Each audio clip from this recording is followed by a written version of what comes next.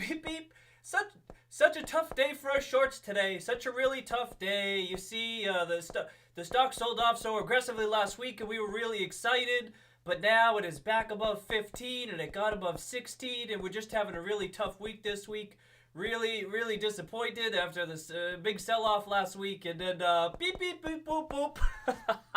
Cheers, everybody! Let's do this Friday night stream.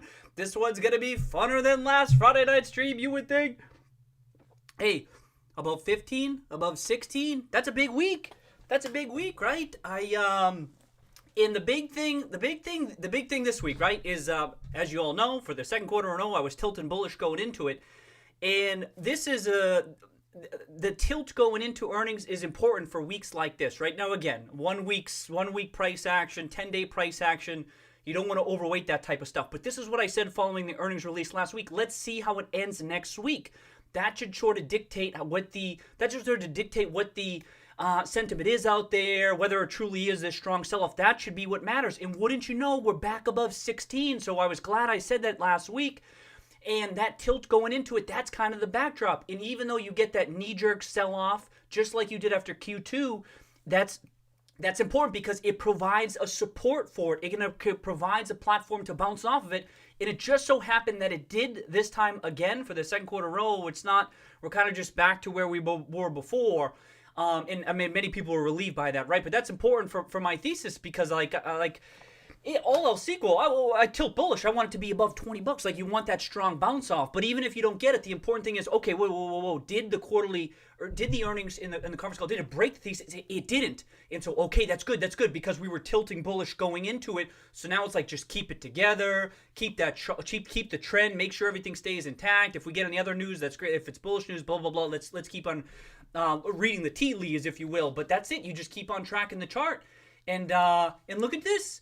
We're out of that little, but we're at the near term box. We're out of the near term box. We're above. I think I tweeted this out. I forget. I just sat back down. But we're outside of that box again. 10 days after earnings.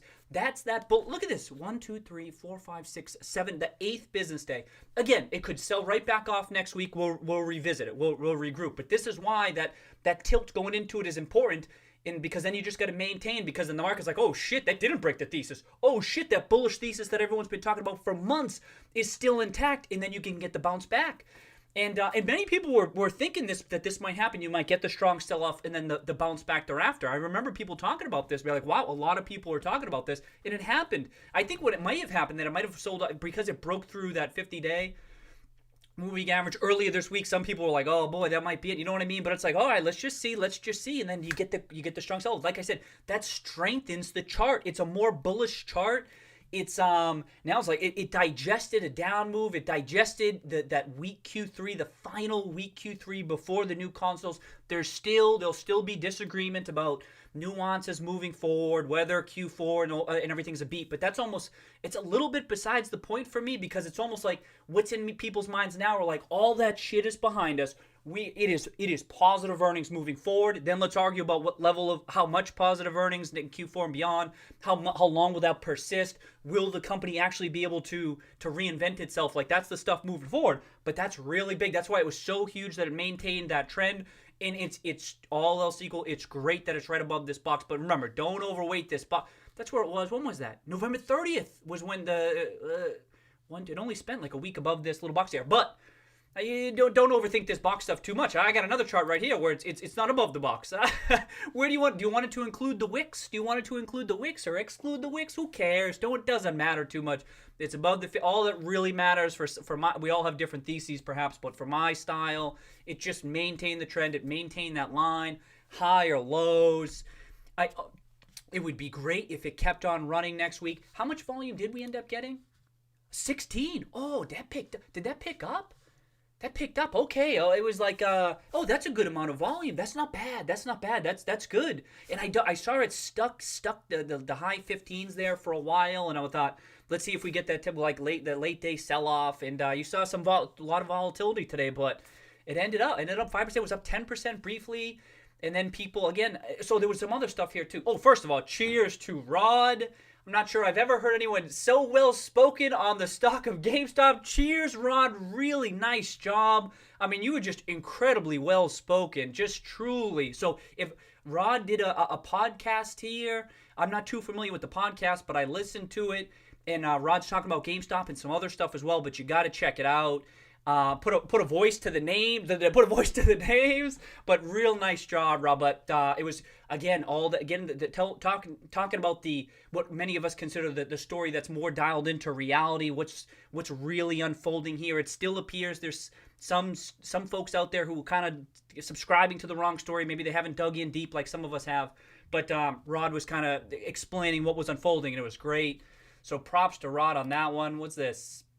Oh, so there was this today. So this was the tweet, and cheers to the folks who had sent this along to me. I had seen this too. That it was hedge eye, but another I don't know. It's not so much an upgrade per se, but a bullish take on it. Right? These are the things that many of us maybe aren't waiting too heavily beforehand, and then you see it, and I bet that did have an impact on the early that pre-market price. I saw it pop up a bit.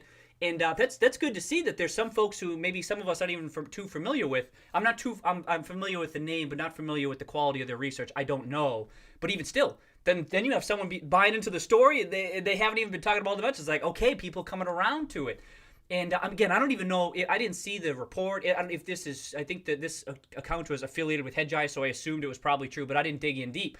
But when I saw the pop this morning and it was kind of a weaker day in the market, I thought, oh, that probably did have an impact. And again, so many people have been bearish. It's been so heavy. It's been so pervasive for so long. It's like, okay, maybe people are coming around to this. But even like, I don't know what they are. Are they just a research firm, or if they're, but maybe a more prominent firm. I didn't see how big they are. But I thought, okay. And then there was this one too, omni-channel retailer from Gavin Baker. I think I pulled up a couple of his articles in recent months talking about omni-channel retailers, omni-channel.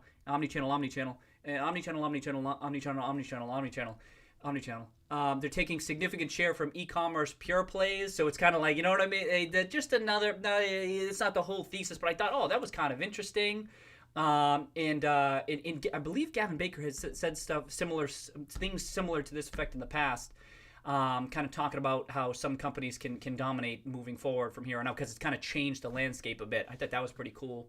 And then we go, Rod's updated model. Hey, Rod, this might be really simple, but I really like that you highlight that stuff. When you highlight the stuff below, it makes it that much easier. I really like that.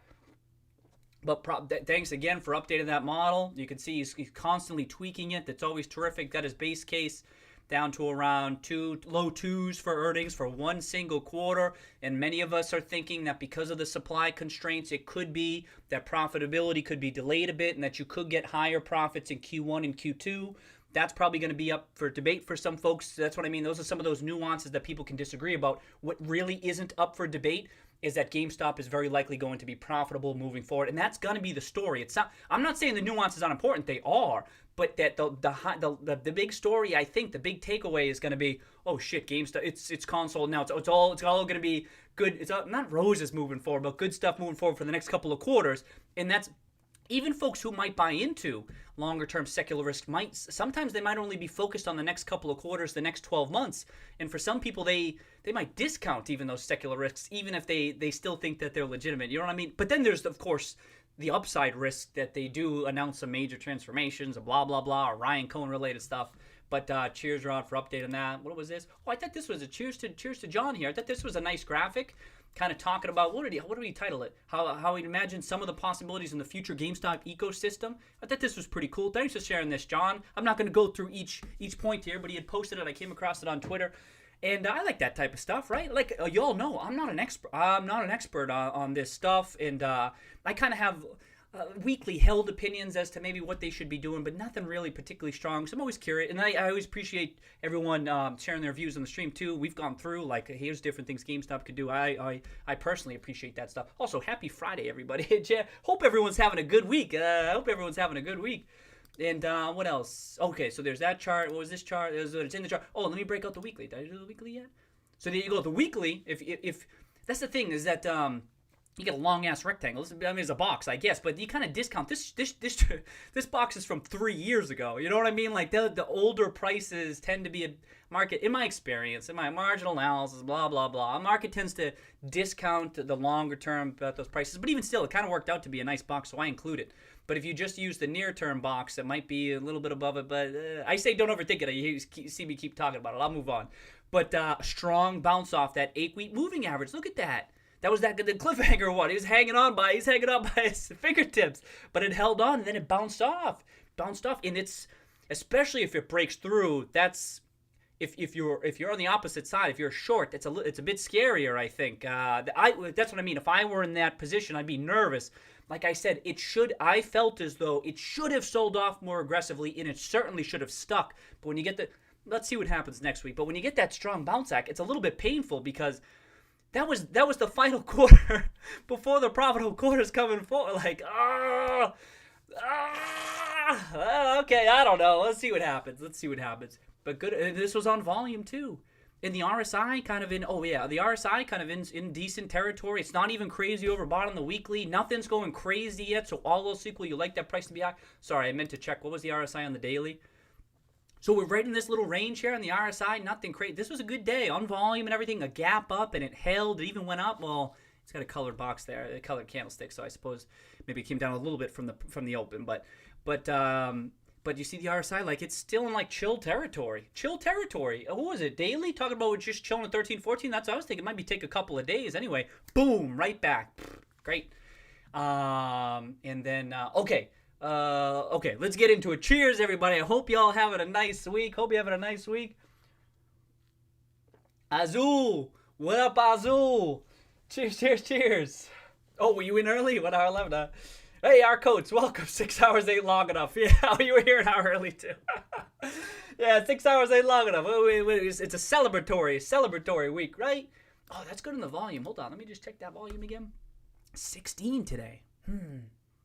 8 was kind of low on the lower side volume. Had the big day on Monday. What a turnaround, right? We're up like 30% from the lows. I think I calculated from Monday, roughly. I don't know. It's kind of a big move. That's a bull market. We're back in bull. Guess who's back? Back again. Jordan, what a day. Cheers, Jordan. Welcome back, Jordan Williams. Hugo, what a week. You guys saw Hugo hopping in there with the Simpsons charts. That was nice. I was laughing. Steve Stong, welcome back, Steve. Justin, cheers. Happy Friday, Justin. Oh, I know, Justin. That's right. No, well, yeah. Oh, what did we ask? So the 8-ball. Yo, cheers to the 8-ball. 8-ball, absolutely crushing it. What did we ask on Wednesday? Oh, shit, I forget what we asked on Wednesday. I definitely said maintain the trade. Crushed it that Monday, right? Bounced right back. And then did we say it was going to bounce above something by the end of the week? Did it do it? Did it achieve Wednesday too? 8-ball, you get the props for the week. We should ask at this point. Yeah, Hugo says we should ask the 8-ball what the price point will be in 2020. At this point, we probably should. Like, I'll just stop talking. People just tune in. It will just be the 8-ball. People asking questions, flipping it around. I'll just be the official 8-ball turner to reveal the answer. Need that 8-ball cam. Hey, Daily, cheers, welcome. Let's go, everybody. Rigo, yes. Good mood Friday. Nice. What did we end last week, by the way? I kind of forget.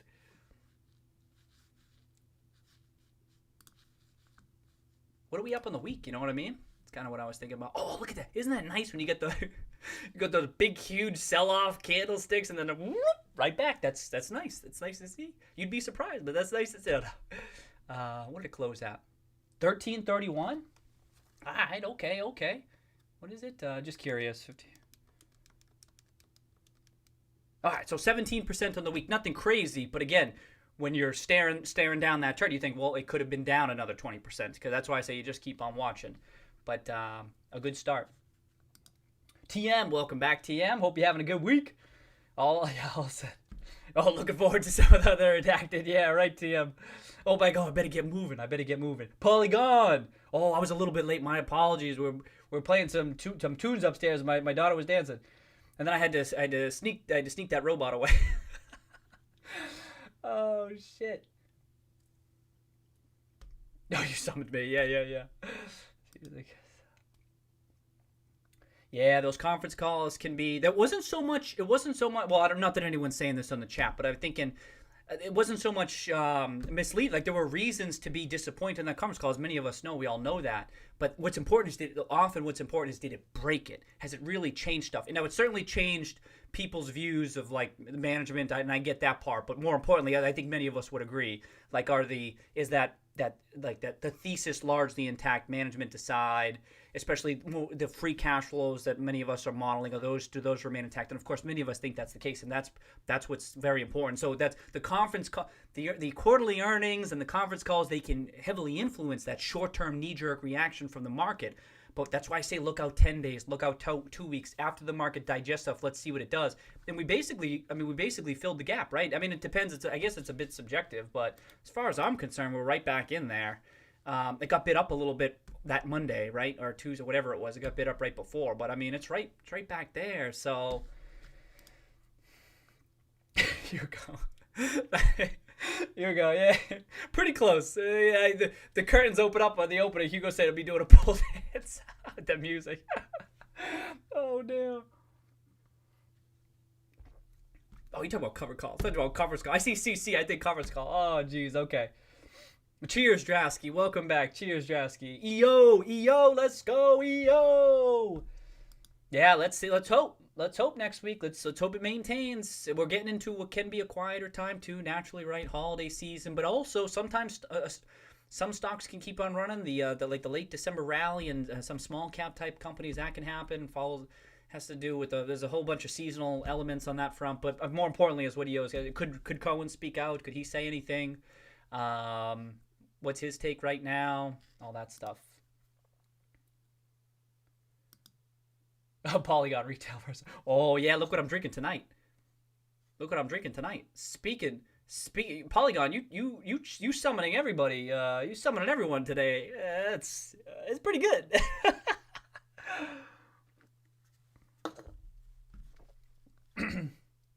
Happy Friday, Dusty. Cheers. Welcome.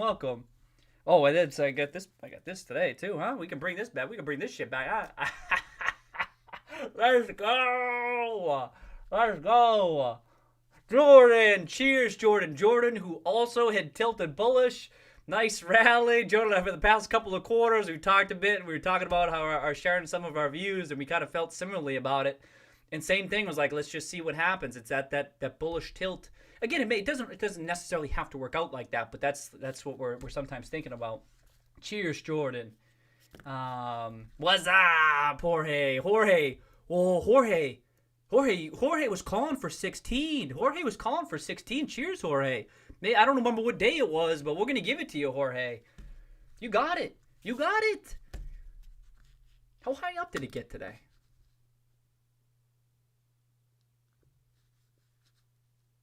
Like 16, like 30 or something? Wait, how come that's not... I don't know. Okay. Yeah. Hey, Mike Bassito. Welcome back, Mike. Cheers. Beep, beep, boop, boop, boop, boop. Shane, welcome. Insurance detectives. Cheers. Nice to see you again. Yeah, good job. We're hanging in there, right? Hanging in there by the skin of our teeth. Oh, boy.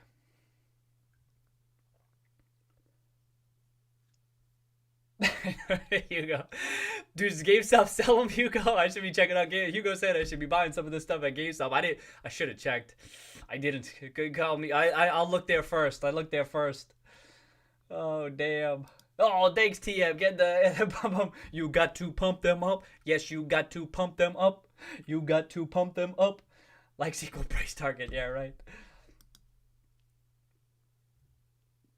Oh, that's a good point. Yeah. Well, more viewers or quality of viewers? Cheers to that, Polygon. I definitely say we get some high quality viewers on the stream, no doubt, right? I mean, and that's indicative of the chat. Too bad I couldn't rate the chat, and then that could dictate whatever the algorithm's doing, you know. So Jorge did. Jorge's in. First thing he's saying, 16. Told you 16. He did. Cheers, Jorge.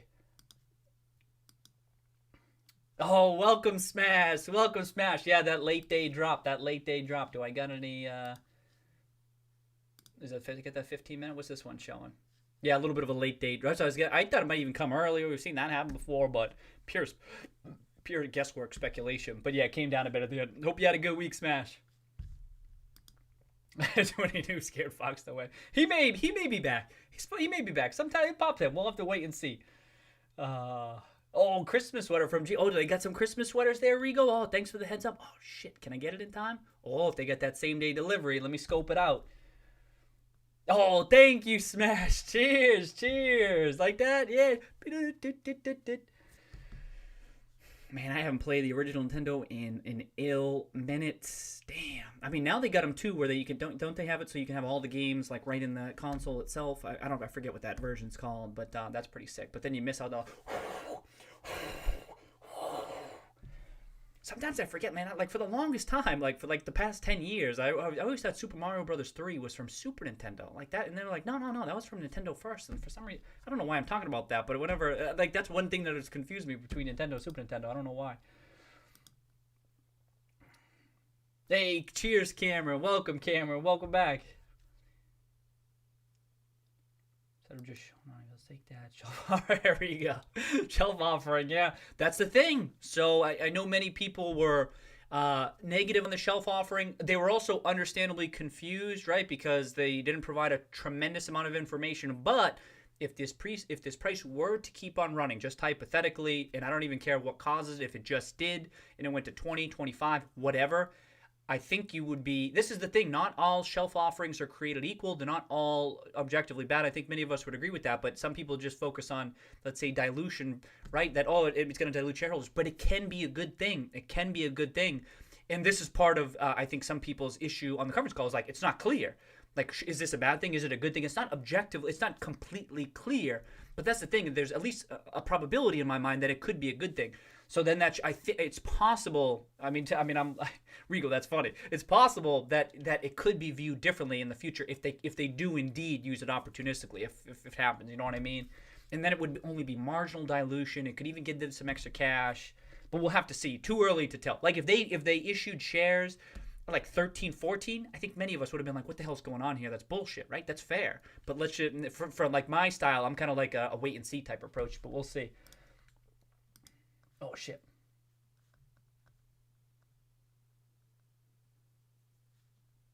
Steve says he sounds exactly like he thought. He sounds like he thought we would. Oh, what's that? What's that? The Arizona Cardinals thing. They were who we thought they were. He sounds just like. He was very well spoken. I thought he was very well spoken.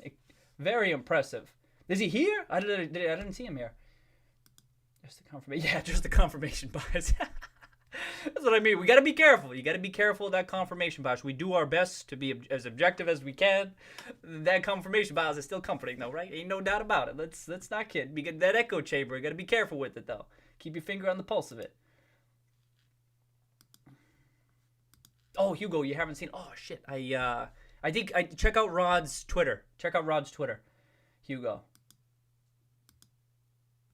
It was a good Uber case. Yeah. Finish it this weekend. Okay, Jordan sharing. They tend to be quite conservative, which is why I was. Oh, okay. Thanks for sharing that, Jordan. Jordan saying they tend to be conservative. I've heard the name around a bit, but I honestly I don't know. I've never followed or even heard any of their picks before, but I know the name. But Jordan saying in his experience, they've been decent. They tend to be conservative. So, but that's in like sometimes my takeaway is not so much. It's just what if this were true that they were calling it their best idea long. Like that's what stuck out to me. Best idea long. I don't want to say whoever it is, right? Because, but if let's see, how many followers they got? Hey, almost 100,000 followers. Does that mean anything? I don't know.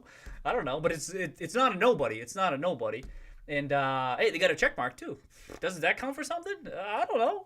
But independent investor research. So whomever it might be, if they're not completely fly by night, you know what I mean? Then I think, oh, okay. Their best idea, you know what I mean? Best idea long? That's impressive. What'd they call for? I call them for at least a 2-bagger. Good to see. Good to see you from the bullish side. And reflexivity. reflexivity, that gets out there. Other people pick up on it. I don't know. I mean, they have followers on Twitter, but I don't know how many people actually will follow their investment research, but then other people buy into it. Best idea long, that word spreads. It's got us talking about it. And then it bounces, and then people pick up on certain elements of the story, see the shortage, just blah, blah, blah, blah. Reflexivity. Keep an eye out for it. Cheers, Space Burrito. Welcome back, Space. Hey, Blessed, you too. Oh, Polygon. I said there were some names. There were some names that folks were talking about. I saw they were up like a couple of days. I swear. Every time these tickers get mentioned, and someone had said too, oh yeah, on like sometimes they're not might not be my cup of tea, but that's the thing. If you have the time, if I have the time, sometimes I'll check them out. I haven't recently, but greetings, Tim. Welcome back, Tim. Hope you're having a nice week. Ryan, you too. Big gains. Let's see if it sticks. All else equal. Let's go. Where we going? To the moon, Jorge says. To the moon. Yes. Jorge says from a low of 1220. That's how I was just counting that low. I figured about 1220 up to 16 plus. That ain't bad. And that's not indicative of a bearish trend, of a sentiment shift. That's representative. It's a characteristic of a bullish trend, right?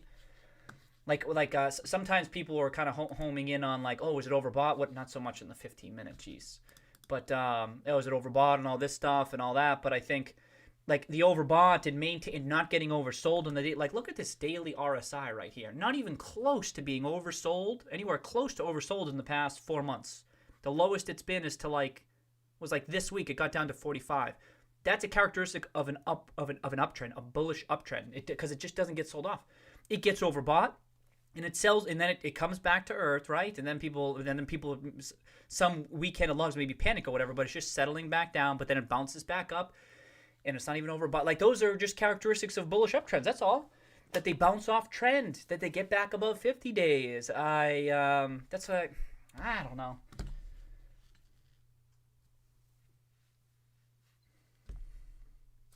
Other Hugo Vera, welcome back. Cheers. Okay. Oh, Jordan, nice timing, Jordan. Oh, I saw all the cyberpunk stuff, huh? Kind of crazy. So, okay, Smash saying that Best Buy was announced and they're accepting returns. Wow, okay. Yeah, a lot of crazy turn of events with that game.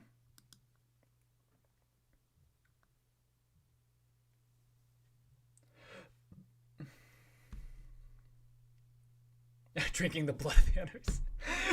Oh, gee, excuse me. Hugo got me going. Drinking the blood of the others.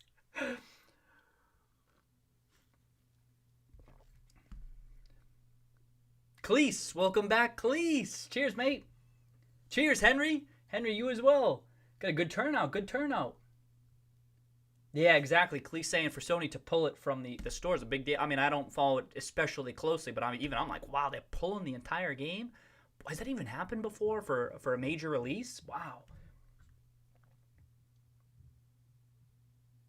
Oh, shit.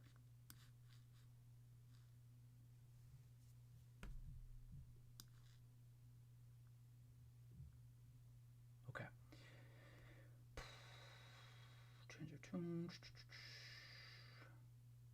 Hey, Edgar, cheers. Yeah, it was Edgar tweeting out to me. Cheers to Spain. All right, great to be back. Cool, nice to have you back. I know it's late in the evening. Might even be next day. What is it? Might be next day. Cheers, Edgar. Sabu, welcome. Oh, Sabu likes it too. Thank you, mate. Appreciate it. Foams, welcome. Let's go. Bar doesn't have a check mark. Yeah, lots of people don't have check mark. That's kind of is that kind of the joke, right? I mean, I don't even know what you need. Can a kitty even get a check mark? Is that even? What about a tiger? Any feline? Do they allow check marks for felines? I don't know.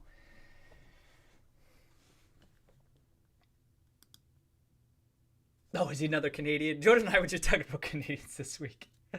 Where should I go? Or die?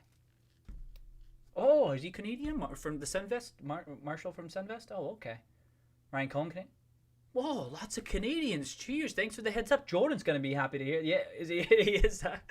There's lots of Canadians on the show. Someone else had reached out, too. They were from Canada as well. There might be Are Canadians the majority on the stream? Should I make that bold claim? Could be. The Maple Leafs. Oh, okay, thank you for clarifying, Jordan. Best idea for the retail category. Got it. Yeah, I had heard of McCullough. I had heard of McCullough before. Yep. Yeah, he's been a prominent. He's kind of made the rounds, the media rounds, past decade or so. I'm familiar with him. But as far as the research of hedgeye goes, I don't know.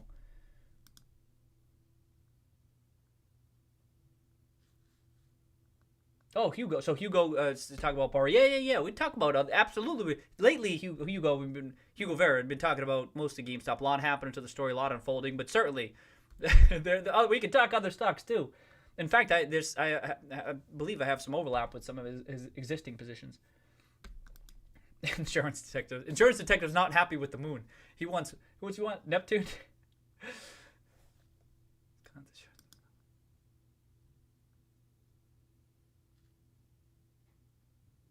Oh, I missed that, Jordan. People talking about the short stuff. It's just crazy to me. It's crazy to me how heavy that short interest has been for so long. It really is that it's surprised if there's certain elements of the story that has surprised me. It's the stickiness of that level of short interest. It's kind of been a surprise to me.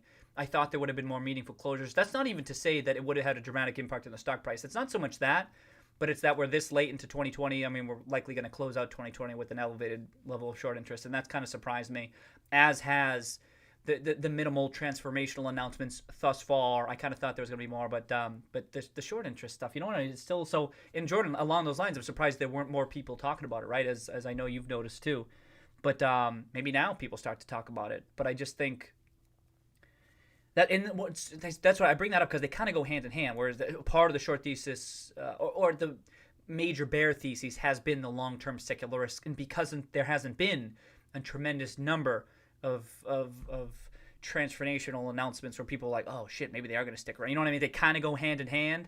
But even still, I think short interest is up following the Microsoft news, so it wasn't like that impacted their thinking much. Yeah, we'll have to see. But I thought more people would be even talking about it. So thanks for sharing that, Jordan. I did miss that. Cheyenne, welcome back, Cheyenne. Yes, sir. Hope you're having a good week, dude.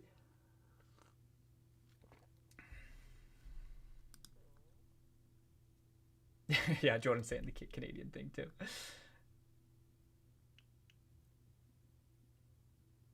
Yeah, so many Canadians everywhere. Zaboomafoo, Hugo. I know Zaboomafoo. Do y'all know Zaboomafoo?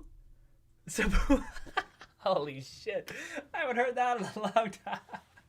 Does everyone know Zaboomafoo? Hugo, damn. Oh, wow, that's a throwback. I think those guys are still on. I think was my daughter watching them. I don't think I saw Zaboomafoo though. But I think I saw the two guys. If it's still, I don't remember their names or the name of the show. What was it called? It wasn't called Zaboomafoo, was it, Hugo?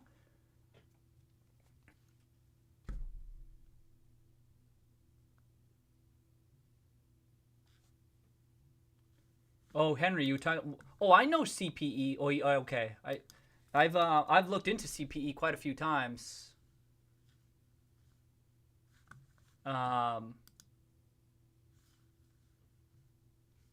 Okay, this is a strong bounce back. I had looked into them a number of times, especially earlier this year. I think I was long CPE for a while. I think I captured some of that gain previously. A lot of energy names are up, Henry, as you may have seen, but indeed this is a strong.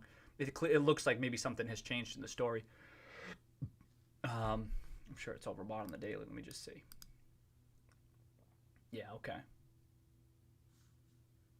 Like the decline stuck out to me at the time. That was part of why I dug in. Then I saw who was long the stock at the time.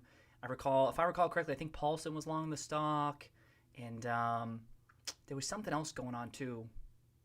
What was it? It wasn't Icon. I thought there was one other. I forget. Okay, but you did mention JMI, but I forget this one. Was this one? Oh wow, that's a nice pop, huh? Whoa, what's that, 20 bagger? Sick. Nice. Oh, congrats, Henry. Nice work. Oh, is that what EB stands for? I didn't even know that, Polygon. Electronics Boutique. I never knew that. Another Canadian here. What? Sicky! Yeah, lots of Canadians. Wow, Xenium, welcome back. Tim too? What the hell? I might have to toss out a. Can I do one of those Twitter polls? You kind of just say, "Are you Canadian?" Although I can't limit it to the people in the stream.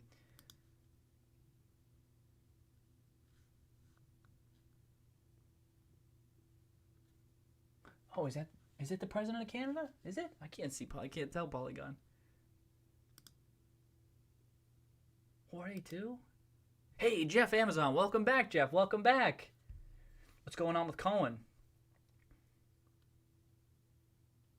So this is the big, and people have mentioned this. So Jeff's saying, well, what's up with Cohen? If the stock price keeps trending like this, the stock price is important. It can frame how people view the Ryan Cohen movement. A big question, Jeff, is still, what does Ryan Cohen want? Because you know what I mean? And whether or not many people on the stream don't think that the current management team and board can come to a resolution with Cohen. I think it's at least possible. But it could be, I mean, all else equal, Cohen wants the stock price to rise. It would be great if the stock price can rise and he can get what he wants. But, yeah, that's the thing. Stock price has gone up. That's the thing. So Jeff, he points to this stock price, and he said in his letter, like, I'm the reason for the run up, and he may even still say that it's bouncing back because of my involvement. So he could still stand by that, even if it's not completely true. Like, that's really hard to parse how much of this is truly due to Cohen and so forth. But he might, unless it takes off from here, which is maybe your point. Then what happens? Then how people perceive managers. That's what I mean. What if they come out in a couple of weeks and announce something major, or at the ICR announce something major? Maybe they don't, and maybe that should be the base case. But if they did, same point, Jeff. People are going to start viewing this management team differently. They're going to probably acknowledge that maybe they had been competent, but not only that, but maybe they do have kind of a decent understanding as to where the future is. That doesn't mean that they say, Cohen, get out of here. It's not like that, but I just mean maybe people are still willing, like, all right, maybe we'll at least hear what management has to say and can maybe relay that to Cohen and increase the chances of a potential resolution. I don't know. It seems like Cohen has a bit more leverage at this point, I would say. But indeed, and this is, in Jeff's people had said in a recent stream that Cohen might be incentivized to move quickly for that reason. In the reverse could be true. Well, that's the thing. It was kind of oversold there a little bit in my mind. So it was kind of on the low end, in the low 12s. But indeed, that it could be a near-term risk for Cohen. To what Jeff's point is, what if someone had said, why would you give GameStop the opportunity to announce or get the narrative to change during the holiday sales readout or during the ICR? It would behoove Ryan Cohen to move quickly to avoid that. And that kind of made sense to me. You know what I mean? Like, it seemed like in my mind, everyone's incentivized to move quickly, unless what you're saying is if it were true, whatever the probability is, that the management team did have the nuts. If they did, and it was coming out like a month from now, they don't give a shit. They go, yeah, watch what happens, and then the price is moving in their favor already. If it were, and then they announce that stuff, and then if it's above 20 or whatever, then they get a strong case, and they'll point to that, and then maybe the ball's in their court. They got the leverage back. So it's a big question of what's going on behind the scenes on both their parties, in both sides. What does Cohen want, and kind of what does management have, if anything? Maybe they don't have anything. I have no idea. Like I said, it has just surprised me that the big thing we've gotten so far is the Microsoft so far, and I don't know. So we'll have to see, Jeff. But indeed, what's going on? What's going on? I'll be curious about people's take. People were kind of doubting that anything would be announced over the next couple of weeks through the end of the year, and I think that's understandable. We'll have to see. Sam, cheers, welcome, Sam. That's right. Great volume today. Caps off a good week. Thoughts on reaching 20 up to mid-January? Oh, yeah. Well, that's for a stock like this, now a 20 is less than, what is that? What is the price? I mean, what's that move? 20 divided by 1563. It's only a 28% move. That's like 3 hours of GameStop. So really, it's just a big question, Sam. Of first of all, I do think that the bullish technicals could keep on pushing this price up, even up till 20. I mean, it's conceivable in my mind. But the big thing would be by that time, Sam, by mid-January, it could be that they will have announced stuff, and the market could have interpreted bullishly. So it's completely possible. Like a 27% move for a stock like this in either direction should be priced on as like a legitimate outcome over any 6-week period. I'd say. What'd you say? 4-week period? 4-week period. If you're dealing in stocks like this, both ways, unless you're at like, if you're at like, I don't know, it's been very stable. At this point, it seems like we've passed an inflection point where now volatility has picked up for GameStop. And so now at any point, I think it could be all over the place. It was actually surprisingly quiet those couple of weeks, right? That like was it about a month or so? About a month? Oh, it's a couple of weeks there. It's kind of settled down a bit. Hey, Eric. Welcome, Eric. Thoughts on WBA? Is that Walgreens? Yes. I haven't looked at. Oh, that looks. I thought it was a good business. I thought it was a good business model. It probably has some competition. I haven't looked at the numbers in quite a few years, Eric. As I recall, it was a decent business model. And there's many like this, right? That's probably not too much of a hot take or anything. But I remember looking at the numbers and be like, damn, it seems like it's well run. The chart's kind of interesting to me because I did think that. And I know they had a big merger with this was years ago now, with Boots or whatever the hell it was at the time. I was looking into it when it was WAG. Was it WAG? Walgreens, I think. But I haven't looked at it. Maybe I'll pop that up. Maybe I'll pop that up today. Let me pull that. I will pop that up, actually, because that is one. Did we say WBA? We'll pop that up. It's in my wheelhouse. Oh, Jeff. Cheers, Jeff. Jeff said he might go back to the Roaring Kitty train of GME leadership knows what they're doing. Storytelling aside. That's what I was thinking. Cheers, Jeff. And again, I'm not even saying that's definitely the case, as I'm sure Jeff knows, but like, I didn't think that it was talked about enough. It wasn't being assigned a high enough probability, and that's why I had to kind of make it a sticking point a bit, because I felt like the evidence suggested that could be a potential path. That's what I mean. If they ever did announce anything, if they did, then that is almost, you know what I mean? Like, people are going to view it differently. But that's the thing. I don't know that they do or that they will. But we'll have to see. And my question to you, Jeff, would be, is the price action having an impact on you, that you're thinking that, like, nothing has changed since the conference call, right? Nothing has changed. It's only been price action. And the price action was really bearish and negative at one point, and then it's changed. And this is a genuine question. Have you come across other stuff that maybe I may have missed that has changed your role? Like was it the GameStop offerings, their deals over the past week or so, or you know what I mean? Like anything, because that could be meaningful to me. Because I've been wondering how price action initially impacted people. Like I said, I felt as though people were overweighting the short-term price action. I'm sure I said that a number of times.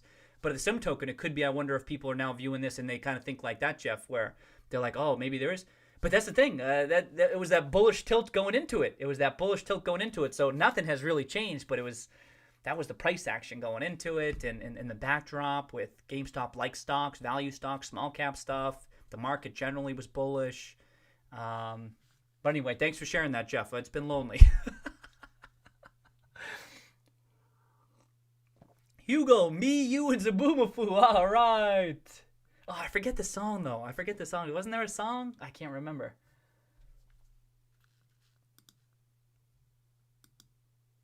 Oh, okay. Here, that's the tweet. Thank you. Okay, Joe, imagine being one of the... Yeah, people picking up on the level of short interest. It's held up okay. So, I mean, the stock is up. That's the big question. Like, is it out of control now? And that's the thing. They haven't even closed a little bit. They've increased their position. So it's not like it's moved against them and they're like, oh shit, we can't get out of it. Because you could have closed marginally and got it back under 60 million. And again, it's probably multiple firms, right? I mean, it's multiple institutions. That's what I've been thinking. But the collective, in mass, in total, that's the thing. I'm trying to figure out if they're caught off sides, but I don't think so, because they didn't even trim. And that's what I mean. Like, I'm not even so sure a plan, if management releases a game plan, I don't think that changes there. I don't think that changes the shorts thesis. I don't think you're going to see closures on the announcement of a plan. What you would see, like I said before, execution on one of these long-term initiatives that get people thinking like, oh shit, terminal value ain't zero. But people talking about that, that's what I mean. It's a story thing. That's why I enjoyed it, and I'm surprised more people weren't even talking about it. It kind of was just a lot of the same folks, myself included. And maybe part of it was because that's the thing. I keep on thinking maybe it's not that big of a deal because they can get out and it's not that big of a problem. But you see a whole bunch of articles out there when short interest is like 30% or 40%. And I know it's maybe it's a liquid stock and everything, but even still, like people talk about short squeeze and stuff with. So 100%. We'll see. We'll see.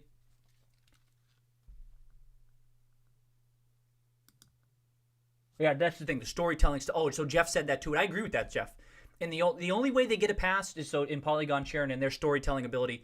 That's a critique. The only way that they get a pass is if they were sitting on the nuts. If they do, I give them a pass. If they're not, they get it's a fair criticism. That's the thing. I just not 100% sure just yet. That's why Q3 wasn't the nail in the coffin for me. I'm just like, I thought it was. I thought they were gonna I think we all felt similarly about their storytelling abilities all year, and many of us are like, well, once you get to Q3, come on, you're in the consoles. But if they did announce, we'll have to get. I'm willing to give it a little bit more time. But if there weren't anything, then or if there was something, I'll give them a pass. But otherwise, I'm like, oh man, you need a storyteller up in there, someone to get people excited about it, like a Cohen. Exactly, Polygon. Great question. Where would Tesla be without Musk? Great question. And I think many of us would agree. Many of us feel that same way. That's why I bring it up a lot.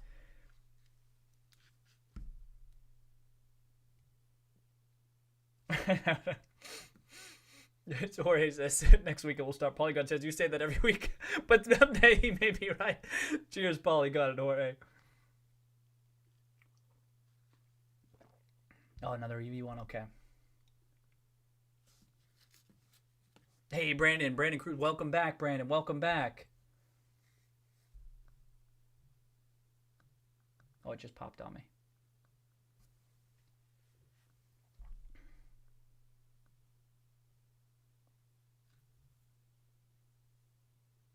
That's true. No, Dusty. Wasn't Dusty saying that too? He's saying 16. He gets credit this week. Jorge's doing some voodoo stuff. Harold, welcome back. We're gonna give that counts. He's not Canadian, but has Canadian solar. That partial credit. Even when you're not Canadian, it finds a way into your life, right?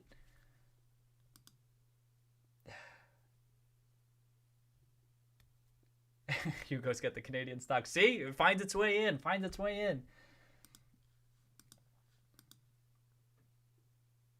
Oh yeah. PBF probably hasn't moved much. Well, probably that's what I'm saying. Many of the energy names have moved in recent weeks, but a triple is clearly outstanding relative to some of the other moves.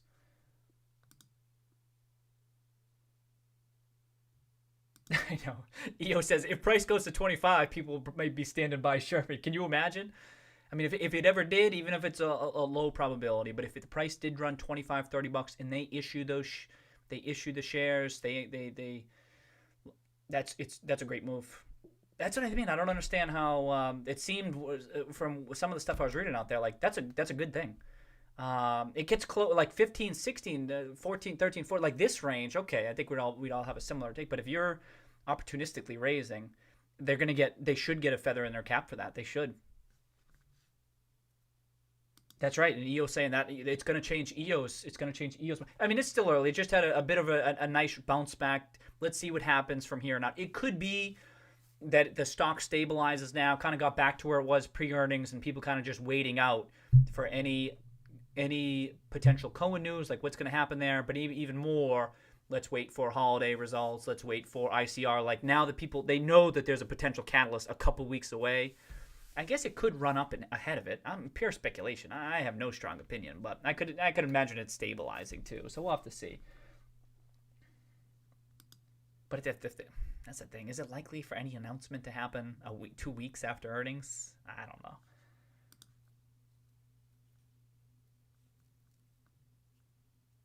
It seems like if they did, even if not likely, again, I'm just kind of just shooting the shit here, but if they did, it tends to be a quiet part of the year, not much going on, so it might be people like, oh, what's moving today? Oh, GameStop's moving. Why? And then the story gains a little bit of traction, you know what I mean?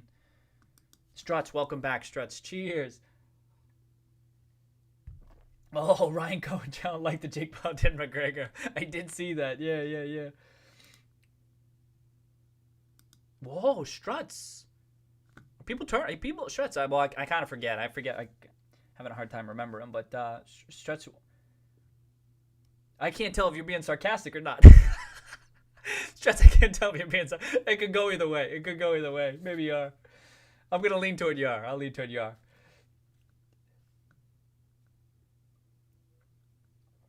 When is that gonna be, by the way? Wait. No. Paul McGregor, he didn't accept the challenge. You hope you. I was gonna say he didn't accept the challenge from last I saw.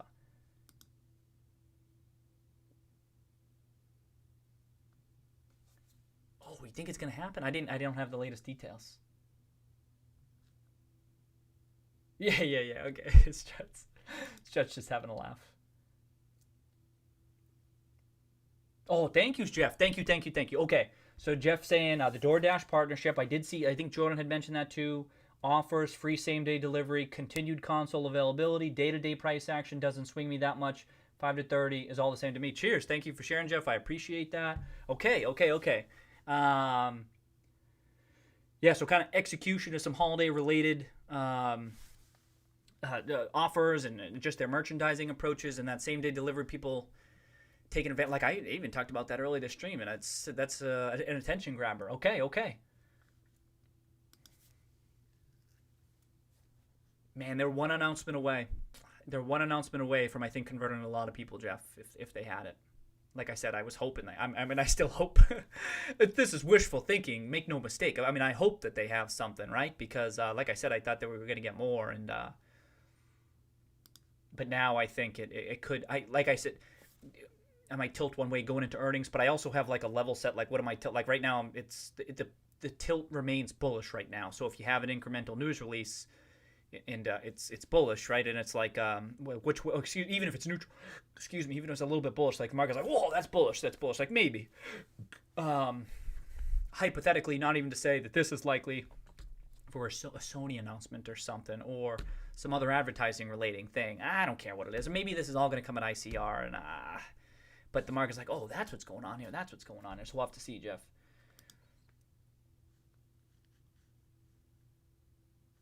Okay, you kept going, Jeff. So I think, yep.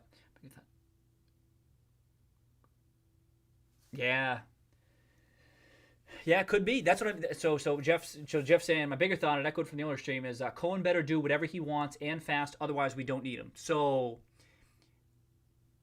do I have that letter up? I don't have that letter up. I don't need to bring it up. How many times have we seen it? So this is the thing. What Cohen would say is, well, the stock price is only continuing to run because he might still say the whole me angle. But indeed, if it were to run, people are going to be like, do we really need you? But then, Jeff, here's the question. Does Ryan Cohen care? Does he care, Jeff? Some people, I know it's a scathing letter and stuff, and I do think he wants investor support. It's just a question of how much he would care if the stock's at $25, $30. But indeed, he cares. I don't mean to say he doesn't care. He cares. But indeed, better do whatever he wants and fast. Otherwise, it'll get people chatting. Someone said this on the last stream. Why would you give them an opportunity at holiday results in ICR? And I'll give you a reason, Jeff. It's because Ryan Cohen doesn't think that those will surprise anybody, or that they don't have anything. You know what I mean? Like maybe he chatted with them. It sounded like they had conversations. He's like, oh, you don't have anything, or you don't have that much of a plan. You're not going to be able to tell a sexy story during ICR. You're not going to be able to convince anybody. Like that's his thinking, and that there's nothing coming. So maybe he has reason to believe that. In which case, it will get, if it gets beaten down again, Jeff. That would be my. I'm not voicing an opinion here, Jeff. Just trying to play devil's advocate. What if they do announce that stuff and holiday results are negative? And then they come to the ICR, and it's not a particularly good story. And this bullish stuff starts to weaken, then his story continues to gain strength. Hey, it sold off during earnings. It sold off during the holiday results. You can't tell the story at ICR. But indeed, it's a risk. To your point, all you're saying, Jeff, is that it's a risk to him, especially if he's serious about wanting something material. Why leave that door open? I get it. That's why I said I felt as though everyone was incentivized to move quickly. The only one who wouldn't be incentivized, the only time someone wouldn't be incentivized to move quickly is if management has the nuts and they know it, then they don't care. They'll just drag their feet. They don't give a shit about Cohen because they know they're going to impress. Or if you're Ryan Cohen and you know they don't have shit and you know they're going to suffer in the upcoming announcements and stuff. You know what I mean? Like, those are the only times. But if it's not that and it's like in between, I feel like everyone's incentivized to just keep on moving. Is that dumb? Is that silly? Maybe I've been thinking about this too much. I probably am. Oh, shit.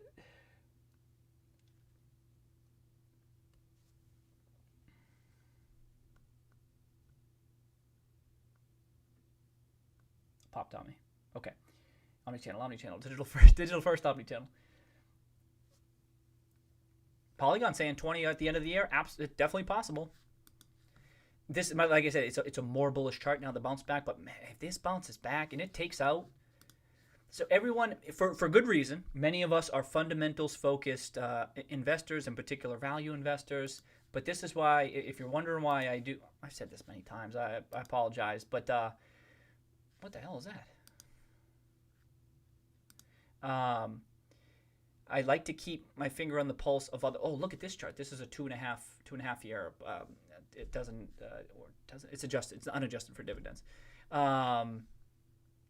If they're right at that range. But what the hell was I just gonna go with that? Oh, other market participants, because Polygon.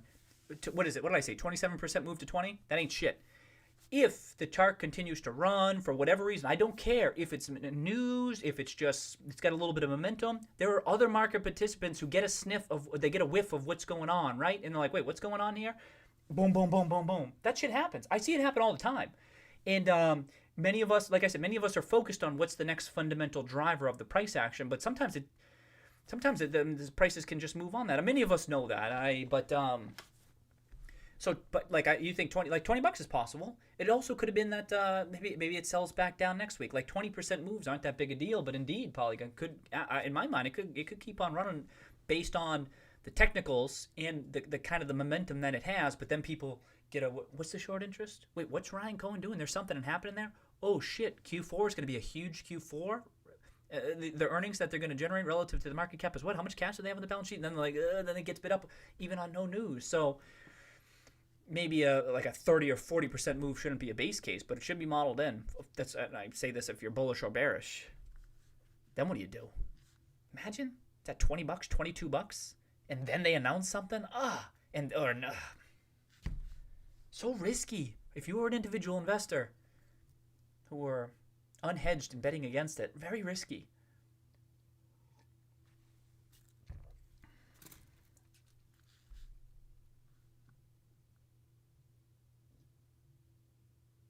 James, welcome, James.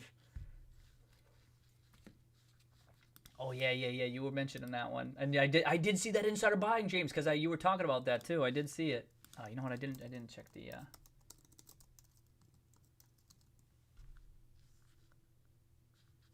Wow, kept on running. Cool.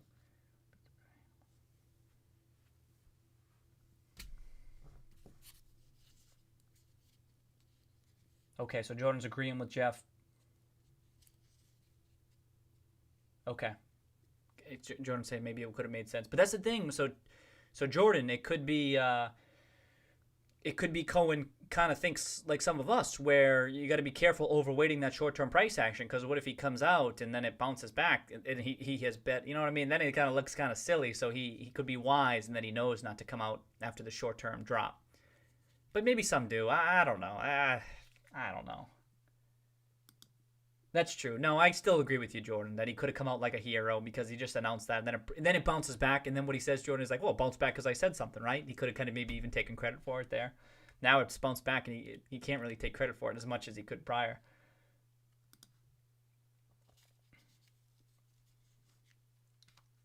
Aaron, welcome back, Aaron. Cheers. Oh, we're down. Okay.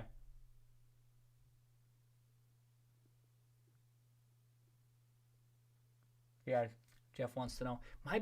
Jeff wants to know what Ryan Cohen's doing. My question is, Jeff, do you have an opinion on what he wants? What do you think he wants? That's like the big question for me. A lot of people have views on this, and I always appreciate everyone sharing them. I've kind of just been trying to think about all the different types of things that he might want, because that could inform how quickly he's going to move on some of this stuff, right, Jeff? Because it could be he has no urgency for what he wants.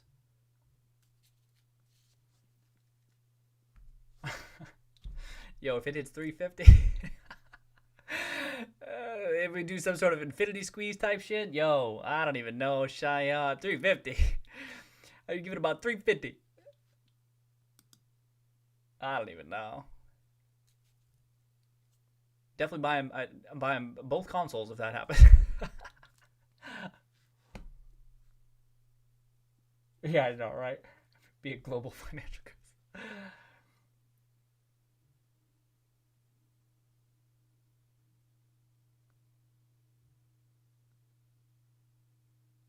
That's right, exactly. So Jordan brings up an excellent point. So Jordan says, just think what happens when he does say something. We move higher from a higher base. Sounds good to me. It also sounds good to Cohen to a degree. This is when I say it's kind of messy. It's why it's very difficult for me to have very strong opinions about what exactly is unfolding here, because he's the biggest individual shareholder in the company. He's going to get pissed. Not pissed. Not that anyone's saying this, but you know what I mean. Like, is he going to be upset if the stock's at 20? And then it pops to 20, it pops to 25 or something because he speaks out or whatever, but it decreases the chances that he might be able to get what he wants, even though he's up 4x, 5x. You know what I mean? Like, it gets to be, he's happy to see the price rising. Well, that's one of the, I'll tell you one thing. That's one of the things he wants. One of the things he wants is a higher stock price for GameStop, guaranteed. When? And as a result of what? All right, that's another question. But I think we can all agree he wants a higher stock price. So yeah, what if he's waiting for the chart to regroup, and then the chart regroups, and then it describes in greater detail what he wants. I'm kind of running with what Jordan's saying here, which is a great point.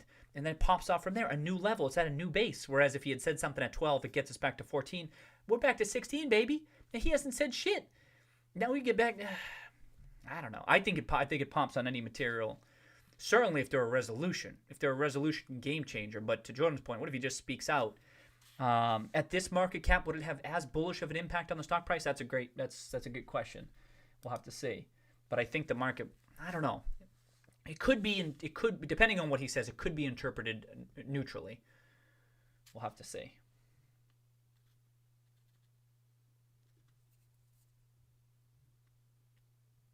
I kind of feel the same way. I think I may have said this, Jordan. So Jordan's saying he's gone kind of neutral on January numbers. I'm kind of like neutral, right? Neutral on the numbers themselves, like neutral, kind of like, how are they going to report it? When I say bullish tilt, like I'm kind of like, what's the backdrop here going into it? Like, how does the market want to react to what's going on here?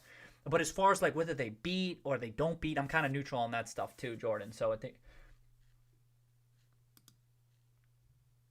yeah, and it could just come down to if are they. I mentioned this last time, kind of tongue in cheek, but. Could they provide guidance at the holiday sales readout as to what the full year is going to be? Since it's a new year, they said, "Oh, we're not going to provide guidance this year." Weak argument, but could they announce? That's more about that. I keep on thinking about these announcements. If they got anything, if they don't, even more reason to be neutral.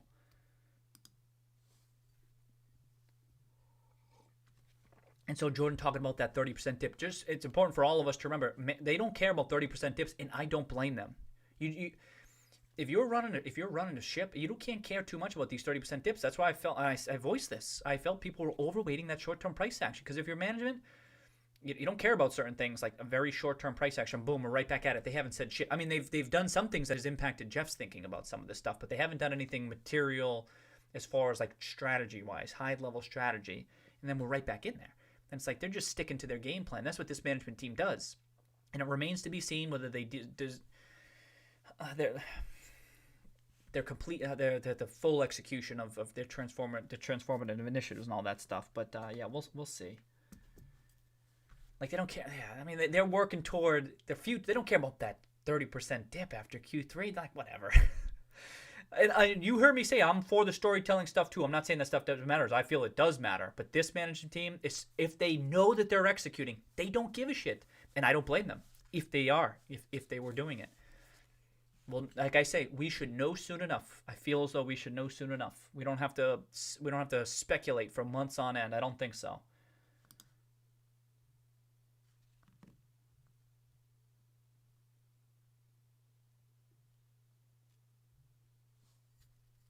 Hey, Jans Franz, welcome, Jans Franz, welcome.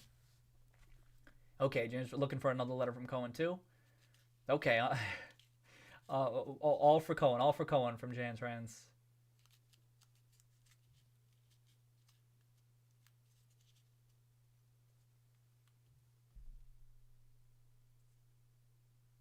Oh, so EO saying that if Cohen doesn't speak up, he's going to discount his words. That's interesting.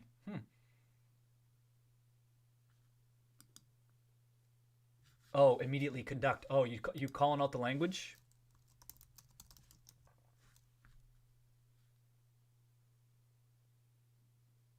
Oh, EO saying, hey, you wanted them to immediately conduct. What does that mean? What's the time frame on that? So if you don't do it within, it's been a month. It's been over a month, and it doesn't seem as though they've offered it. Some saying that what they were saying in the conference calls, we're going to announce it at ICR, but that's not. That's one might argue that's not immediate. Okay.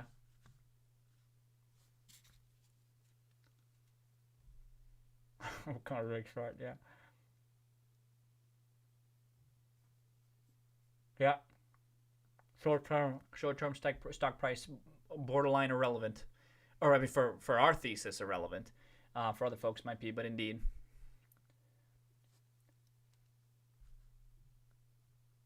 Yeah. Cohen's fighting for that future. How you spend the incoming free cash flows in the coming quarters, what it's going to be allocated toward future execution, what GameStop could become.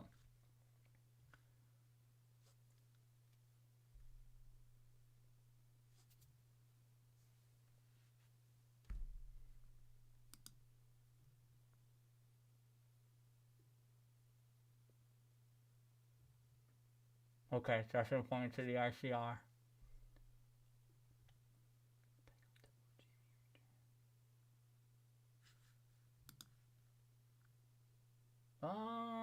You think GME at 30 or 40 doesn't change anything with Cohen? I think I can kind of agree with Jeff in that it might change people's perceptions of the current management team. You know what I mean? Well, I mean, I don't know where you were running with that, but that's just that people might be like, hey, 10 bagger in a year ain't bad. They must be doing something. Like it could change perceptions, perhaps. But indeed, but I think I know what you're talking about, Justin. You're talking about that long term material upside transforming the business. And I think what Justin's saying is like, yo, we could get to $30 on current valuation and free cash flows that would be generated by even this legacy business. I think that's what you're saying, in which case, yeah.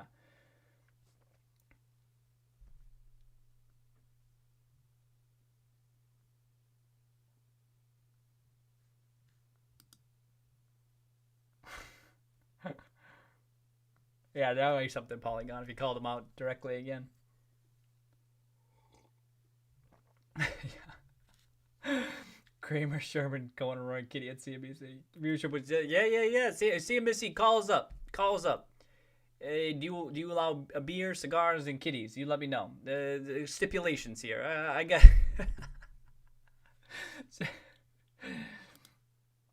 What I decide to wear for my big moment. Yeah, right, Jordan. Oh shit, that's funny.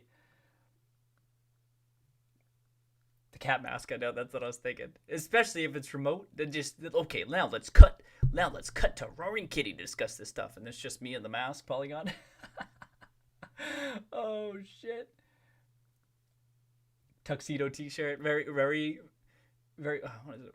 Very professional. What do you call when it's both fun and professional? Wasn't there a word for that? I can't remember. Yeah. Oh yeah. What is it? Party up top, fun to, or what is it? Professional up top, party on the bottom, something like that.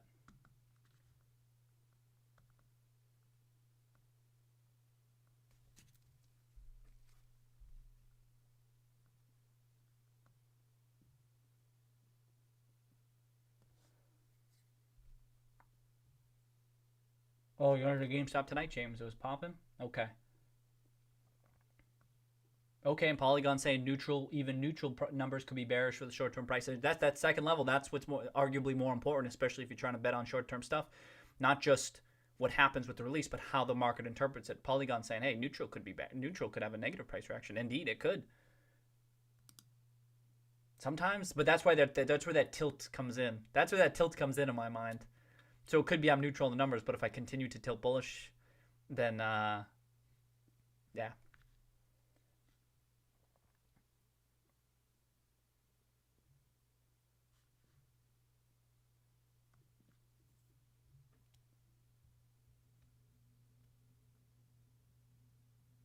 Okay, James thinks holiday sale is going to be off the hook. Yep. Eduardo, welcome back, Eduardo. Cheers, cheers, cheers. Hope you had a good week. Wow, James is over Cohen. Whoa. Those could be fighting words. Those could be fighting words on the stream. Yeah.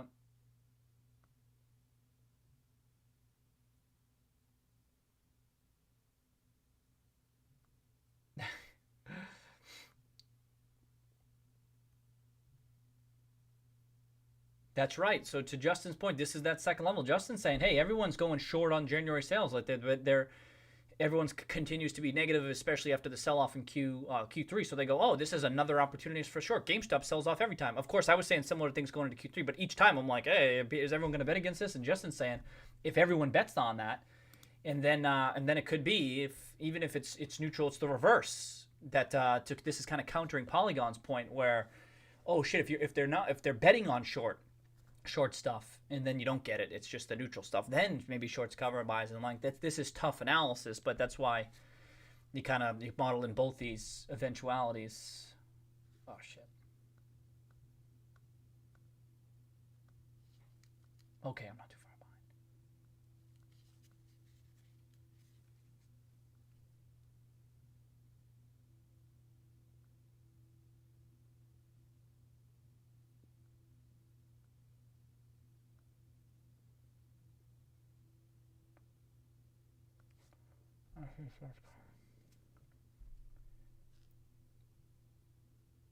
Yeah, I know that's the other thing. But then at the same time, it's like, so Jordan says, I don't see the shorts covering. The same argument could have been said for Q3. What's the point of holding the position still? I see no difference from Q3 to January. These bears are convinced. So generally, I agree with that. So I keep saying, what's going to cause them to close? And I don't, I mean, that's if it have to be some sort of, like I keep on saying, an announcement or something that changes people's views about that long-term outlook. Even the Microsoft thing didn't impact their thesis all that much. But it could be, to go with Justin's point, I feel as though price action can do it. It gets to 20, 25 bucks. That's an expensive position. And that's the thing. They haven't even trimmed. So they're pretty confident. They're pretty confident in their analysis, but I think that's one difference. You know, with Jordan, if for whatever reason the price ran on the news and it got up there, 2025, then I think they might be incentivized a bit more to close. But otherwise, I'm not sure you get some crazy announcement there, I don't know if you get some crazy beat, but even, like I said, like, it just runs on it. I don't know. Like, and I keep on thinking just the passage of time. You know what I mean? It could be that they're betting on like a weak Q4 because people are thinking strong Q4. It's just to be clear, the Bears definitely believe GameStop's going to be profitable in Q4. Like, that's not going to surprise them, but maybe they're betting on it's not going to be as profitable as some people think. That's why that's where the story comes into play, where it's so important with these quarterly types. Like, you're really going to pin your I don't think they're pinning their hopes on the quarterly. I don't know. I'm confused about about that level of short interest.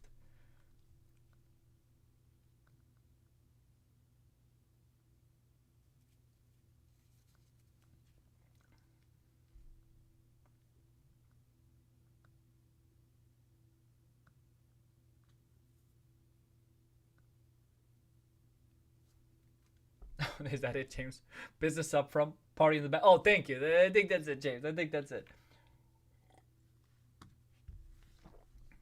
Yeah, Jen's friends. Yep. Could be Cohen found it underwhelming. Yep. Playbook. So they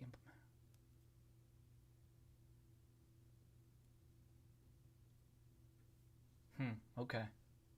Oh, cheers, Eduardo. Good. Glad you're having a good week. Great week. Even better. Otter, welcome back, Otter. Cheers, mate. The dip in owl memes.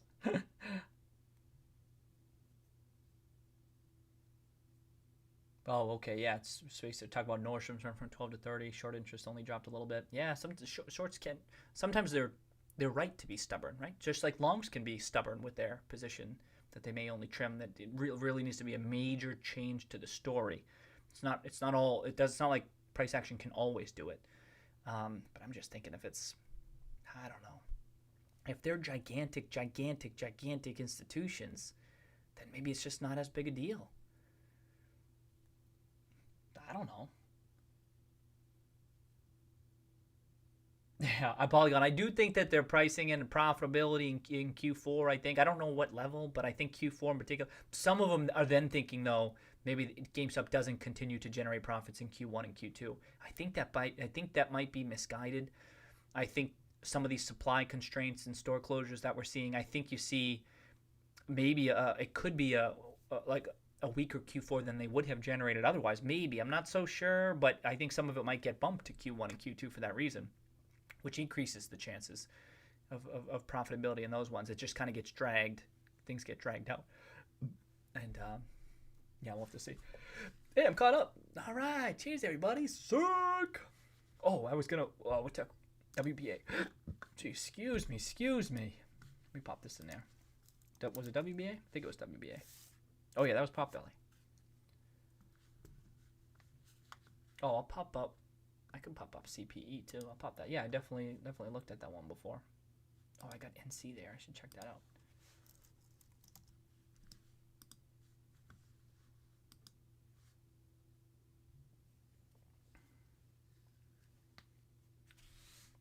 Oh, is that it? James saying that there was a forecast of minus $2 for the full year. Wow.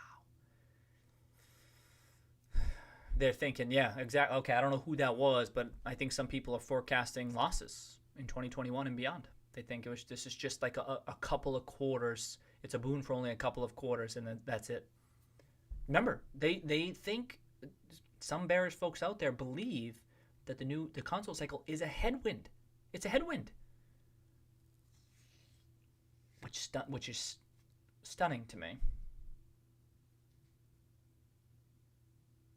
because the idea is that it accelerates disintermediation and that more people go into digital and everything like that. But what's missing there is GameStop's opportunity to leverage that console cycle to transform. That was why I was kind of expecting more within calendar year 2020. Talking about some of that stuff. I think COVID impacted that a bit, right? They were on a particular social type path. It's been interrupted. They got to pivot to some degree. Oh, is that not coming up? Is that the ticker? Oh, that sucks.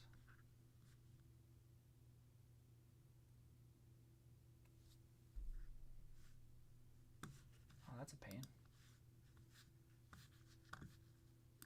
Bring it over here. What is this? Number 10?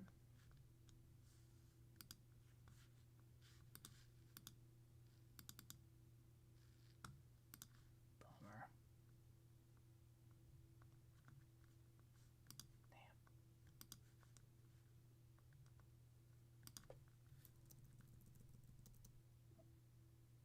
Shit. Are the other ones working?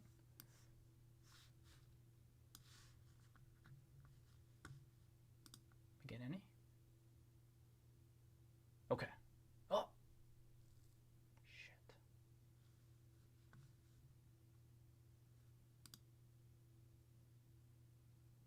Shit.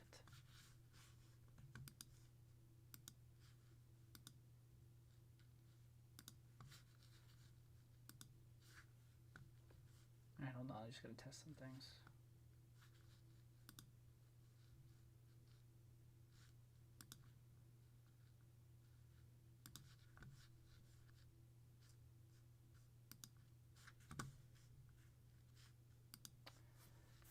Bummer.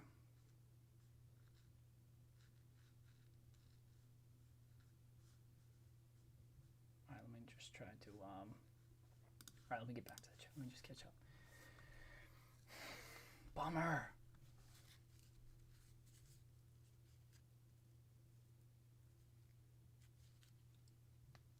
Yeah, that's right. Cohen talk about what are they doing with the money now? Yep.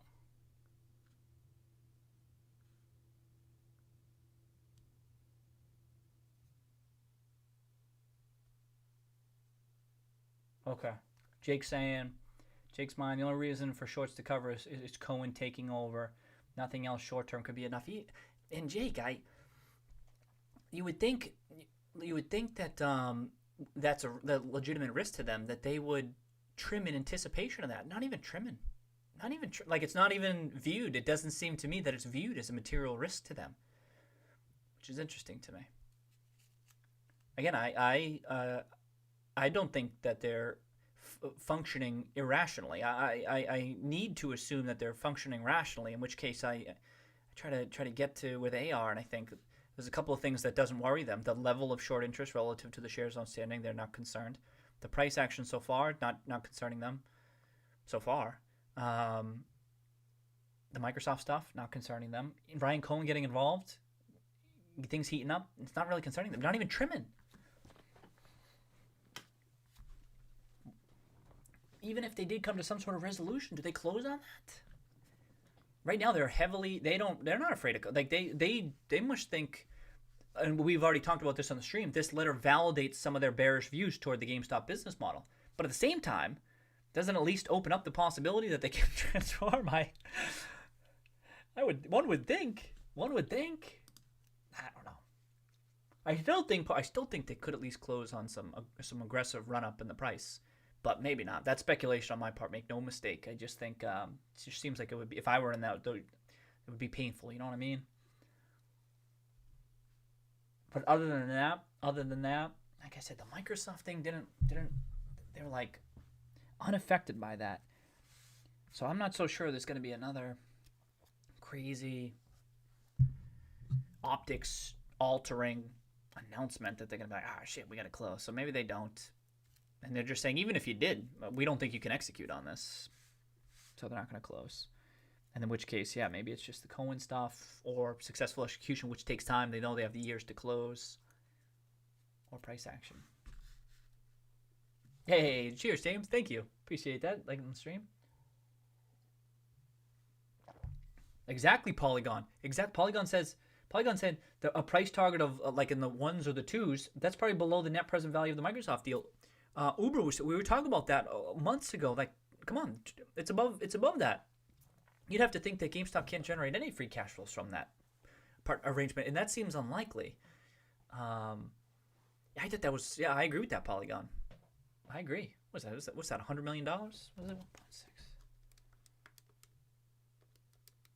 112 million market. Yeah, figure 70 million shares outstanding. Whatever. Wow. That's what I mean, Polygon. Like, even that, I thought, all right, well, that gives some, that lengthens the runway a bit for GameStop, and unaffected. They don't care. So I thought, okay. And what I think Polygon, I think their counter argument, Polygon, would be, yeah, okay, maybe terminal value for that partnership is above zero, it is $2 or $3, whatever, it doesn't matter.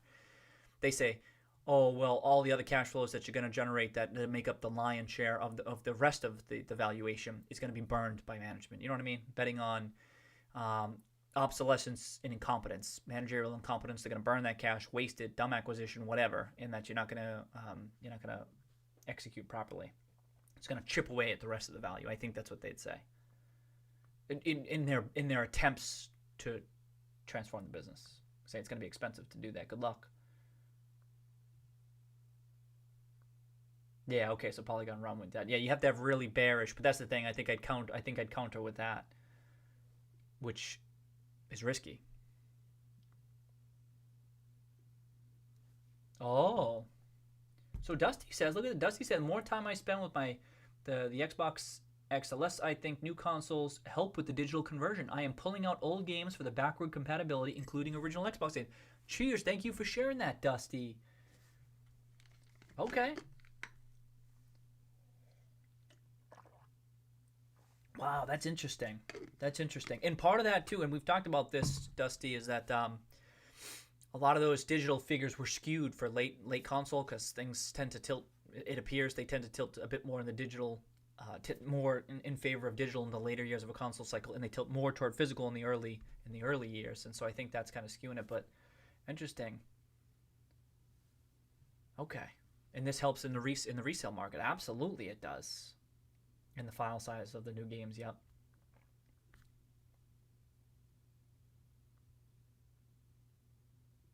I'm a salty bull, James. Salty bull. Oh, wow, okay. Dusty breaking out the old games. Nice. Polly. Yeah, if used sales cannibalize digital sales, yeah. The opposite, yeah.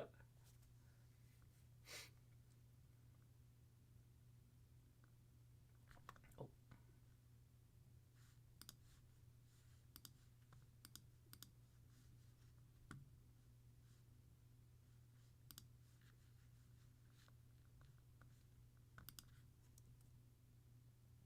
Damn. Wish that was working. What's going on there? Oh, is it? Look that up.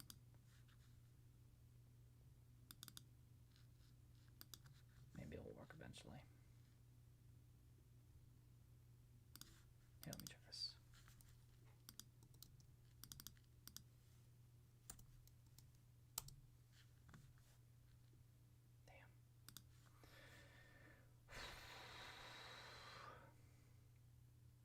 Damn. Oh, Piccolo too.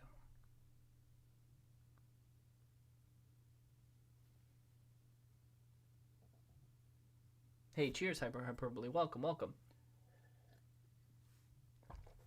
Oh, you think when people are talking about it is a negative characteristic? That's interesting. Some people view it as a good thing. Kind of people chattering, get the chatter going.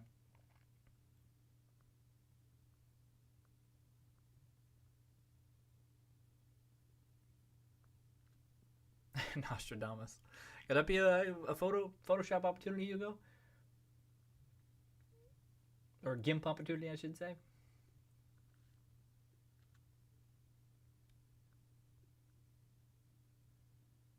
Hey, Russ, welcome back, welcome back. Yes, popping back, popping back. We'll see if it sticks, Russ.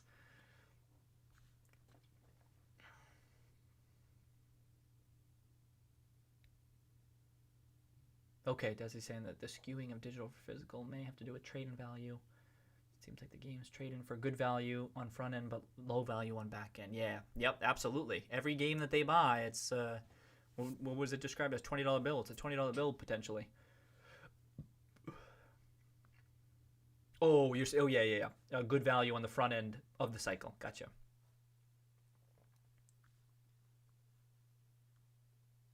Good question, Eduardo. Yeah, what's the impact ICR has?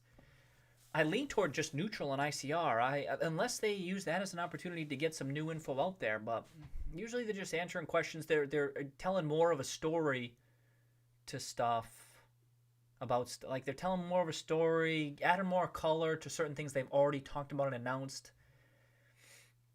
I don't know. And we know their storytelling abilities up till this point. I don't know if it's going to be again, unless they use that as an opportunity to kind of lay out stuff like respond to a Ryan Cohen in earnest. But like I said, it's more about initiatives that get people. It changes the way they think about the long term. I don't know. This is certainly a very important ICR relative to last year, especially if they're using it to like I said, respond to Cohen in earnest. But otherwise, why would the market? Why is the market gonna? This is I know lots of people talking about what's the game plan here? What's the strategy? I don't know. The market cares about that stuff so much. Maybe people disagree with me on that. That's why I say I don't care about so much what your plan is. I'm not saying the plan doesn't matter. Please don't think that I'm not saying a plan does matter. But as far as like the market goes, I don't think if management comes out and they were to provide a PowerPoint presentation talking about some of the things that they're working toward, I'm not sure the market pops. I don't think the stock price pops on that. I think the market's like, all right, because it cares about like executing on many of those initiatives, or something that gets them to change their mind about the future. I don't know about just continual storytelling along the way, but like a single ICR, I don't know.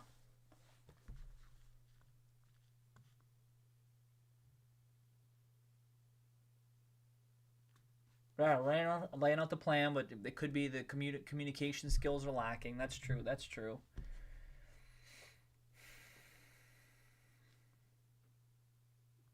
I gotta get a course on how to tell a story. Yeah, the ICR is a good place to do it.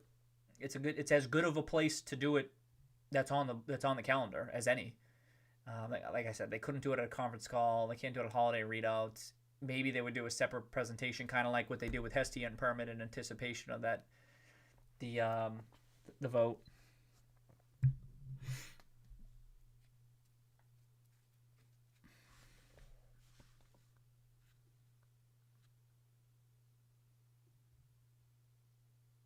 Oh, Dusty thinks it's ICR's Sherman's chance to save his job.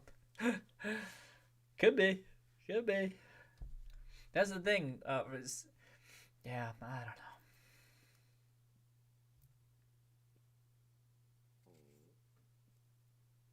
James doesn't think they won't. I don't think they'll respond to Cohen at ICR. I mean, like by name.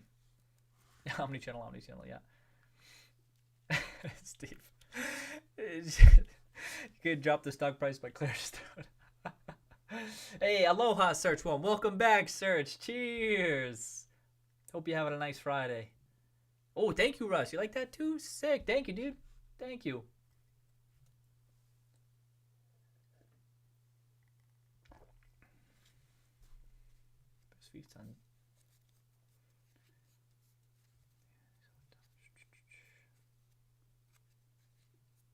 Okay, Polygon doesn't think he's capable of it.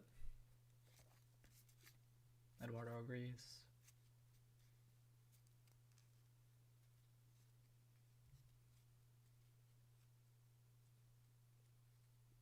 I think everyone will hype it and then it dumps. I don't know. That's I know that's how it's happened so far, but then what happens is then there's a material announcement. It changes everything.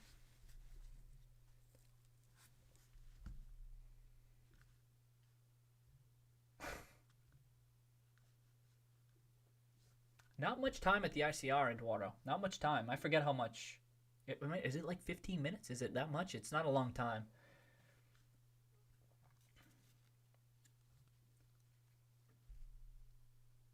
And for what it's worth, I thought last year's ICR was pretty good. It's a good one to pull up, and it points to some of the things that they were working on over this past year, and many people didn't care. You know, it's like, I think the stock, I forget how the stock price reacted to the ICR specifically, but it was kind of like a nothing burger, you know? And even all throughout the year, like you see me bring it up, like it's like we can point to them talking about some of this stuff earlier this year, and the market's like, nah, who cares?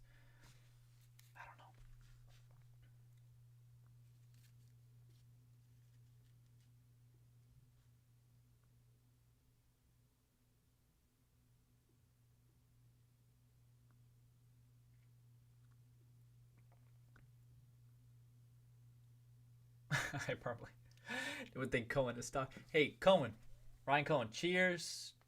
We've been impersonating your emoji.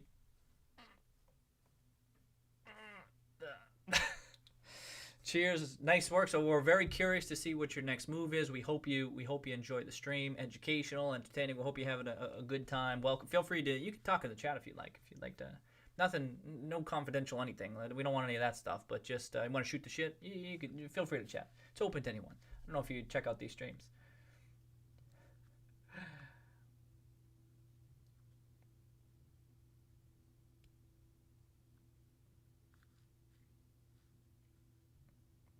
Oh, what have you been saying every quarter? So what you were saying before? Let me just see. What were you saying before?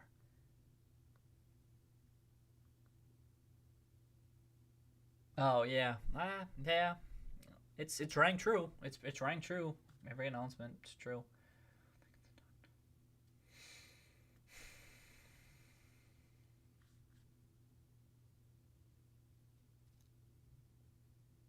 Yeah, it could be true too. Jake saying, even if the stock does go to 20 or 30, the shorts will believe that inevitably it's only a matter of time before it goes back to normal values without a solid plan. What's normal values? You could have said that they felt the same thing. You know what I mean? They felt the same thing after this run up. What's normal values? It didn't. It went higher. Went right down to 9. Went higher. What's normal values?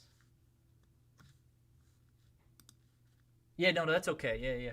But what's normal? You know what I mean? What do you think is normal values? It's not a. It's. I mean, I do think that they may think that they go, oh, this might be temporary. We don't have to close. You know what I mean? But like, look at all these past run-ups. It never went back down. It held.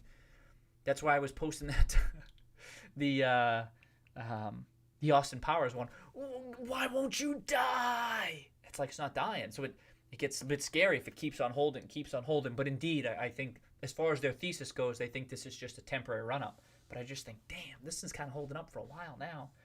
But maybe a run to 20 or 30 is more of a relative to a run to 15 or 16 or whatever. Could be.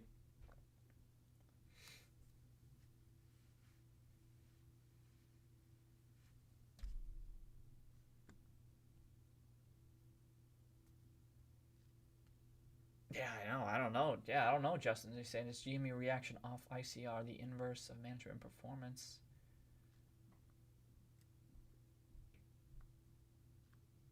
Or can they not lose either way? They kill it, it goes up. They don't. We know what happens. Yeah, that second level. That's why it's so tough to forecast these types of things. I don't know. I'll just tilt. I'll tilt. Like if we're at 25, just hypothetically, to take an extreme, going into it, I think, oh, like, and then he's going to tell this story. Is he going to add tremendous color to make sure that it's supportive of that? Like, I think, like, I might be like, oh, I don't know if I don't know. It depends. So we'll see. Got to see what unfolds over that couple of weeks. Is there a Cohen thing to take into consideration? Like, how's the market feeling going into it?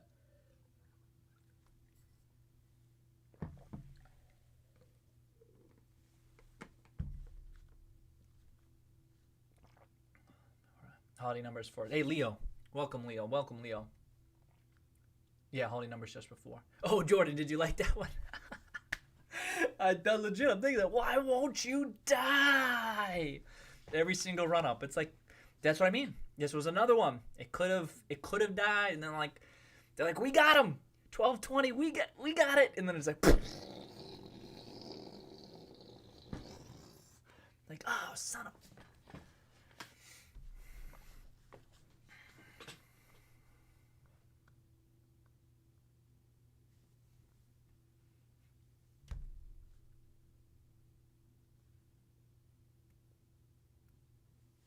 Oh, wow.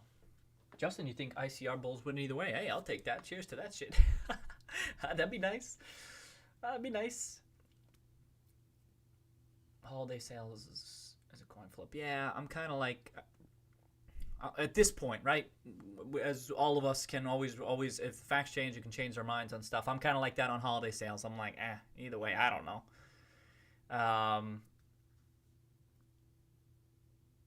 And then ICR, like ICR is kind of just like more. I don't know about win. I'm just a bit more. Is neutral the word? More like not sure how much will come out of it. How much material change will come out of it. Like that's going to get people thinking differently about GameStop's long-term future.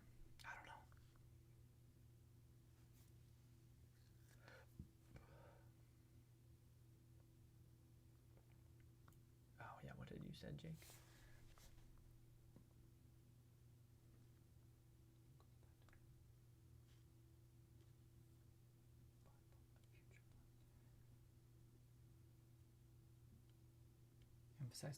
Emphasize that part about a future plan. Yeah.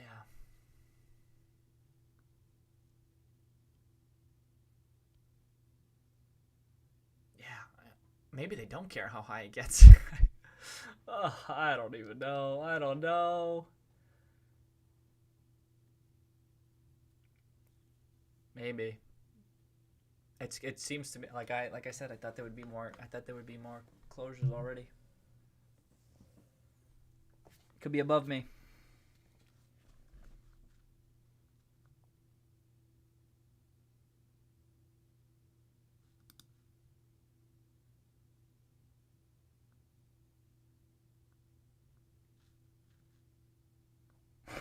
Can I do arrested? Okay. Yeah, James, with more people when it's up. Hey, that's okay. Yeah, if GME goes to 100 Rego, are we all moving to Canada at this point? I mean, I don't even. Are we all? Can we all be like Canadian by? What did I say? You don't want to be there. Yeah, I'll have to see, Eduardo, how people interpret it. I can't believe I can't get those fundamentals working right now. Oh, I got it. Yes! I somehow did it. Don't ask me how, but I fixed it. Yes! Let's go.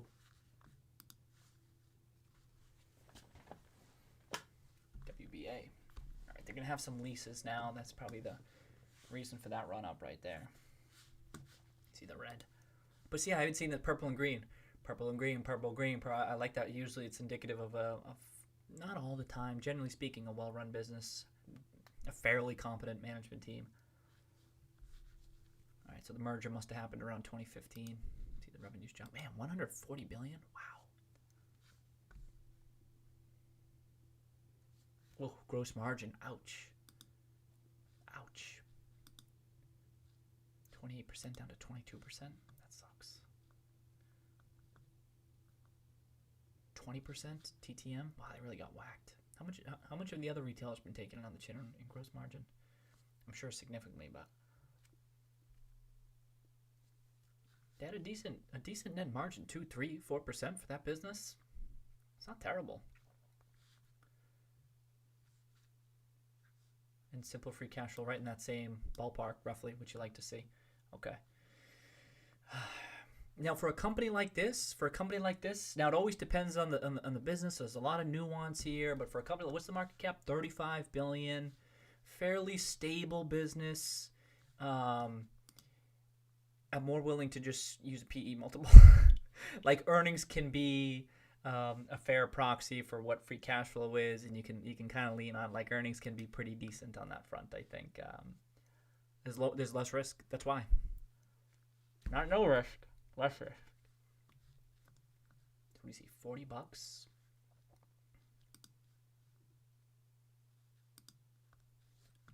Okay, shares are diluted. Shares are diluted too much. Let me do because of the leases. Let me change this to 50. There we go. Then what is it? Maybe $3, $4. Okay.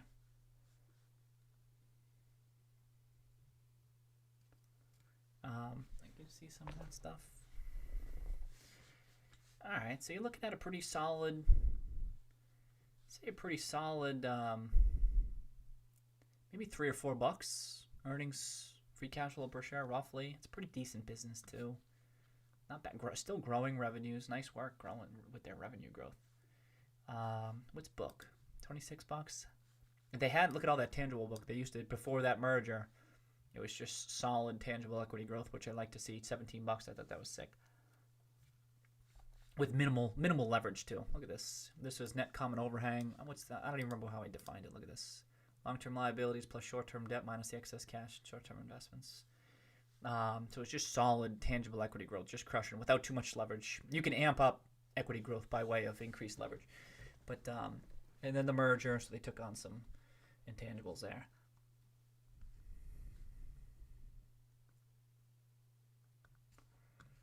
What do you think fair value? Yeah, I'd say around that maybe $50 to $70 range, around $60. I mean, you see it on the chart. $80 looks a bit. Oh, that was 2015. If they continue to grow earnings and stuff, it's not super cheap. Number one, that could be okay for you. That you don't. This isn't like just. But I don't see a major multi-bagger here, right? Which you're not going to see too much with a $35 billion market cap. They don't happen too much. Now, there are other styles out there where they think, oh, this could grow to become a $200 billion company. Sure, yeah, it's okay. I mean, I doubt it in this case. It's not that type of an industry where that's a likely outcome. But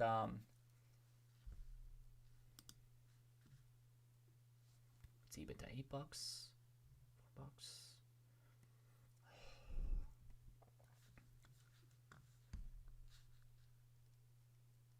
Yeah, it looks cheap. It looks cheap. It does, but not super cheap. I forget who mentioned. Probably a dividend paid too. Right, unadjust for that. Oh, got up to close to 100. Wow. Yeah, maybe up to it's about $70 or something. Then it could keep on if it comes back in favor. That chart's interesting though. It could be very early on. So my first take looking at the technicals, like you probably got some time to weigh into it over time. Markets are really negative. This chart looks like shit.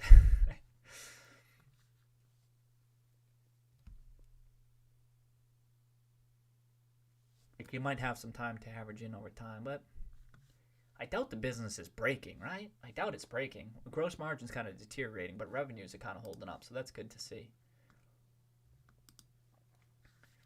Man, when did I look at this? I looked at this way back in the day. I did think it was on the cheaper side back then, but a lot of stuff was cheap around then. It didn't really stick out, but I did think it was cheap around that time. I mean, yeah, the chart looks like that, but I did, but then it never really looked crazy cheap. It's never really looked, still doesn't even look that cheap right now. Getting close though. $30? $30 might get my attention. 25? Might go. I could maybe even go heavier into that. About 40. 40 with this chart? I don't think so. For my style, for what that's worth. Any insider buying?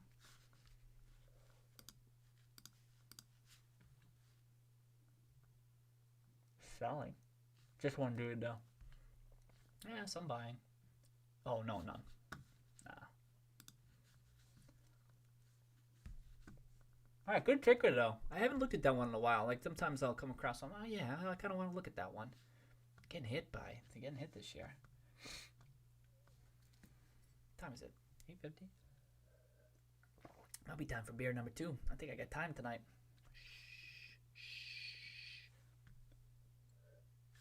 And you know what we're doing for beer number 2. One of those weeks, people. We're going to the kitty. Got to. Oh shit. Keyboard's busted now. Oh well, worth it.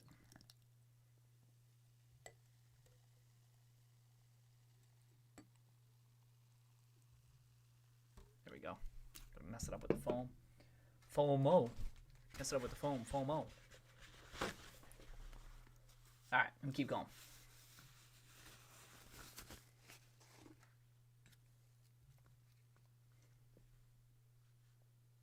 I go to 100. Jordan's got a beach house.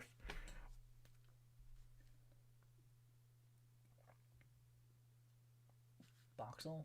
Well, you get a little bit of background on Boxel, James? Are there fundamentals to look at?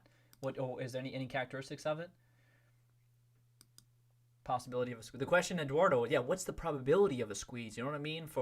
Now you've been on here many times, so you know that fundamental thesis. But I worry, Eduardo, that some people. Just a reminder, folks, all those squeeze, all the short related stuff I'm tossing out there doesn't mean I think a squeeze is likely or anything like that.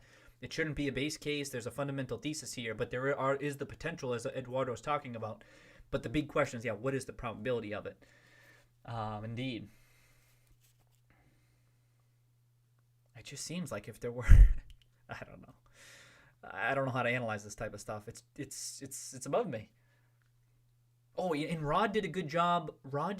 Describing it in that podcast. He said something like I'm just saying right now, where he was like, "Hey, there's a potential there.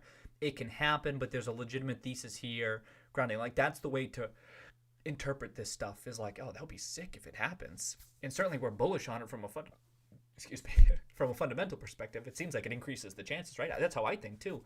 Even if I don't think it's definitely going to happen, but I think it's the type of setup I like to see going into it, which is why it's so confounding, right? The level of the shorts. Shit.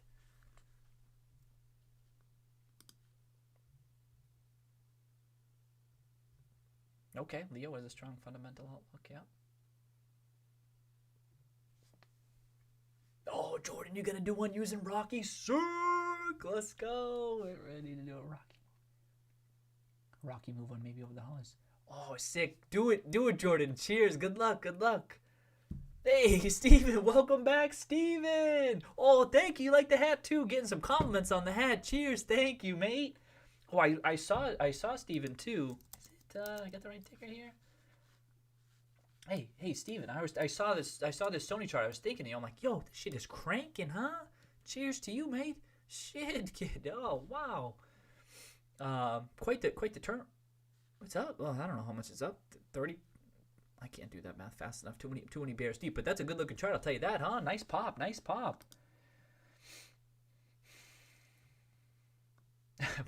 Marcus, welcome back, Marcus. Hope you're having a good week. Hey, Christmas love. Cheers, Steven. Back to the UK, too. Sending it over there, too. Happy holidays, mate. Hope you're having a good week. Oh,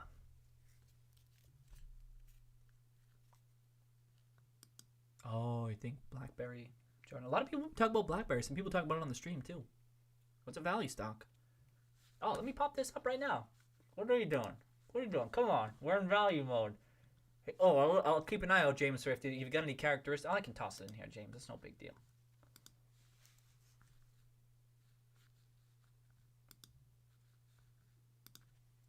Oh, shit. What are we going to do?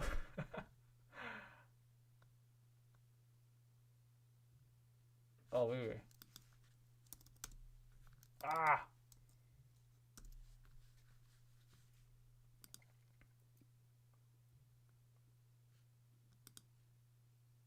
Ooh, Armageddon from Justin. I don't think I've seen that one, Justin. Armageddon? Oh, that's not bad. Oh, I looked into the one you had talked about, too, with the Danger Zone. I couldn't find a good one to run with.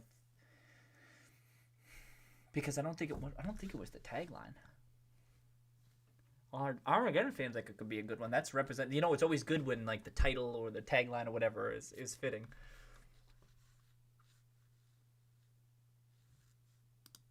There we go.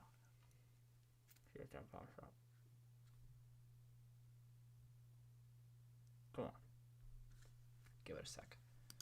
Oh, tons of actors. I do like when there's a whole bunch of them in there. Yeah. Yeah. Let me make a note of that one.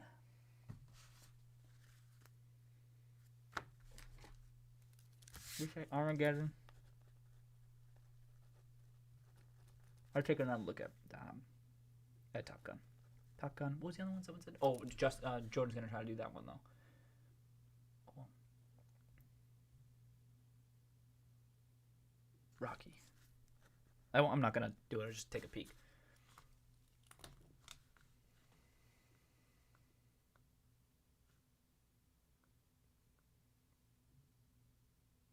Oh, yeah, Steve. Cheers to the Immortals one. I did see that one. That one was funny as hell. Cheers, Steve. If y'all haven't seen the video memes coming out of Steve Stunk here, check them out. Stock Twits. Must see TV. GameStop related, absolutely hilarious. You will love it. Guaranteed. You get a Roaring Kitty guarantee. I'll do Roaring Kitty probabilities, but rarely do you get a Roaring Kitty guarantee. But when it comes to Steve Stock video memes, you got it. It's done. Sight unseen at this point. Damn, that's not lower than. It's the right ticker, right? Oh, it got hit. Oh, what happened? I thought it was cranking. Earnings? Oh, shit. Did it get bid up into earnings? Sounds familiar. Oh, it was a quick 50% pop. Oh, that sucks.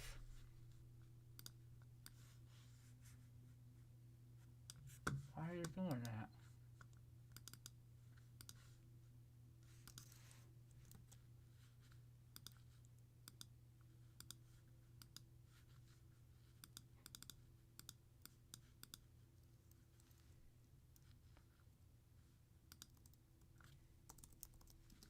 I'll try to fit. Let me keep going.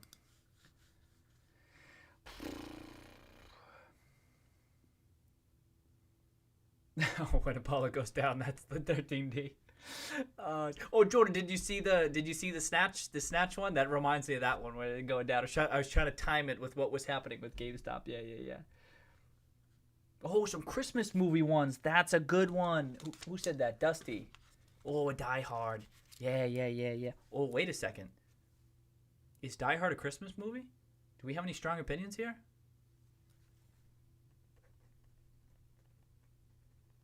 Yeah, let's talk about this. We need to get to the bottom of this one tonight. Is Die Hard a Christmas movie?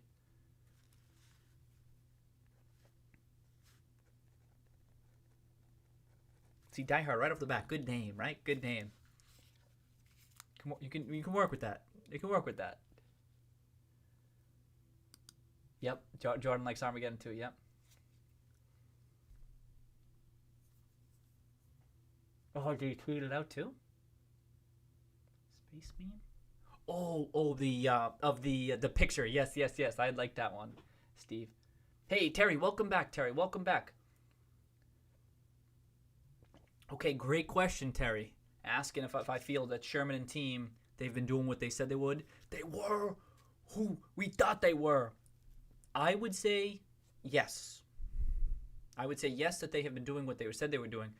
People's issues with them is that they haven't been saying enough about what they're doing or giving like a structure, a framework to what they're doing, right? But that's what so far I feel as though they have been doing that, Terry. And this is the question: is that can they continue it? Do we need more at this point, given that we're kind of through the nuts and bolts side of things? We kind of need that longer term stuff. But this has impacted my thinking a bit because I'm like, I'm not willing to throw. Not that people are saying this, but I'm like, I still feel they've done an okay job so far. So I'd say they're doing what they thought they would, what they said they would. But now it's kind of like we kind of need a bit more. That's what I was saying the last year. I'm like, if we were like 6 months out from now, and I'm not saying that they would get the boot. I'm not saying that they anything like that. Forget the Cohen stuff. But I'm saying as a shareholder, if I didn't have more about the long-term outlook, 2 years into Sherman's tenure, I'd be pretty disappointed as a shareholder. I'll be like, come on, I need a bit more as to what that long-term story is. But I do feel as though they've been doing what they've been saying they've been doing for the most part. I think like the pandemic hit them, and that interfered with some of what they've been saying, Terry. So, and that's like, I'm not giving them a pass, but I'm like, some of this stuff I'm a bit understanding. There's also some stuff that they said they were doing that I felt they could have done a better job at. I'm not saying they've been doing it perfectly, but by and large, my answer is yes.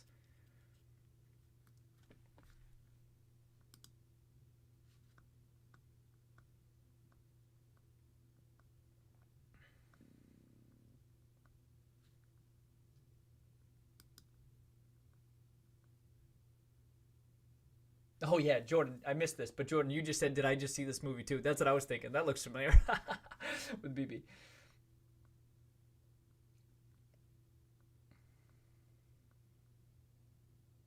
Yeah, they're a pretty new C-suite team. Their collection, yep.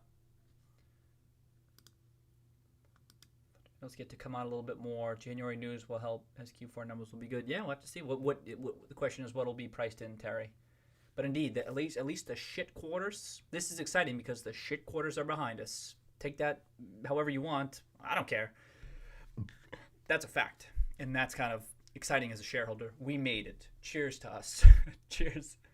Cheers to the long-term GameStop investors who have been watching this story unfold. And at least for some of us, we've been modeling that maybe we felt strongly that they would make it, right? But yeah, certainly, especially, I don't know, when the pandemic hit, even I was like, ooh, like I said, I could see zero in a crazy, awful, speaking of Armageddon scenario. But we made it. We got here. We did it. Now for the denouement.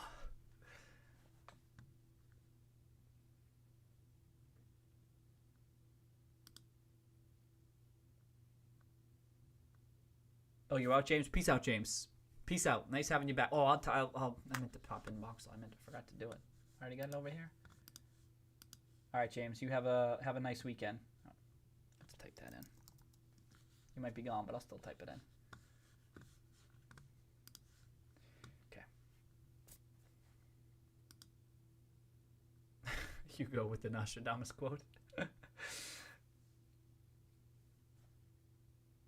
Hey, yeah, Steven was playing some of the video game angles. What else? He had Nintendo too. Oh, is Nintendo doing okay too?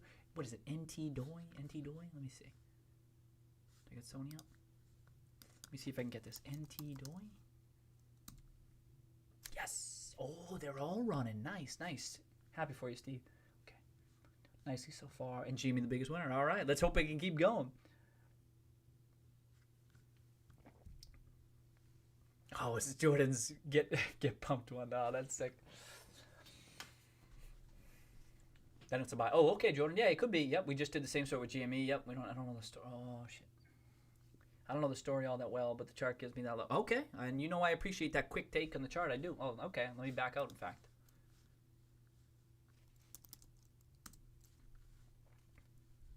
Was it retesting?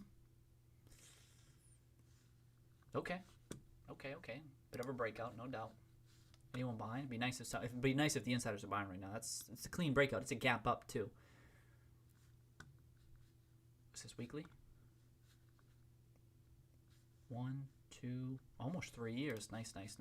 Stories changing. Stories changing. Something's unfolded. There's something happening here. What it is ain't exactly clear.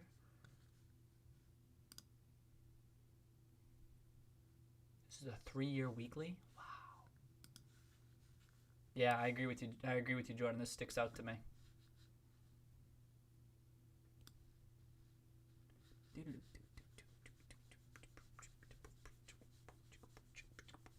Jordan, what do you want the chart to say? What do you want it to say? Do you want it to be bearish? Boom. Done. You want it to be bullish?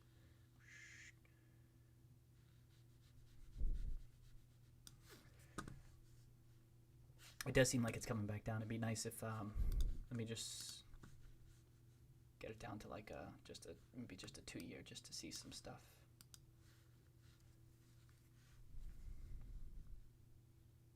Right back down to 7. Okay. A little bit of a maybe potential support there. It'd be nice if there was some buying, kid.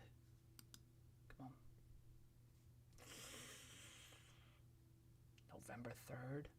10%. All right, nothing crazy, but 2.6 nonetheless. Oh, that's like it's an option exercise plus a sale. No big deal. All right, I have to dig into that story, right? I've looked at it many times over the years, and it's just never looked particularly compelling. And I have to say, it was the right move.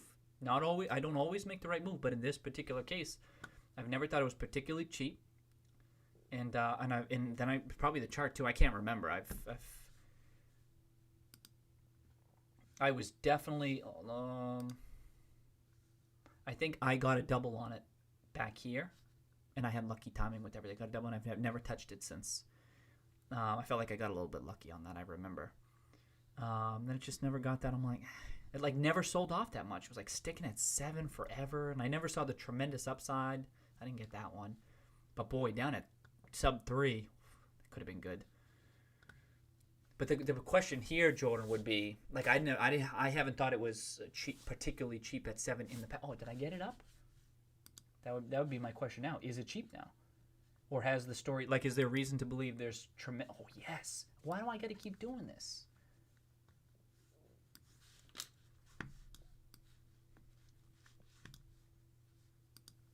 Safe. Oh, a green safe. Nice.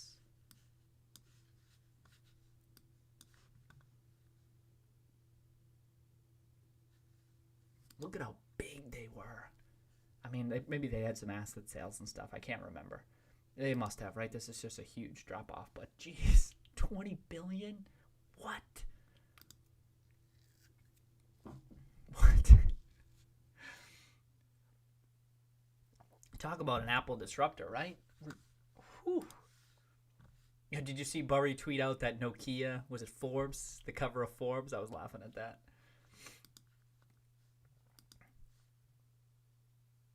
So here's what they had back then. 2011, 2012, they had tangible book with no debt.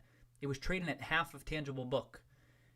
Just about. And then the case was, oh, yeah, maybe it's priced below tangible book, but they're going to burn the cash. Book is going to dwindle, which, of course, it did. But systematically, like just buying those stocks, like they because of what's unfolding, they tend to get oversold. And then wouldn't you know, they just pop back up. And just to be clear, the market had been right with the tangible book was going to decline that whole time. But even still, there's like trading opportunities within that, just systematically trading below certain whatever, below book or whatever. But now, so I don't see any, and no debt, right? But no real safety. I'm not seeing much on the balance sheet. Jeez. Earnings? Are they earning anything? Cash flow? Ugh.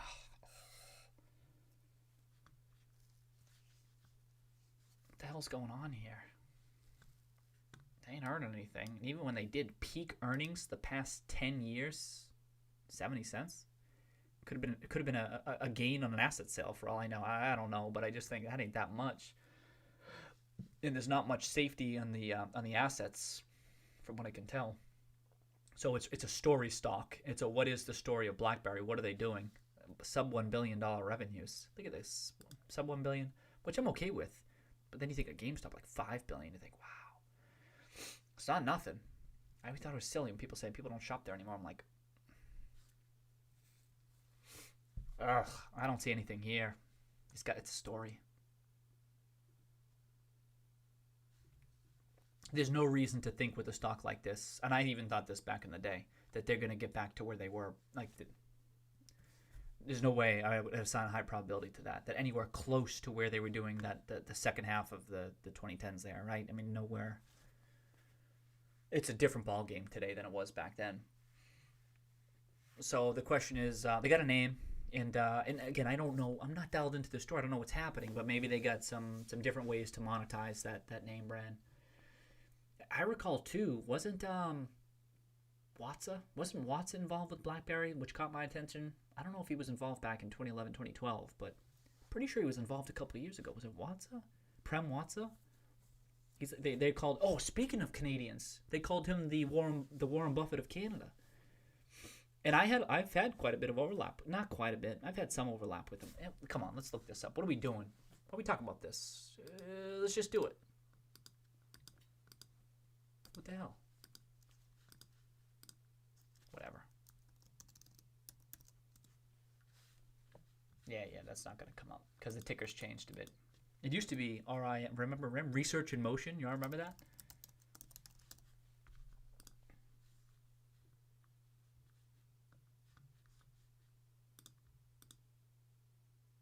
Oh, Fairfax. It wasn't Prem Watson. It was Fairfax. It was Fairfax. I'm pretty sure. Was Watson in it too? No, okay. I got my names mixed up. I don't think he was. I can't remember. Fairfax still in it, huh? They still own 8%?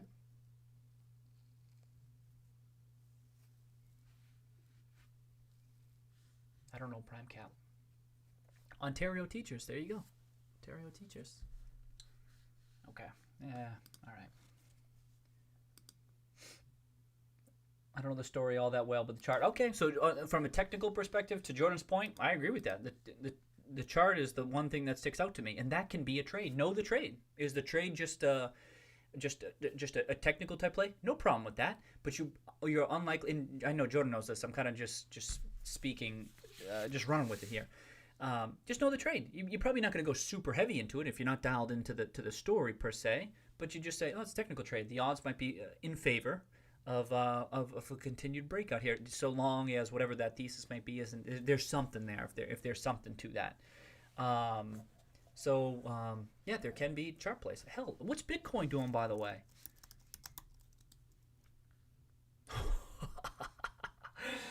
Oh, I didn't check it the past couple of days. Wait, did it come back down?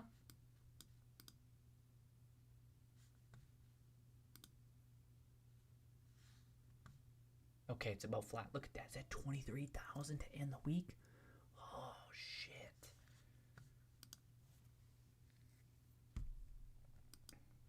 Oh, Die Hard is a Christmas movie. Jordan, okay. This is very important. Dusty, Christmas movie. Okay. The one you watch on Christmas Eve. Oh, I'm very curious about this. Hold on, I got to jump ahead. Anyone else voice opinions on this? Sorry, I got sidetracked there. Sidetracked with investment research, huh? Come on.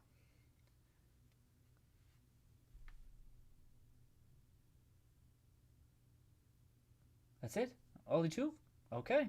I guess we only have oh, I'm seeing Steve Stunk. Steve Stunk's out. Steve Stunk, you have a nice weekend. Nice work this week, Steve. You enjoy your weekend. Rest up. Nice to see you on here.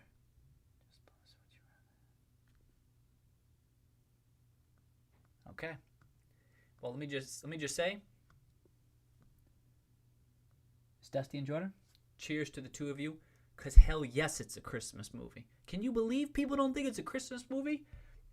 Can you believe that shit? How can you not say that's a Christmas movie? What is even the justification? Because it doesn't evolve around Christmas? I heard someone say Home Alone wasn't a Christmas movie. I'm like, what the hell are you talking about? That's the Christmas movie.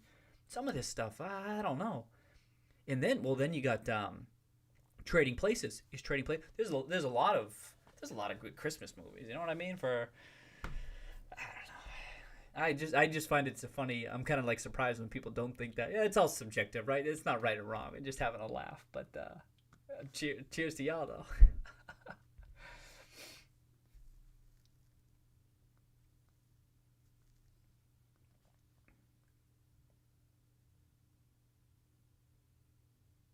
Okay, I agree with you, Terry. So Terry says, I agree a framework needs to be laid out. I think that's minimum. I would say, unfortunately, the ghosts of the leadership past haunts the current leadership, and rightfully so. It's a burden they take. I agree with that, Terry.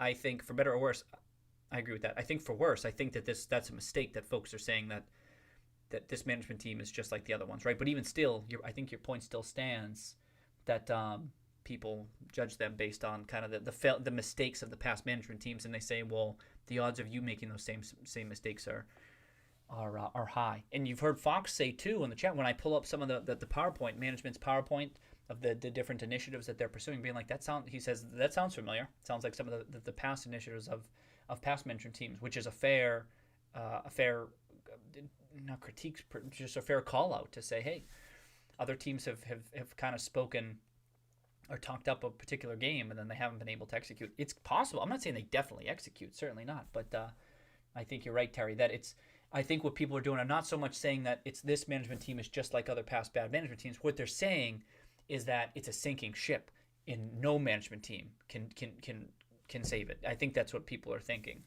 So yeah, so you're right. It's a burden they take on.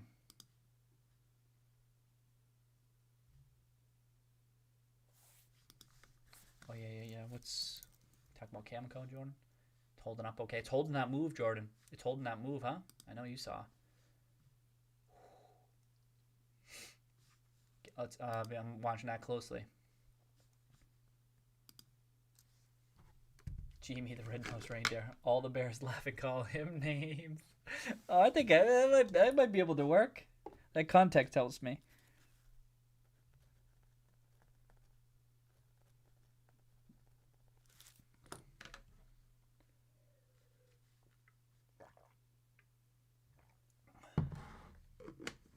Odin is Chewy. There's so many parallels. Blockbusters, Ragnarok. Hulk is there. Okay. I don't know. I don't think I've seen this one. Helgod. Hammerstein. I probably wouldn't be the best one to do this one then. But you say it's perfect setup, so I at least need to watch it. Oh shit.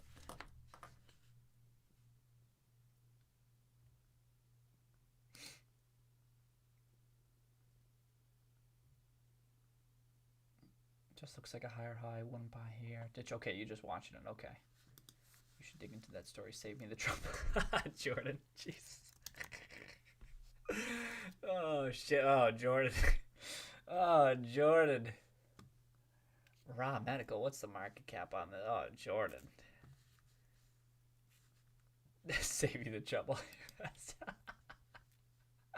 That is funny, dude.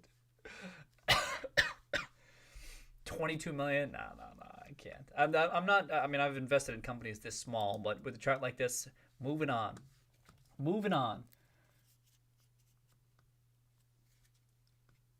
Oh, they bought that one? Ah, okay. Boy, you know just what to say, Jordan. Jeez. I just said I'm moving on. All right, while that comes up. Tuesday. Whoop, beep, boop, boop, boop. All right. Oh, Steve Stunk's out. Okay. Oh, that's not that much. I'd say that's not that much insider buying. Uh, Jordan, with a stock like this, I would need to see way, way more. So this is kind of like that. Some people like dig in and they go, well, what? How much are they buying relative to the market cap and stuff? And I think I said this in one of my videos where I talk about my investment style, and that's a good idea and relative to their compensation and stuff. But usually the rule of thumb for me is just the dollar amount. What's the absolute dollar amount? Because like, and then they say how much are they buying relative to their net worth? I get that, because then if it's just a pittance, even if it's a million, who cares? But at the end of what I've seen in my experience work is just what's the sheer dollar amount? Is it half a mil? Is it a mil? Is it 5 mil? Are there 5 different insiders doing it? That's it. In this case, 30K. The good thing here is I know Jordan, like there's multiple insiders doing it. I like to see that, but total dollar amount, it's just not that much. So I discount it because of that. Even all this time, it's kind of small. I like to see at least a couple of 100,000 before I'd even say there's insider buying. All else equals, some insiders better than no insider buying, just to be clear. But before it's noteworthy, a couple of 100,000 at least. I like to see half a mil. I see million plus. I mean, sometimes you see 10 mil, and I like multiple insiders. A big win for me this year was I don't have it up right now, but it was Ovintiv, Canadian firm.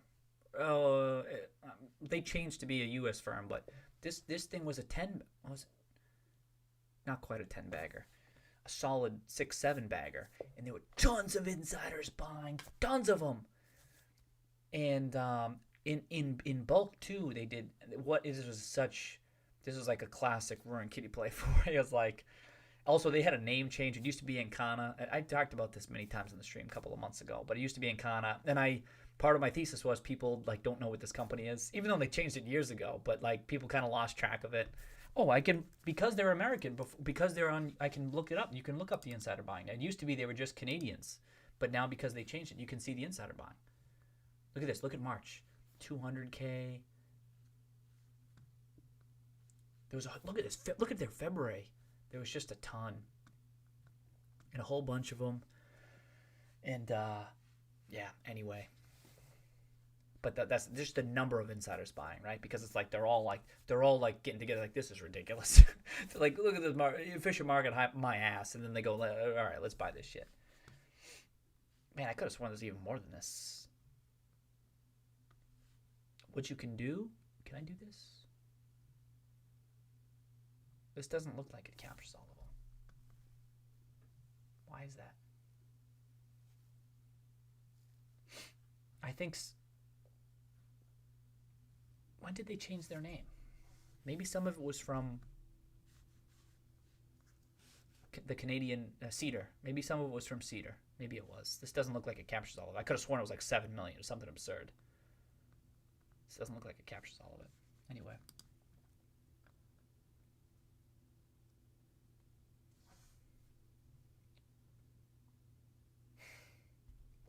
Yeah, $500 worth Xbox or GME stock. Where you go? Oh shit.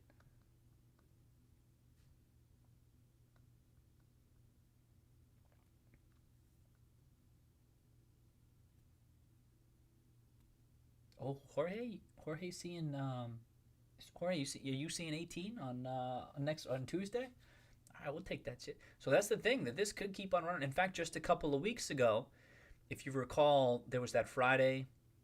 Following Thanksgiving, I think was it a 1 o'clock close, and the stock was like up, and it was up, and then we had the weekend there, and then it came back, and it came out the gates, right? There was a lot of people talking about it over the weekend, and boom, 19, and I'm not so sure you're seeing as much crazy chatter so far. Let's see what happens this weekend, but I wonder what happens on Monday. It kind of settled down a bit at the end. It didn't go too crazy today, but even still, if a lot of people talk about it over the weekend, maybe Jorge. I'm surprised you're being conservative, Jorge. Yeah. Hit that. Oh, thank you, Jorge. Thank you, Jorge. Hey, Danny's back. Cheers, Danny. Welcome. Hope you're having a great week.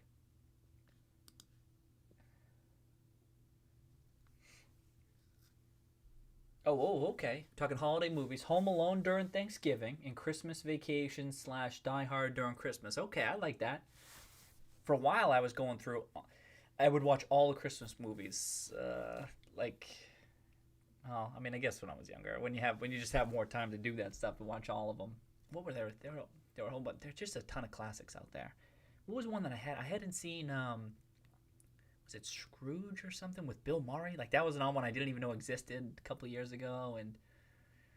And then there's The Night Before Christmas, which my daughter was quoting today. I'm like, how did she even know? Did she see it? She's 2.5. I don't know. Some other ones. There's a lot. One of the best, Christmas Vacation, yeah. Oh, Gremlins? That's a Christmas movie? Damn, that's been a while. Oh, look at this. Space Burrito said it. Steven Husney said it next. That's crazy. That's crazy. That Steven called it. That's nuts. I didn't even know there was a Christmas movie and y'all saying it both at the same time. Oh, I need to rewatch that. I didn't know. Wow. Just Friends equals underrated Christmas movie. Is that with Ryan Reynolds? Is that Just Friends? I don't know if I've seen it. I can't believe you both mentioned Gremlins. That's incredible to me because I didn't even know it was a Christmas movie. You both said it right after each other. That's nuts. Rare Exports? Oh, I don't know. I don't know Rare Exports. In Space Burrito knows that. What the hell is Rare Exports?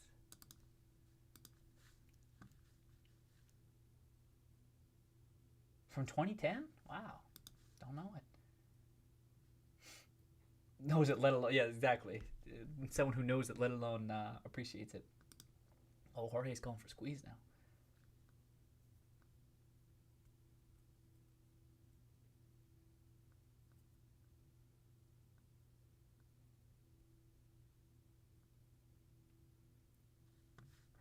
Is her hanging in there? Oh, it's already bankrupt.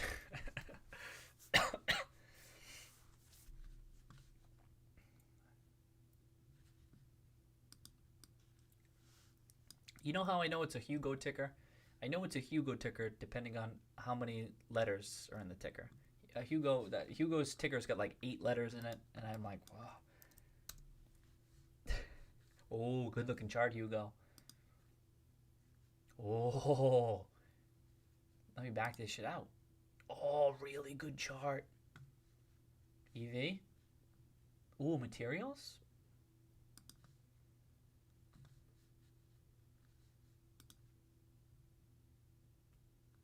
Specialty chemicals. Cathode material. Oh, lithium ion. I should have known, Hugo. I should have known. In Canada, look at this. We can't escape it. This is what Hugo's talking about. Energy storage specialty. Nano one. Good looking chart. Really good looking chart. Never oversold. 4 years of price history. How small?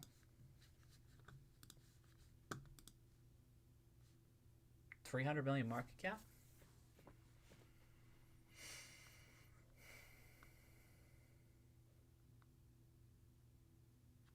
What's this?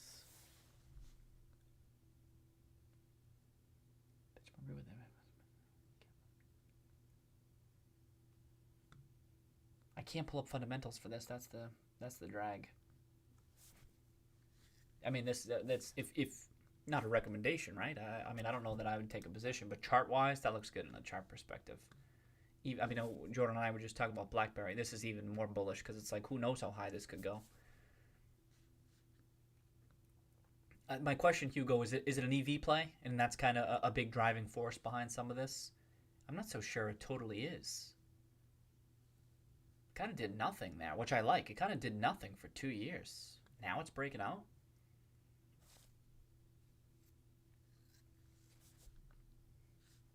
Any insider buying, Hugo?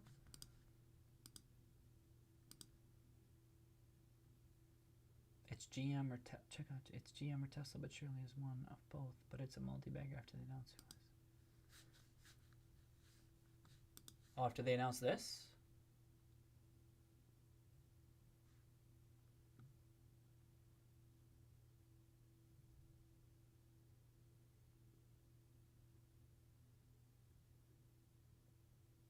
The tough part about this, Hugo, is that that may be true, that if they just announce the name, who it is, but the question for the value investor always is, okay, but how much is it actually what our free cash flow is going to be as a result of this relationship? And that's difficult analysis, right? We probably couldn't even be able to tell, even though your point may still stand, like that story type stuff, right?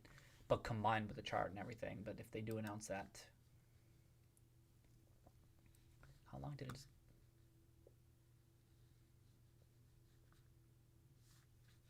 That's not bad. Oh, shit.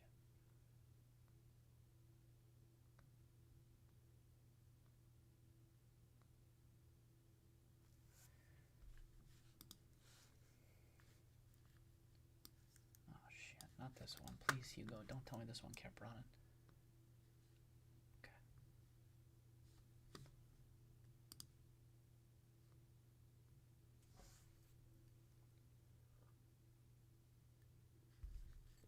Yeah, I don't know about this one, though. What is it? GMBL? Did we just take a peek at that one? Gamble. It's still barely. Yeah, you mentioned that one last one, Hugo. Partnership with the NFL. And then it's the same question, right?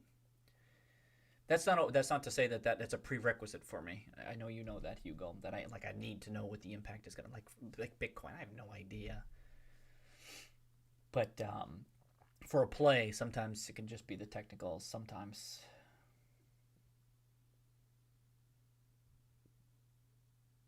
Oh, did you see a GME commercial? I had seen some too recently, Struts too. I saw some GME commercials. Oh, the old Christmas, the claymation Christmas ones. Yeah, I remember that.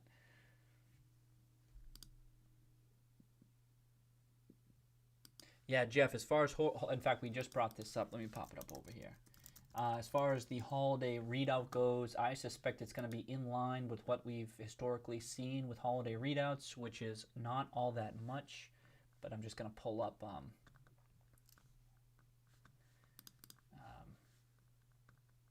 the hell is this? Come on. Boom. Boom. Neutral. 2020. Let's go back to the beginning of the year. 3. Then they don't get into much beyond.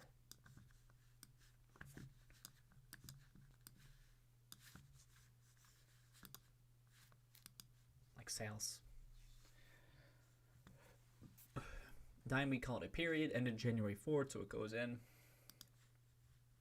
You see sales, you see comps, so year over year, whatever it is, you'd expect a boost on that front. I know November is kind of weighing on some people's thoughts, myself included. I'm like, all right, well, I see what November was.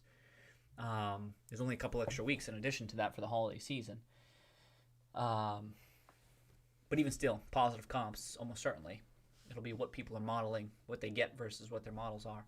And then talk about trends, blah, blah, blah. And then whatever their commentary might be. And if there's ever any guidance, if they gave any guidance, Jeff, they give a guidance update. They gave guidance last year, but I'm not sure that they'll give it this time. But other than that, it's kind of light, but it's something. It's something for people to short. It's like, oh, yeah, that's something we can short. Let's short that shit. And that's just some light columns. So if they don't do that's it, it could be hugely bullish if they ever did do guidance and it was also really good guidance. If it were, then that would catch the market by surprise. That's what I think. But I don't think that that's likely. But if it did happen, I think, oh boy. And then maybe they'll talk up. I don't know when. I forget the date of the ICR conference, but they'll mention this just like they did last time. And the other thing to remember too is that I know people were negative on the at the market, but can you just imagine if they knew what they were doing though? That's in addition to the fact that I feel as though they should have made more loud announcements about different things, just because that was my analysis. That was what my analysis suggested. But then I think they also did the at the market, the at the market, like we can offer shares down the line. And I think just imagine if they knew exactly what they were doing and they knew they were going to announce something at some point in the fairly near-term future, within 3 to 6 months or something like that. and they were going to issue some shares opportunistically on a bounce on that. Here we are. We're already back to 16. We're low 16s today. Nothing new from Cohen. And I just think these guys. This is what I mean. It was too soon to critique that at the market, because it could be it could be looked back on as like, damn, that was brilliant. Just like the share buybacks, and there were countless people in media out there critiquing them, analysts on the call, seemingly calling them crazy. Like, what the hell are you doing? Think of all this uncertainty that's out there. You're nuts. And they almost got dealt a shit hand with the, like, I mean, many retailers did, but after they had just wasted capital on buybacks, I was like, oh, that would have been real bad. And anyway, they got there. We're here. And but I think the same thing here. I'm kind of surprised by the negativity expressed toward it. I just think, so we'll see. But other than that, I think that's usually what you get. It's not too much, but if it were ever crazy good, which shouldn't be the base case, but if it were, look out. Good question. The timing it'll be like the first week. I don't know the date. What was it? The date of this? Someone said it was like the 13th and the 14th, or the 14th and the 15th. I think it'll be both of them will be the second week of January. I think, Jeff. Oh, I have to watch Rare X Sports, Dusty. Okay, I'll add it to my list. I haven't watched too many. Oh, I mean, no one cares, but I finished Sopranos. I finished Sopranos. It was my goal to finish it for my wife and I to finish it before the end, and we did it. So I'm all caught up. Now y'all can spoil it. And on that note, where's that cigar at? Where's that cigar butt at? Is this it? Did I lose it? There it is, behind the beer. Just not with any kids around. Good to know.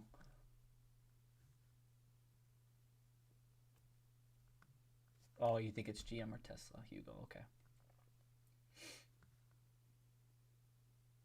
In the GameStop commercial, you saw Justin in the GameStop commercial. That's funny.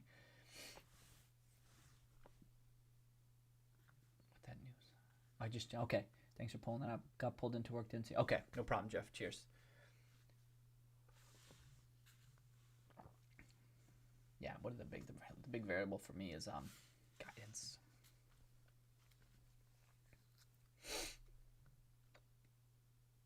And the other potential surprise could be, I think November is what people are thinking about, and understandably so.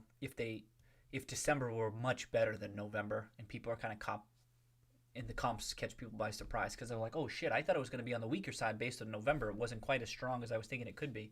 But then if they come out with something big, that could kind of surprise people. I'm not sure I would I'm not sure I'd be too hopeful on Sherman's comments about what he says, unless he used this as an opportunity to announce something, but I doubt he would. So it would be like a December beat. I saw that. I don't have it up right now, but I saw that email. Oh, I got it too. The GameStop email saying, oh, we're battling all-time high volume shipments and all that stuff. You don't read too much into that, but even still, it's good to see. Maybe December could be it's the first full month of the consoles and everything. Looks like they got more consoles. I saw that they had got some more in supply, so that's good. There's reason to believe that December will be much more robust on a relative basis than, say, November was.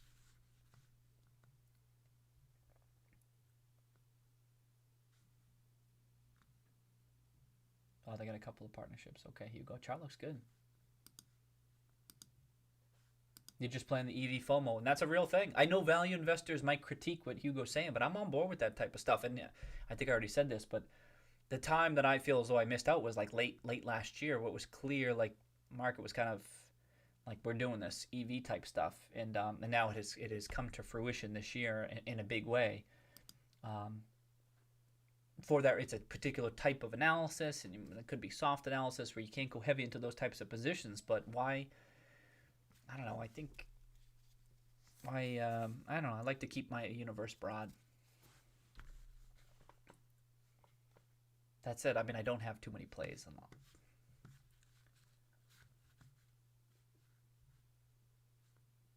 Troll Hunters. What the hell is Troll Hunters? That one sounds a bit more. Nope, definitely not. No, I don't know Troll Hunters.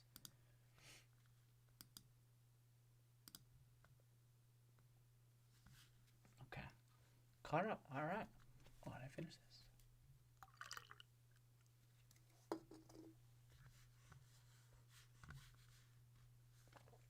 Yeah, they didn't announce there. It'll probably be that second week of, oh, Justin. Makes out of some stuff here. Yeah, it's a good question. Need to meet expectations. I don't even. What even are? Are there announced expectations? Is there anything on paper? I don't know if there is, but what do I think?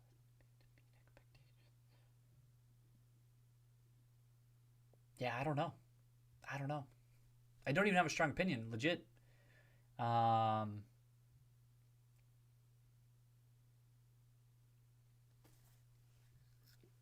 Yeah, people don't love the 16%. That's why I say I think that's weighing on people's minds. But I don't. I don't have a specific figure in mind. So I agree, I agree. I think January could be. I think December could be, and January could be, and then you get. But then that'll be Q4 stuff, right? I don't think you don't think they'd announce anything in January. No, because they'd only have 1 week, so they wouldn't say anything. Not like November; they had a full month.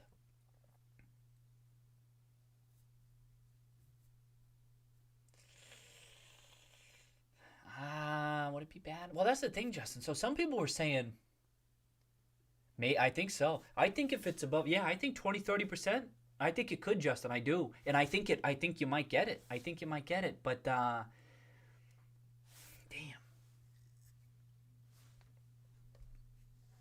I think. But yeah, yeah, Danny thinks so. Do you think so too, Justin? I mean, I think if you start seeing those figures that we had been talking about that for November, and some of those numbers we were talking about, it was 16% was quite a bit lower. So this is the thing. So some people were saying how they thought without the at the market offering, it was a really good press release and the stock would have popped. And I did see that immediate a couple bucks. The bucket was up. I did see the 17 handle or 18 handle, whatever it was. I did see that, and that it was the at the market offering. But I'm not totally convinced of that. But I don't know. We'll have to see. It's a great question because if you start seeing 2 or 3 handles on those comps, I still think that's really bullish. But I don't know what's officially modeled in, if there's been anything out there. 16, I don't know if I agree with this take struts. Yeah, well, yeah, I don't remember. Oh, I got it right here, do I?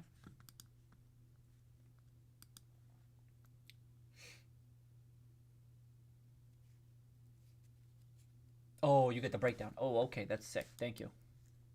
Oh, nice work. Nice work on that. Oh. Oh, you're suggesting that's really low for January. I see. That does seem really low, doesn't it? But it's fall in the holiday season. Okay, I like that. On that report, it says 1.83 billion for the 2 months. And so what? They just gave us November 2019, but yeah. And what was it for? Boy, I forget the number off the top of my head. What was it just for the latest?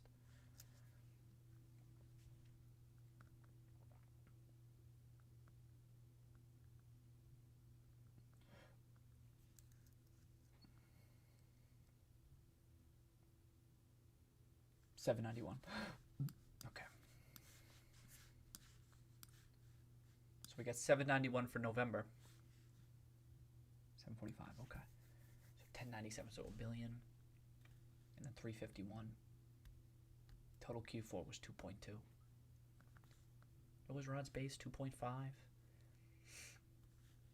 That's the thing. November seemed to put a damper on 3 billion, which I can understand. I got Rod's. I got it. 2.5. 2.1. Thank you, Justin, for sharing that. I don't remember this stuff off the top of my head. 2.55. Let's just take his base. Even his bear is above that, right? Which makes sense, obviously. That's 16%. That 16%, Justin, just so happens to be. That's funny.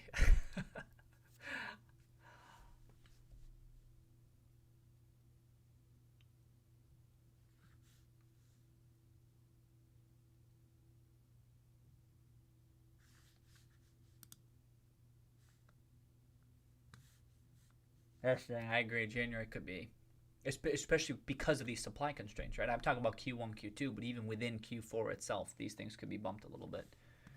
So yeah, that January one, right? But and we wouldn't hear that until the. How much would they talk that? They talked that up, right? They talked that up in March or April. We wouldn't hear about it until then. Oh, you said that. Yeah, you got that. Yeah. Just off new inventory being made. Those supply constraints, they kind of bottleneck that shit and it kind of gets dragged out a bit. But and it causes, like I said, Q1, Q2, but January too. But that would be part of that readout. Yeah, accessory sales too, Dusty. Yeah. I was thinking accessory sales would be big in November too. I mean, I was in October. I was thinking that people would be picking up new stuff along with in anticipation of the new consoles. But indeed, you'd think that.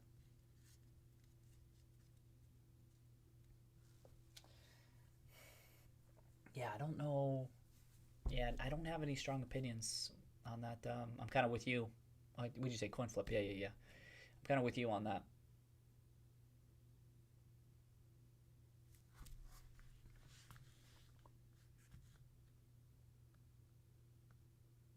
We like maybe if it were like they announced it in February and they were announcing January, and then January you'd have that positive comp. But kind of thinking that with November we didn't get it, so I know. And then yeah, the European stuff impacted that too. That's the question. That stuff will persist. That's the thing. That wasn't just a one-off November. That stuff will persist. Talk about France closing, yeah. Unless it's still closed, right? I thought it was. So I didn't. Okay, so oh, it did. Thank you, Justin. Cheers. Missed that. Open 3 days ago. All right. Indeed. So it was closed all November, but just reopened. Okay, just reopened. Meaningful, right? I wonder what percentage is just France, but even still, that's a net benefit, no doubt about that. Okay, so Struts, you think it's being priced in right now, which means that the beat.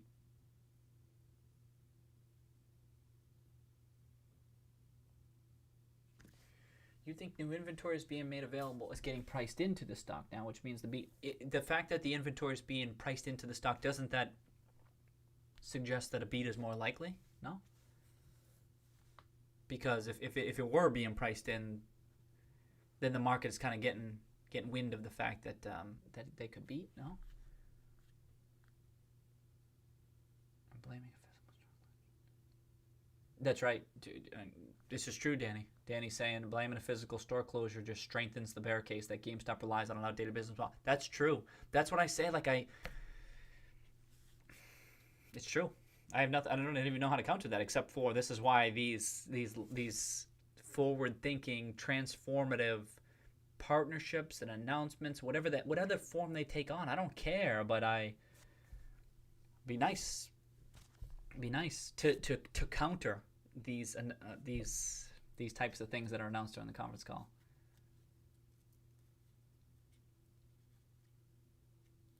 Oh, okay. I can see that. Justin saying that I think the international had a much bigger impact. So that's, yeah, just to be clear, there's a whole bunch of things. International, and a big part of that is the store closures, is what Justin's getting at.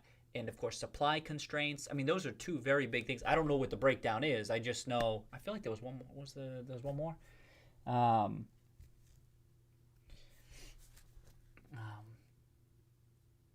Oh, well, I mean, the consoles didn't come out at the beginning of the month. But even still, that shouldn't have. It did matter, but I still thought that people would be bidding stuff up in that prior week. Stores were closed on Thanksgiving. That was another one. I'm curious now. That made me curious. I'm like, damn, what do they do in November? You know? But even still, and they made a point to bring that up. All right, these are good points.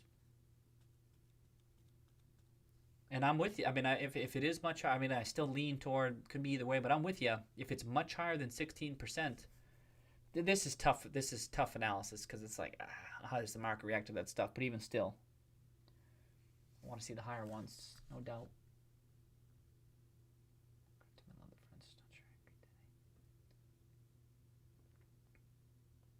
Okay, Danny talking about besides the market, blaming Thanksgiving for the closure was the other negative. Strengthens the case, should be North American. I agree, Justin. It does strengthen the case. Even though it's out of their hands, but even still, even more reason. It's like, why? Now you have regulatory type stuff you have to deal with that you didn't have to deal with a year ago. There's the case is there.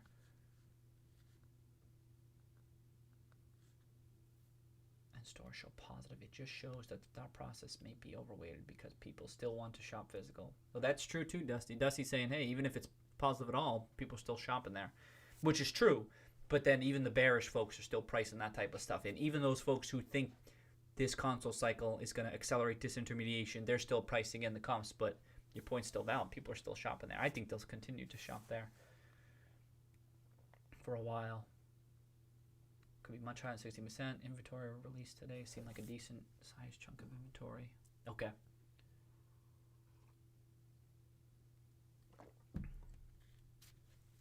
Shall be delivered to, okay, so they're delivering it later. Yeah, I had seen that. Okay. That's right. And Dusty brings up a good point too. The games too. That's right.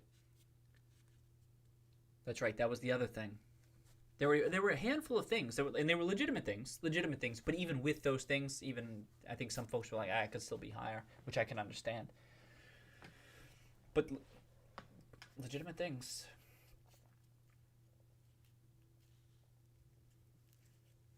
For new console, Space Burrito saw that too. First week of January.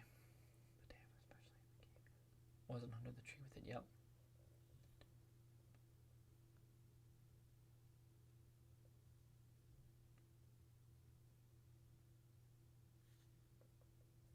Oh, Cyberpunk.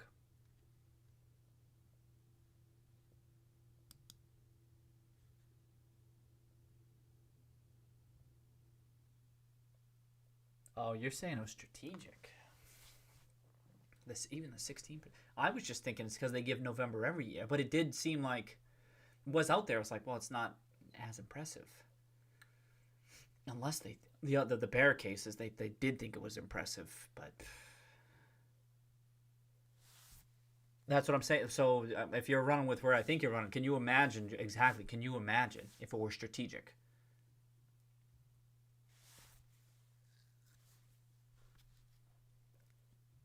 Is your thought process that maybe they withhold that because, wow, I mean, that would be something.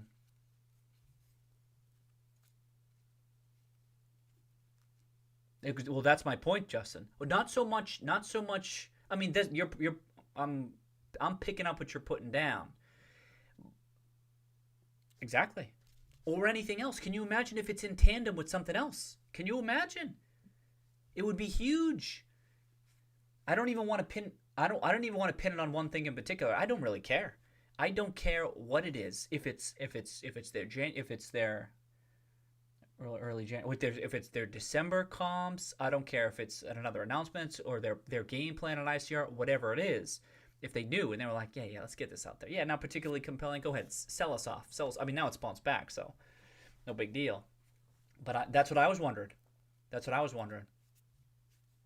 Like I say, I don't care what it is. But if there is something there, we'll look back on this differently. But that's one possibility. I hadn't even been thinking about that one, Justin. I hadn't been thinking about that one.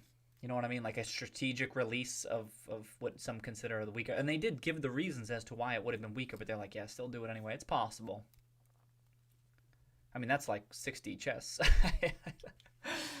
I can't even keep up with how many Ds that chess is. I don't even know.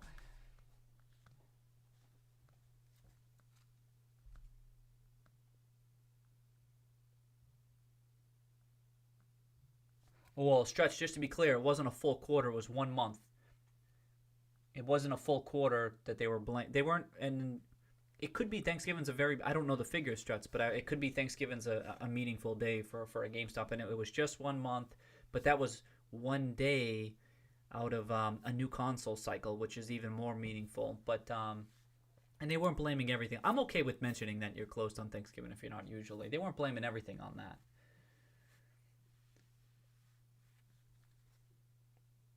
I mean, I guess I get your sentiment. I'm not saying I strongly disagree or anything, but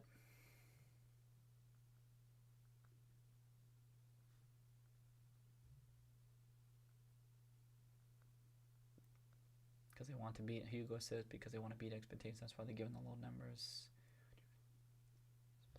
If anything, gained a reduction on payroll, not paying.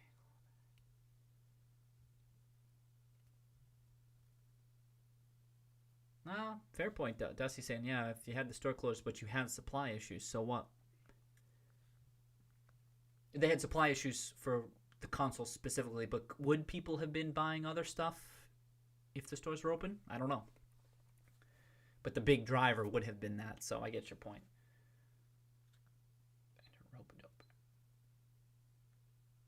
That's right, exactly, Daniel. So yes, so Daniel's saying, is it possible they're trying to rope-a-dope bears, but you can't invest based on management could be doing? I agree with that. So first of all, it's a great way of phrasing that. And this has been a big part of my thing, Daniel, is that it seems it's like they're not doofuses. That's a big like a big part of my assessment of this management is they're not total doofuses. And I just think, is it possible? So I'm with you, Daniel, but that's not something that you can say, well, I'm willing to go all in on that. I'm with you. You can't. That's a risky thing to do with any management team, but it should at least be assigned a fair probability given their past executions. But indeed, can you imagine? It would just be how painful. But you also don't want to get delusional either. So you gotta see what's unfolded, what's transpired thus far, have that inform the probabilities that you'll assign, blah blah blah. Exactly, Justin. Yep. So Justin's saying this. Management is consistently disappointed, especially that storytelling stuff. But if this is the one point in time they don't, and the thing is, even if they do, the next catalyst would be only a few weeks away. They mentioned it once and not as use. I'm with you, Justin. And this is why I say this is my thing, Justin. We should know soon enough what I'm talking about. Because if it's bullshit, we'll know. We'll know. We may know within weeks. Because they're like, nope, they didn't have anything. It was just bad storytelling, and there was nothing to go with it. But I'm thinking like that, Justin. I'm like, can you imagine if it was that final, to use Daniel Simon's, what is it, rope-a-dope bear? Can you imagine? Because no one is pricing that in for good reason. It's completely reasonable to discount that eventuality. And I'm just like, they kind of did okay this whole time. And the at-the-market sticks out to me. People are like kind of negative toward it. I'm like, this doesn't make any sense. Can you, like, if you ask me, oh, do you think GameStop management's going to come out with an at-the-market? Like, I would think, I'd be like, what? No, I'm not assigning a high probability to something like that. It can be, like, they can be opportunistic. They can also be defensive. It can be both in the case of GameStop. But what they came out really strong saying in that conference call is, no, it's not for this. They could be full shit. I've seen plenty of management teams full shit. No, it's not for this. It's for potential opportunity. And now I'm thinking, wait a second, what the hell's going on here? Like, I wasn't thinking that this, like, what? Like, it's so weird to me. It was so unusual. And then I'm like, wait a second, is something going on here? And again, I don't want to, like, to Daniel's point, you can't go too far down that path. Just acknowledge it and then move on. And I'd be like, okay, that's that. Maybe there's something there where there's going to be huge beats, announcements, Cohen stuff. Even if people don't think it like, I'm like, oh, I could envision something that gets tossed out there that causes that stock price to run. And I can't imagine. Like, to Justin's point, they've disappointed on their storytelling stuff a number of times. They've executed on certain things, but they've kind of disappointed on certain things, kind of meeting out some of the information on stuff. Can you imagine if this was the one time? Because all would be forgiven. That's what I mean. Like, people might look back and be like, oh, shit, who gives a shit? Like, you did it. So they shouldn't be given credit too soon, but that's it. But if this is the one point in time they don't, exactly. If they do, the next catalyst would be only a few weeks away. I mentioned it, not as an excuse. I think it is valid, though. Easily could have shaved off a couple of points. I'm with you, Justin, on that, on the Thanksgiving stuff, yeah. We had pointed to being closed next. The catalyst for missing numbers is BS. It strengthens the bear case. To a degree. I think it's worth mentioning. I agree. It may have shaved off a couple of points. 20% sounds better than 16%. They go into have to exceed, beat by higher margins. Okay. New inventory getting priced into stock. They go, okay. Only had to wait a day, so not high demand stuff. Okay. If they use the at the market, they'd have to file. Right, they'd have to file that. Yep, because almost all were closed that day too. Okay. So, but the okay, Dusty, you're talking about Thanksgiving. Okay.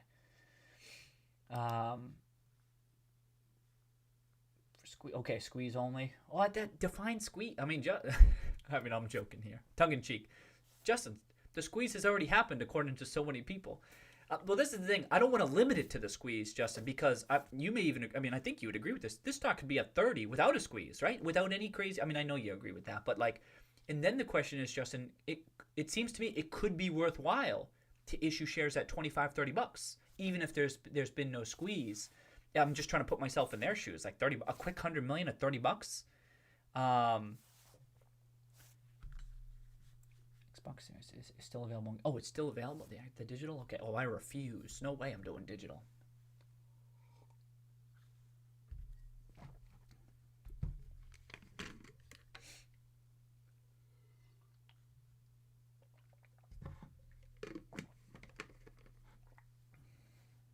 No, I know. Yeah. What is Cohen's next move? I don't even know.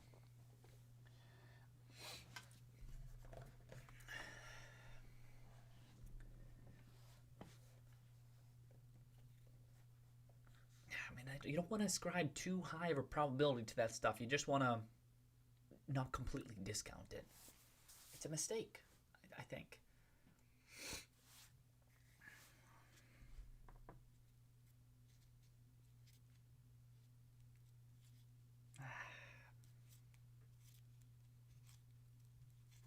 When's ICR?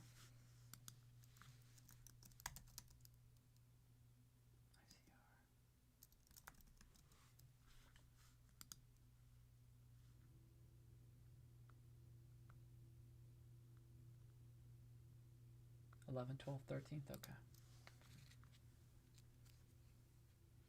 Hey, cheers, Space Burrito. I'm glad you liked that.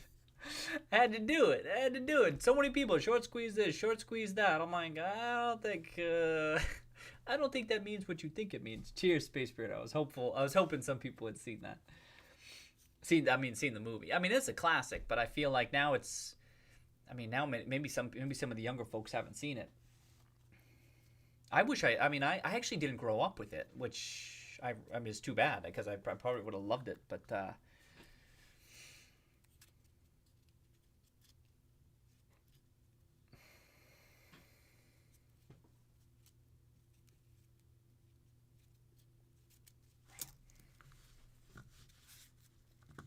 close out of some shit.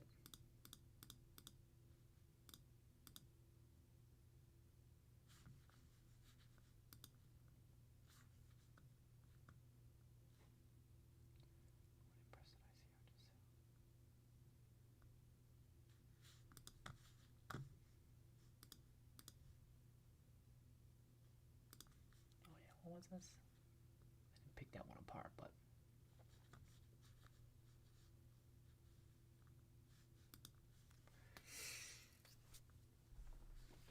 market cap still only there was decent volume today. I didn't check. I checked on it like halfway through the day.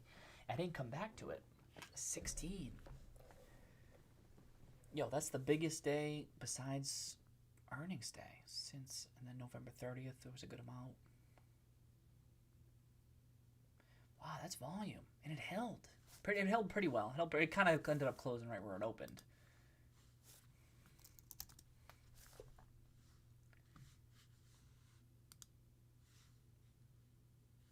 Nice gap up.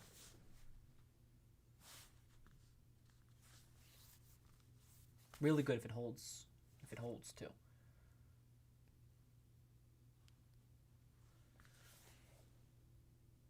I can't believe it was right at low 60. I mean, it closed the gap. 10 days.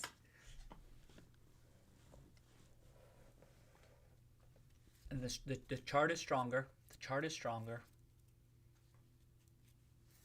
No other material updates. Besides, they're getting more supply. They're getting more supply. And then Jeff had said how he was liking some things that were happening too. Some of the deals that they were doing.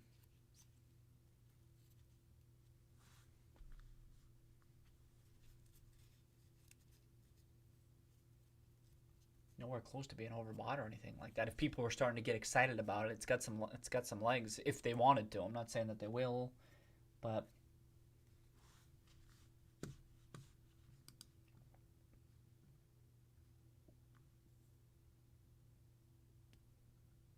just wondering why.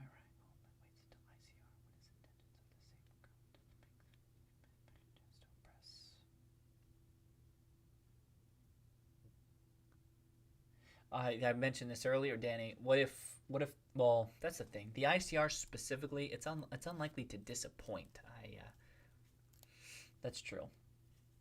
Holiday sales are possible to disappoint, but ICR less so because it's completely in their control, unless they totally drop the ball and tell them the story again. But it's possible, I guess. Management chance to impress. That's why I'm surprised, right?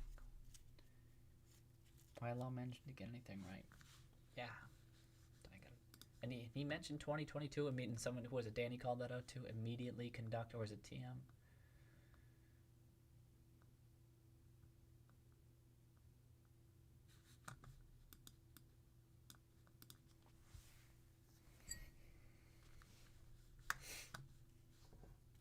Is that volume? Could be people starting. You want to bet on this too, but that's a good amount of volume. Could be people starting to buy into the thesis legitimately too. Institutions, I don't know if they're, maybe not yet. They need to get that credit rating up. It'd be nice if they got rid of the short-term debt. They still got that on the books.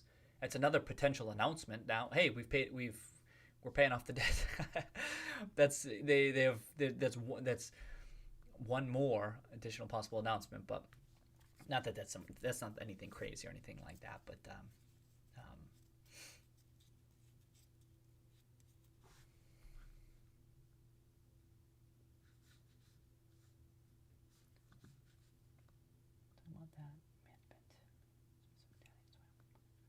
this long allow management to do anything. Hey, Jafrunsky. Cheers, Jafrunsky. Welcome. Happy Friday, mate. So I only look at the FINRA reported short interest. So I only see it posted once a month on Yahoo Finance Market. So it gets updated twice a month. Just FYI, you can get it in a couple places. You can get it on Yahoo. What do you say, Yahoo Finance? If you go to statistics, and then you already know this because this is where you get it. But you get it should be updated twice a month. Usually, it's like just after mid-month. So it will be like, for example, it'll be like December. I hope I'm going to get this right. You'll get one update around December 9th or December 10th, and that'll be of 9 days prior, like November 30th, roughly speaking. I'm not getting it exactly right. And then you'll get it like December 24th, 9 days after the middle of the month. So it updates twice a month. I hope I get that right. But you can also get it, I think, at the Wall Street Journal. So you'll actually, if I type this in, Wall Street Journal, I think. Shit.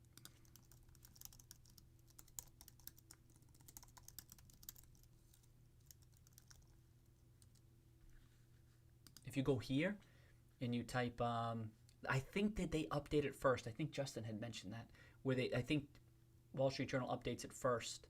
And you can get it, like they'll do it that night whenever you have to. FINRA requires that you update it bi-monthly.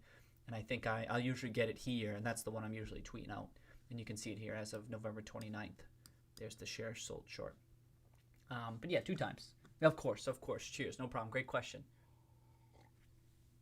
You'll see other firms out there that are doing like algorithmic type estimates as to what short interest is in between these 2 dates. But they're estimates. They're doing their best using their algorithms, and they may be fairly reliable, but they're not exact, they're not precise. So some people look at those. I look at those. I'll take a peek at them, but I care most about that FINRA, the reported one.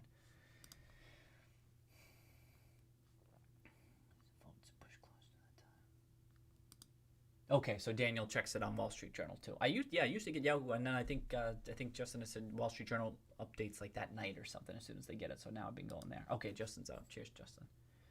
Okay, peace out, Jordan. You have a nice weekend, mate. See you next week.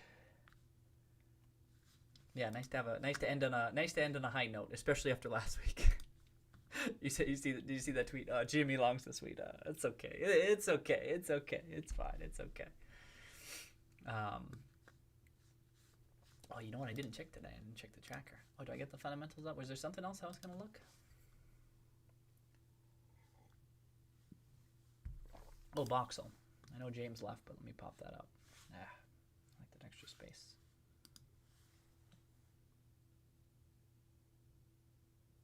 Hopefully not broken. What the? Oh, there it is. Oh, this is too early.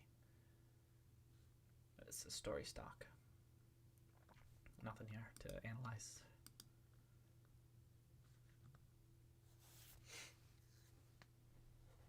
There you go. Thank you, Daniel. Daniel saying usually it comes out the 10th or 11th of the month, and then the 14th to the 15th.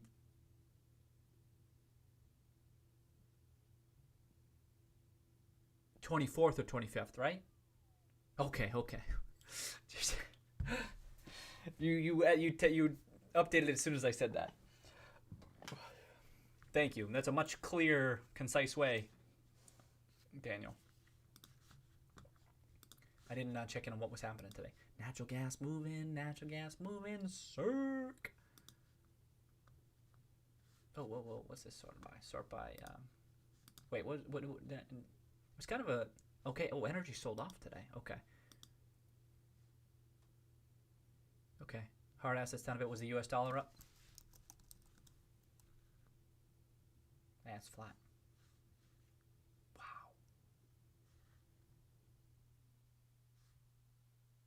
Wow, it's bearish. Oversold. Could bounce back. Wow. So look at that weekly chart. I mean, it's coming. These aren't big. It's at 89.95. This down here is 89 flat. These aren't big moves. The US dollar doesn't move. Isn't hugely volatile, which made these couple of weeks tremendous. Just incredible moves in the US dollar.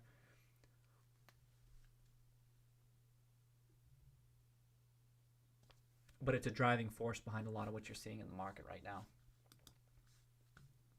Okay, what happened? Not much. Kind of largely a quiet day.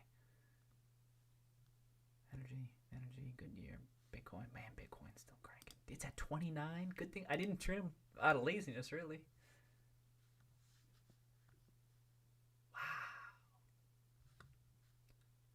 That's definitely a double now. I mean, my education, right? Not a recommendation, but how big is this position now?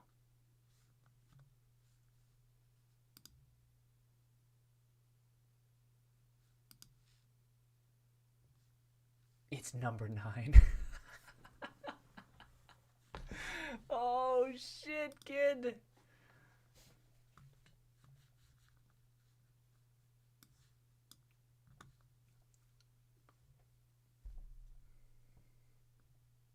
Wow, okay. Well, let me see that chart again. It's bullish. All-time highs are bullish. I don't know. It's overbought. It's very overbought. So trading opportunity things can stay overbought for a while too.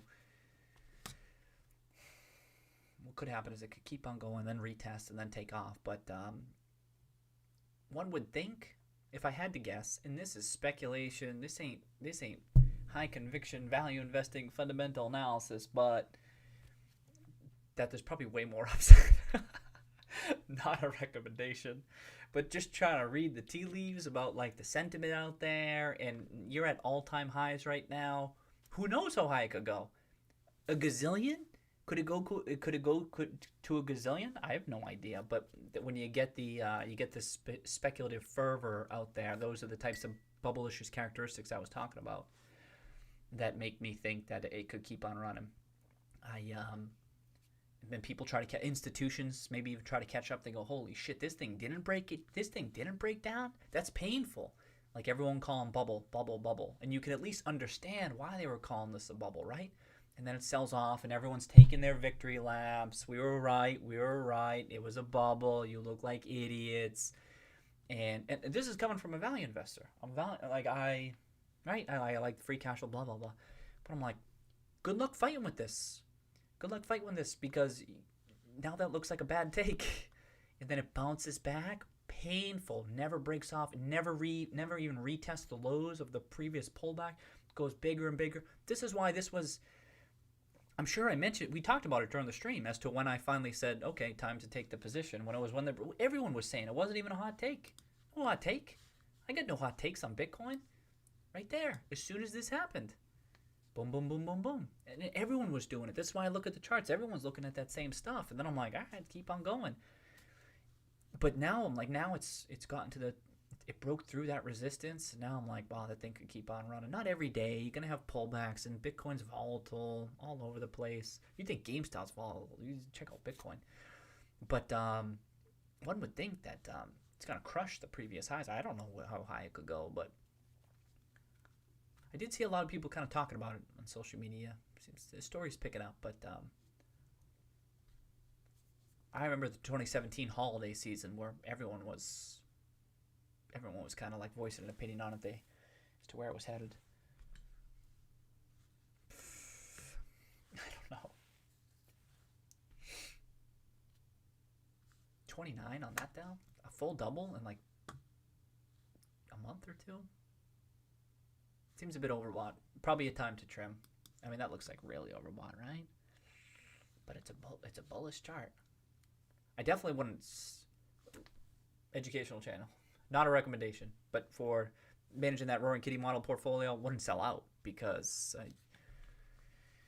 like I said, my base case is it continues to run, looking over time. I have no idea though. This is how you know it's dangerous, because this isn't high conviction analysis. This is why it's kind of not so much nerve wracking, but when I'm having a laugh that it's position number 9. You know Mumbo number 5? Anyone know Mumbo number 5? Position number 9. Because it's not high conviction. It's a chart play and a sentiment play, not a free cash flow play. And then I'm even saying, I think, like I tilt these ways. I should clarify. I lean toward it's gonna keep on running, but this isn't high conviction stuff. Like my GameStop analysis, by and large, high conviction. This type of stuff, not high conviction. I'm just voicing an opinion that turned into a double this time around, but it doesn't always. Oh shit! Damn. Maybe I should have gone heavier. I don't know. That's pretty good. It's top 10 though. That's maybe I don't know if I could have gone much heavier. Gold holding up too. Oh, GameStop was a top for more. Yeah, natural gas looking good. Okay, not much was happening today, but mostly down stuff. What was down? Oh, CDE. Oh, did silver take it on the chin today? Yeah, not a little bit. Seems 12%. Wasn't CD up quite a bit though? Is that why? Yeah, a little bit of a breakout there. Okay, that's fine. Silver still looks good though. Short-term shit.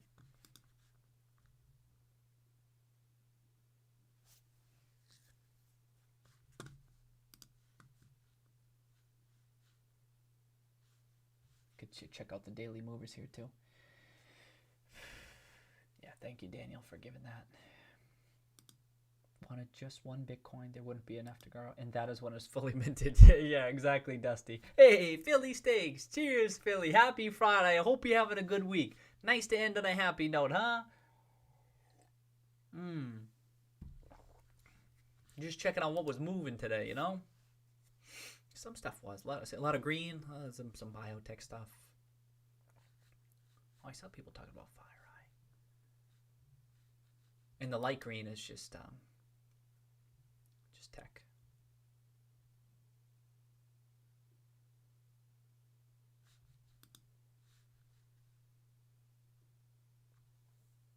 Having a great week. Sick. Happy to hear it, Philly. Absolutely happy to hear it.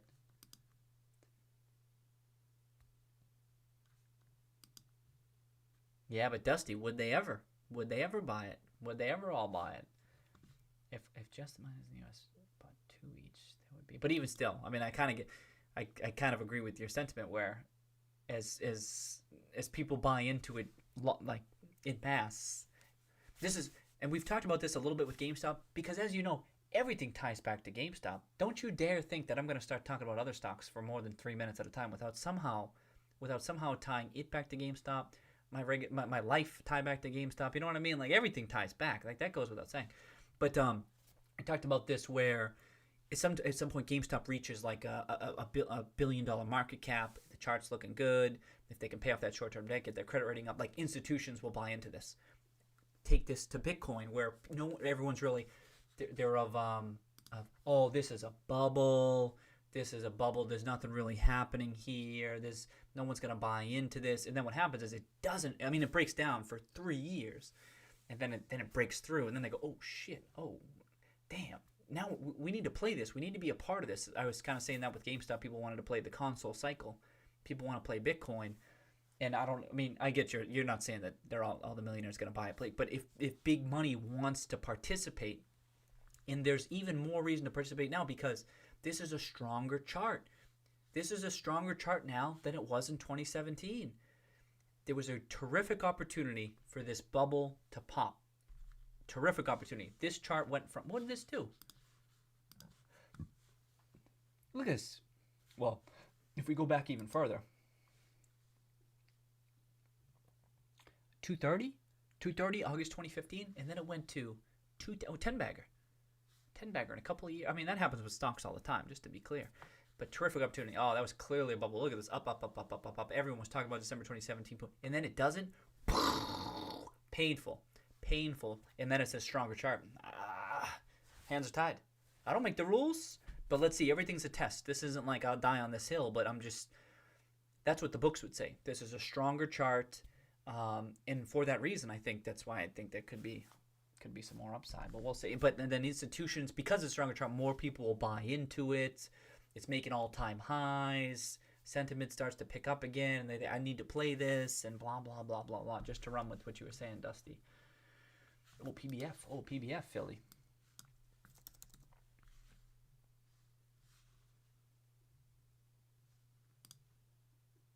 I just put up this chart. I'm like, ooh, that chart don't look that good. Philly.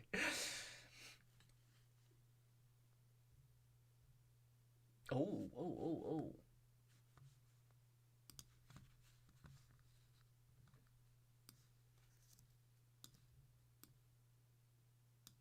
Sub 7.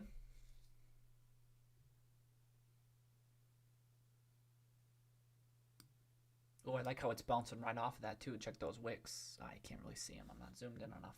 Let me keep going.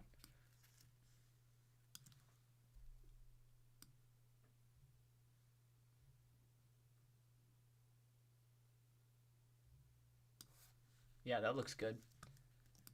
How those bonds doing? Man, I wish they were buying some more Philly. I talked about this the other night. Gotta type it in the right place here.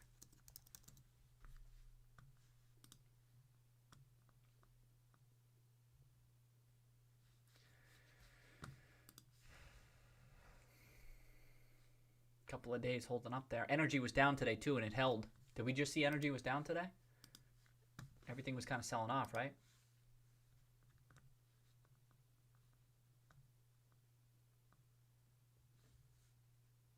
Yep. Kind of hold it. Not no big sell off. Nothing major. And how about some of the other? Sometimes I'll do this Philly where I'll just check out like Valero, and it's back to 50.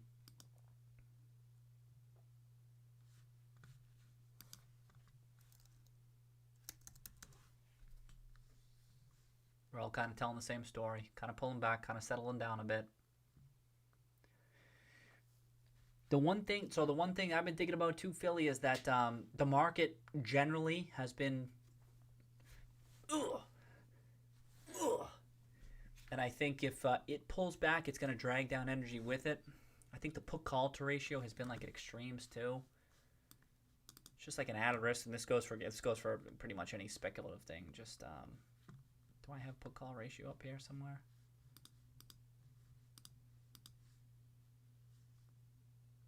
Oh, it's not as low as I thought it was. Man, I could have sworn I had seen some charts out there that was suggesting that it was way lower. I don't want to overthink that stuff too much. I just look and then move on. I can't weight that too heavily, but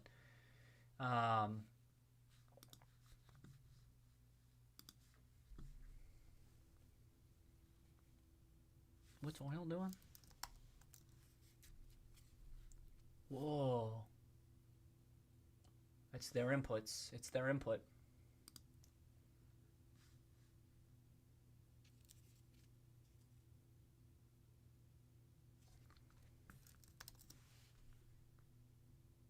Huh. Man, oil's been on a bit of a tear, huh? It's the first time it's been overbought since June on the daily. Look at those small gains, up to $50.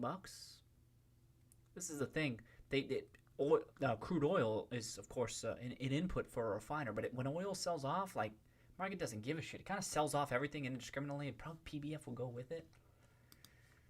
There's not a bad, I don't know, there's a long, boring way of saying it's not a terrible time to add. This is not a bad pullback, sub 7. But,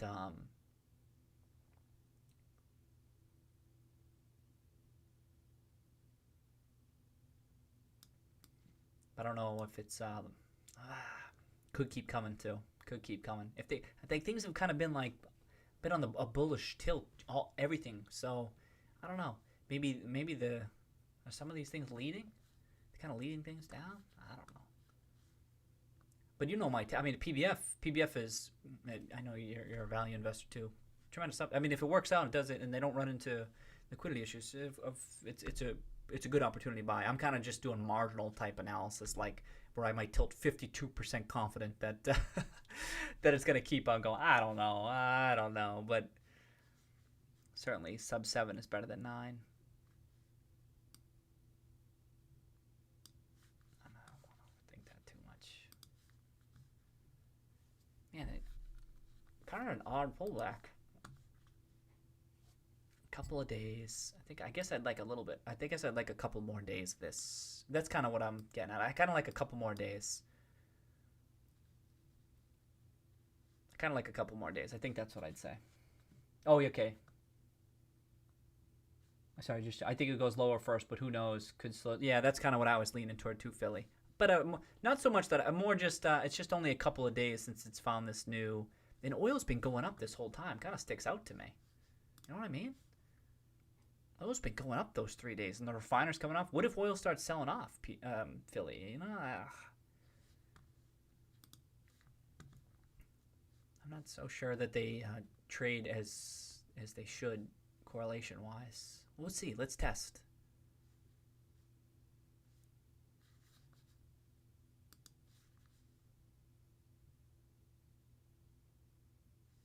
Let's see.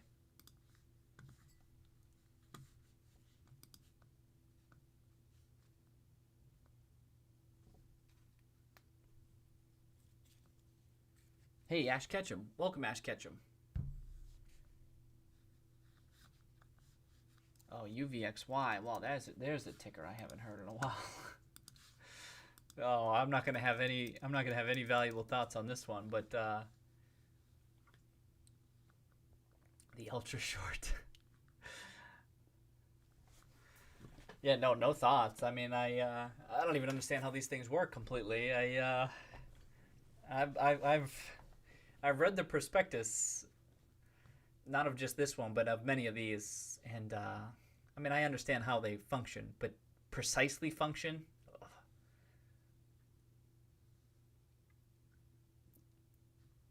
I remember just reading that how it's not so much where it's headed, but the path it takes, as many of you might know. And I remember thinking, I have no idea. Are you kidding me? The path?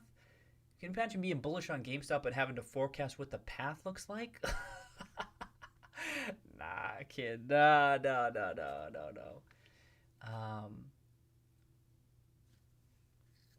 I have no thoughts. Oh, it's retesting these lows. Can you use support for UVXY? I don't even know. Well, what do you thinking, Ash Ketchum? Are you thinking that it's like retesting support here, but on being so low? What makes it low? Because I'll just show you, Ash. Is like it may have appeared at the time if I adjusted this chart. you may have thought that this looked low at the time. You know what I mean? And then if I adjusted the chart, you would have thought this looked low at the, not you, I'm not you. I just mean we might have thought that this looked low at the time. And then the same thing, it can always be. It depends on what lens you're wearing, and then maybe it just keeps on cranking lower. I don't know. I'm not an I don't know you with VXY all that well. What was that, February? I mean, it's a trading vehicle. If you had if you had a reason to believe that things were going to go haywire there or something.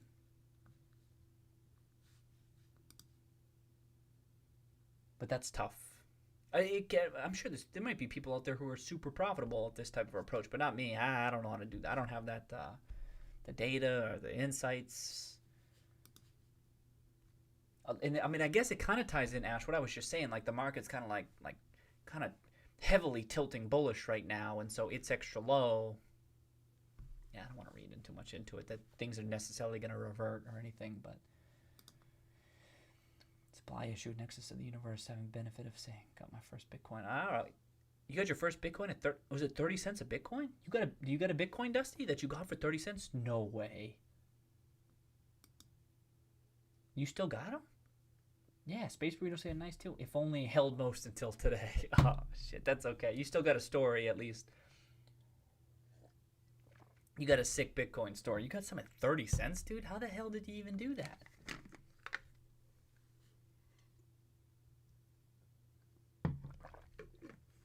Okay, it sounds like we're on the same page. Sorry, Philly, I wait for that moment, but now is a good time to put. Yes, cheers. Well said. Thank you for saying what I tried to say, and I wasted so many words doing that. That's it. And I was just saying this too for another ticker too, where it's now it's time to get eyes on it, right? Where okay, nothing's happening, you can kind of step away from this shit, and then it's like, hey, heads up, keep an eye on this. There could be something happening. Could be an ad opportunity. Well said, Philly. That's how I think too. Wait for the moment, but now is a good time to put eyes back on it. I agree. Well said. And as I recall, Philly, didn't you have an opportunistic trim? I remember you saying that. Remember you saying, I don't know, I forget what price it was, but I assume it was at least a couple of weeks back, in which case that looks like a good trim. Was it a good trim? Nice job. It didn't even quite get overbought. Look at that.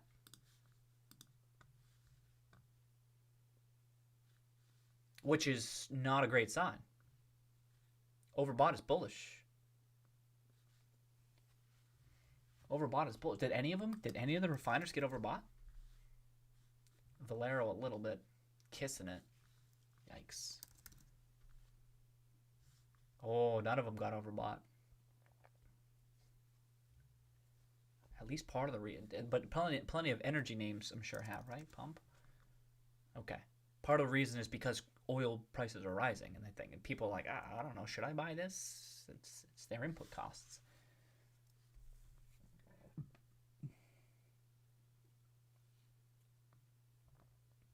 Oh, I disagree, Ash. I disagree. VIX can only go so low. I don't know if I agree with that. Oh, UVXY can only go so low. I don't know about that. I don't know. This is my point. You may have been able to say that same thing, Ash, back here in January 2018. You would have been, what? Can I do it? I can do it. I've done this before.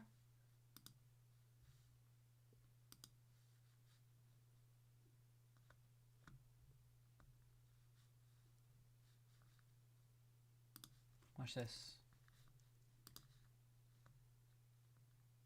What? No. Let's do.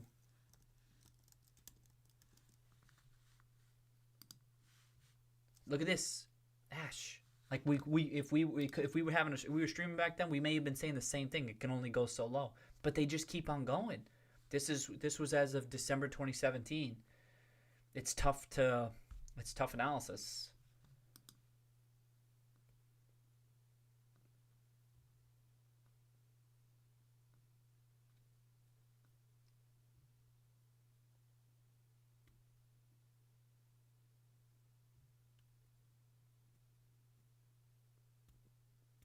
Oh, struts.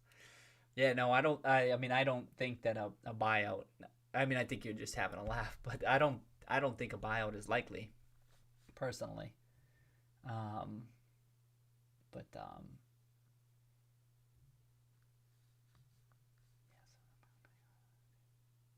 wow. Oh, that's cool, Dusty. Remaining college universities on crypto when it was.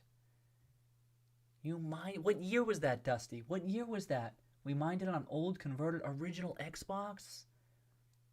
I even have some lost wallets. That's incredible. What year was that, Dusty? I always cringe when Bitcoin gets brought up. Oh, you're making me cry. No. It's definitely a little bit painful. I mean, you got a nice. May I ask when you had sold them?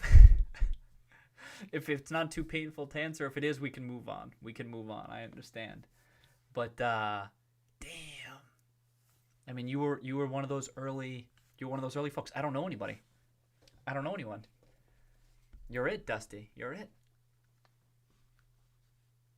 Oh, 2010. I can't believe this, Dusty. Dusty, my heart. But I can only take so much. I can't believe it. I don't know. I didn't know anybody. You legit were doing it, mining it on your Xbox. Incredible. How about your roommate? Dusty? Did he have some? Is he holding some or what?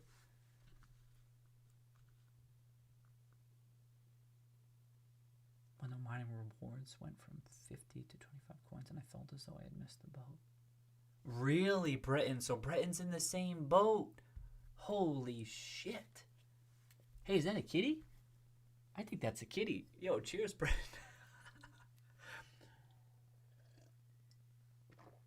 Well, that must have been really early too then, right, Britain?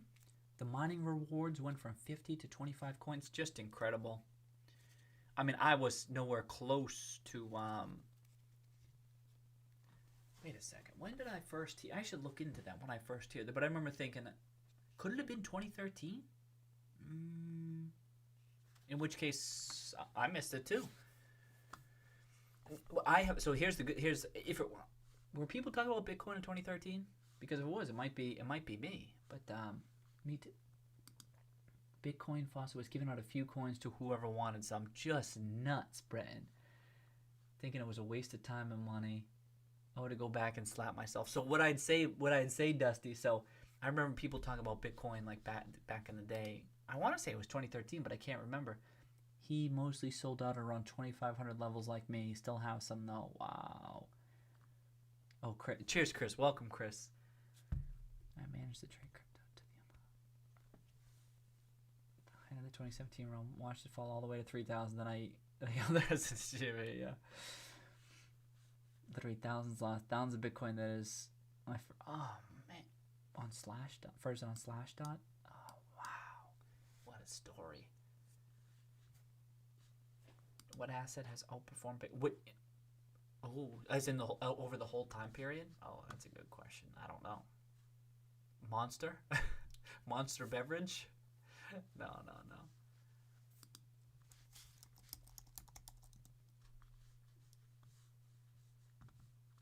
It's not. I mean, it's up significantly, but it's not. Well, that's if you go back to.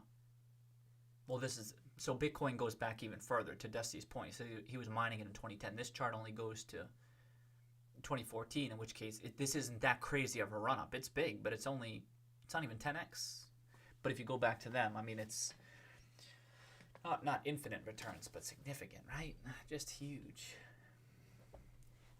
I don't know, but one mindset change, Dusty. I was just thinking. I can't remember when I first heard it.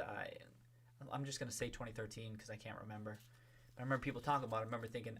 I thought at the time, oh, that could be a bubble. Like, oh, that's kind of like I remember I was younger and I was kind of early in my education, self-education, kind of learning about some of the stuff. I'm like, it's probably a bubble. It's stuff I'm learning, stuff I'm reading. You can't really buy into that type of stuff. But now, me with a bit more experience, and the me of the future will look back on the me now and be like, what an idiot, right? But looking back there, now I'm like, you hear me talk about like these bubblicious characteristics where people can get real excited. Now the me is like sees opportunity, and that's why I had the position. Whereas Whereas back then I'm kind of like, oh, you don't even touch this. Where I'm now like, oh, you touch it. You build a position into it because of how people might react to this. Now this is also dangerous because this is kind of the mindset of this decade where people. I mean, I know there's kind of cheap money out there, and people are kind of more. It's not so much the cheap money per se; it's more just our risk appetite. I mean, because you look back to the tech bubble, you had interest rates at 5, 6, 7%. It's not so much interest rates per se; it's more just that risk appetite, and we have quite a bit of risk appetite in recent years, and there's a number of reasons for that, but we don't need to get into that now. And I just think if risk is on and people have that appetite for risk. Then as long as it's persisting, you can make a play in it. You don't go all in on. For my style, you don't go all in on something like that, but you recognize the characteristics and go, oh, this is the backdrop. I tilt toward these continuing to work moving forward, and so something like a Bitcoin, like I wish, oh yeah, that has that type of stuff. Boom, play something, and then now there's no fundamental analysis there. For some people, they're doing fundamental analysis. And it's a different. I mean, we could disagree. We could, I can't. They're not doing my type of fundamental analysis. But let's say I had bought it hypothetically. I didn't do this, but if I had, right, then you follow the charts, and things like this run true to charts. You never would have sold. You would have been holding this whole way. Oh, you would have got. Oh, that was a big pullback early 2017. But wouldn't you know, it's just pulling back to. Well, let me do weekly. Let's peep this. You would have had it never really sold off all that much from a tech. And I don't know shit about Bitcoin. I don't know anything about. I know a little bit, but y'all know more about Bitcoin than me. I would have just been following this chart like this. Oh, okay. Let's see what happens. Then you get the sell off, and everyone. What was that? March 2017. Boom. But it falls right back to where it was. It's like let's just and the reason is because. If you have that short-term mindset, you might sell up. But if you have that bubblicious, this thing could keep on going, you need a really strong sell-off to break the thesis. Like you hear me talk about with GameStop, which isn't a bubble, but it needs to be if you really want to break it. And it never really broke it because I've looked at overbought, then it settles down, overbought, then it comes back to support, keeps on running. Then you had a big sell-off. When was that? July 2017. That kind of looked a little bit like, oh boy, what's going to happen? But on the RSI, never even kissed 50. Never even kissed it, kind of keeping it together. People still buying into it. Boom, boom, boom. You could have rolled that shit all the way. When do you trim? That's the big question. And so that's actually the bigger question here, right? Is because you could hold that whole way. When was the sell trigger? That's the more important question. I haven't done this. You're seeing me do this in real time. I haven't dug through and do all this. When do you sell? I don't know. Oh, that's the harder question. Don't ask me. I don't know. There were a couple of, this is soft analysis. There were a couple of soft sentiment type things happening in late 2017 that might indicate that you might not see on the charts. But there was something like, first of all, just sentiment. A lot of people were talking about this in this is soft analysis, just to be clear. But it was really picking up in the mainstream. Yeah, like I said, in the holiday party, everyone was talking about it, voicing opinions on it when no one knows shit. And they were like, oh, you should do this, you should do that. That's kind of a telltale sign. Also, in early December is when I believe when futures started to trade in Bitcoin. That's kind of like one of those people going to now people have easier access to it and can trade this in another way. It's easy in hindsight to say this, but even at the time, there were kind of some signs this is kind of heating up to going overboard type stuff. But easy to say now. So this is the thing. Unless I say it in real time, you should discount it. You should discount what I'm saying. But we'll have to see moving forward if we reach a similar point with Bitcoin this time around. But at the time, there were kind of some classic signs that you might see, soft analysis, but you might see near those tops that you didn't see in early 2017. But late 2017, it was starting to manifest. Where you go, all right, this is starting to get out of control. And I don't feel that right now, for what that's worth. So if it heads south now, you can call me out because I'm like, I didn't really feel it at the time. I'm seeing chatter starting to pick up, but I don't see craziness like I did in late 2017. So we'll have to see. But yeah, I don't know. Sorry, going off on a rant there. I just think younger me wouldn't even touch it and didn't even try to do anything. And a bit more experienced me, I was like, oh, you gotta at least take a seat and then just feel it out, see what happens. And what's my analysis right now? It's very overbought right now, but it's been very overbought many times in the past on the weekly. In those, it can be trading opportunities. What is it? 87. That's why I say, like, is this a trading opportunity? Comes back to retest previous resistance and then bounces from there. Could be. I'm also lazy though, so.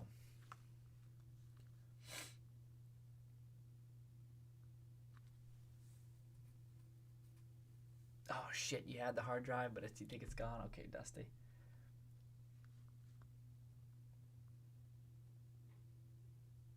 Oh, you think it's Hulk has outperformed Bitcoin? Ah, shit. Lost your original.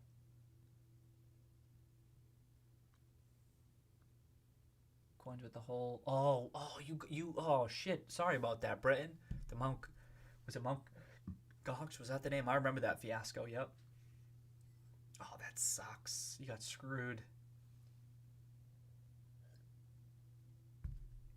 Oh, Dusty, you think it was 3, not 30 cents? Don't even tell me.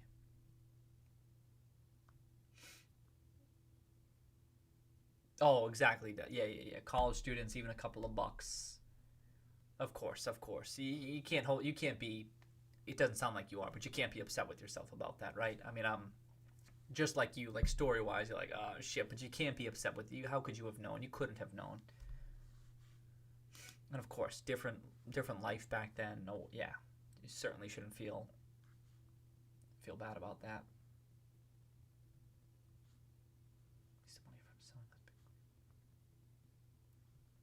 And I've got gold with it. Oh, Dusty. 21 to moment. Good for you. At least you held it up to 2,500 though. That's still pretty good, huh? Buy my first mine claim and equipment and have got gold with it. Oh, your first mine claim. Oh wow. Jeez, that is a hoot, huh?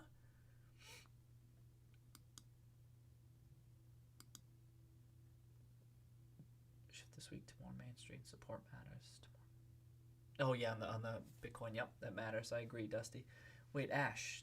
It's fishy. Took 1 month for it to. Oh, I don't know about this analysis, Ash. This is tough analysis. I'd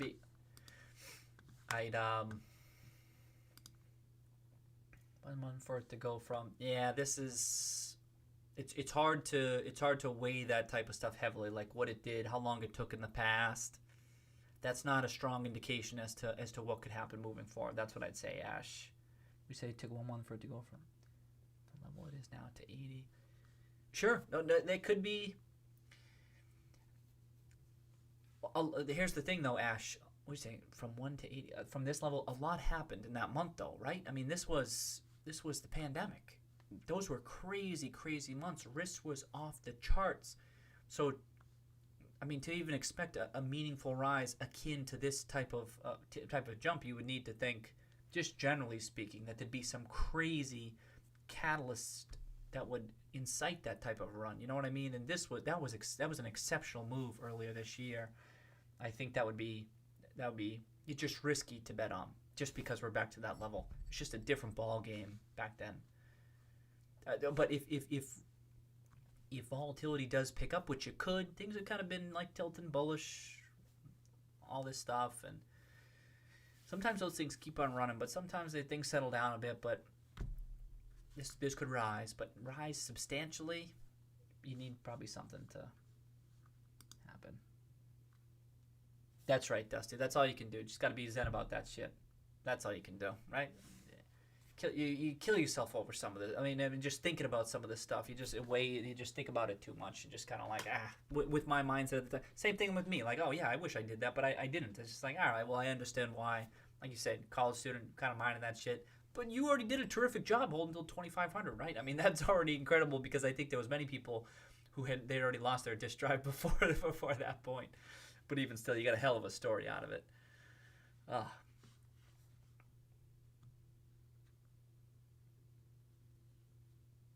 ultra short-term indexes are tough. Yeah, they're very tough, Dust. Yeah, very tough. Oh, I see what you're saying. Hindsight is 20/20. Yeah. It's tough, Ash. It's tough. Yeah. Oh yeah, that's Dusty bring that like inauguration type stuff.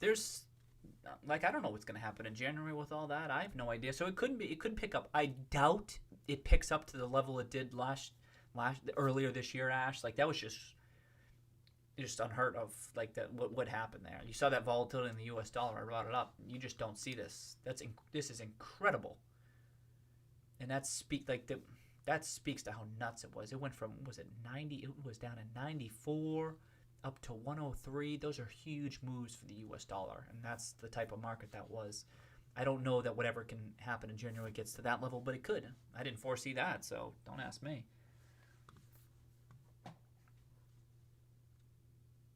Oh, insurance detectives. Yeah, you gotta be careful.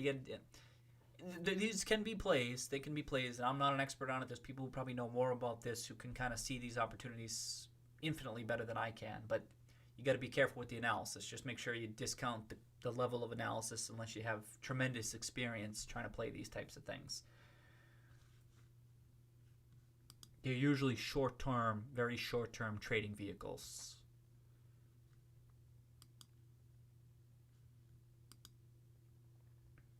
That's right, Breton. Breton's saying, for all we know, GME will go to space and people will look at it in hindsight and say, why didn't I participate in that obvious short squeeze? Exactly. It's exactly true, Breton. That people will be like, oh, how couldn't you see the signs? How couldn't you see the signs? Like, what do you mean you couldn't see the signs? That's not to say it's going to happen, but if it did happen, that's probably what people would say, Breton, right? Is they were like, oh, man, I wish I participated in that. Well, there were plenty of people talking about it, so usually people aren't willing to take on the risk required to kind of stomach it to get to that point. But indeed, that could be. Let's hope that's the chatter, Brett. That'd be nice. That'd be nice. Even right now, there's probably some people saying it, Brett. Right? I mean, the stock's up quite a bit, right? And then the stock's already up. 4x. Excuse me, 4x. 4x. Stock's up 4x from these lows, and they might say, "Oh, how couldn't I see it?" And it's because, well, plenty of people saw it. In fact, it just so happened that I was live streaming at that time. Not that, I mean, no one was watching. No one was watching over the summer. I was just getting started, but the research was there. Like the data was there to suggest a move like this. Maybe people weren't looking at it, and then you ask yourself, well, why weren't you looking at it? And that type of stuff, right? Blah, blah, blah, blah, blah. And then, but the same thing, it'd be the same. And then if it even takes off from here, your point still stands. But there's probably maybe even some people saying that right now, like, oh, how couldn't I have seen the signs? But it just tends to be people aren't looking at it. And I'm not even blaming them. They got other stuff they might be looking at. They might be living their life. They're not looking at that stuff. That's why there's opportunities, because people and institutions or whomever are just focused on other stuff, and you can uncover this stuff. What aren't people paying attention to? What are they missing? Why are they missing it? Blah, blah, blah, blah, blah. Okay, cheers, Ash. Good question. I mean, those are the types of questions that I don't dive deep into during the stream, but fair to can dive into that type of stuff. Educational channel, we can talk about it.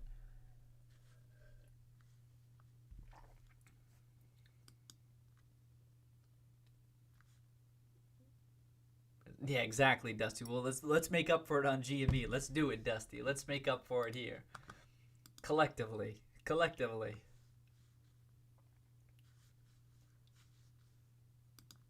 of some of these. Oh, that was good that I still have that up.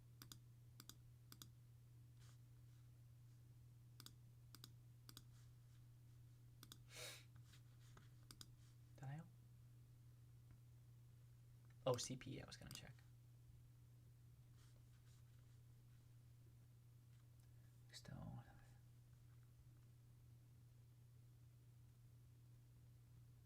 Okay, tugging your positions, Brad. Nice.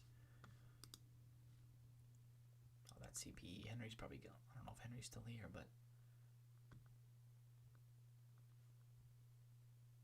yeah, some of these figures had caught my attention with CPE back in the day.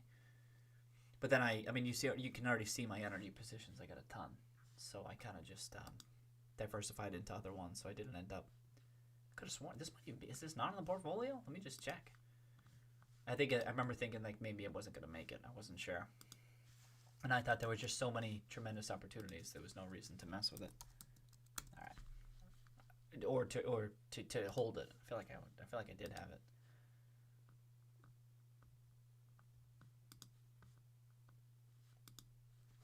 are these top ones? TSE. Wow, TSE's bumping up against 50. Circ. Ah, that's great. Ah, that's good. That was the top position for quite a while. That's good. So was New Gold, which had a quick run up. It continues to run. It's like a 4-bagger or something. It's kind of slowed down a bit, but I just kept. I figure if gold keeps running, which gold looks interesting too. Multi-year bull run, blah blah blah. Okay. PBF pulling back. CNR. I still like CNR. Could be one of the ones that could be. It's kind of been not doing much. This could be an ad. Oh, might be.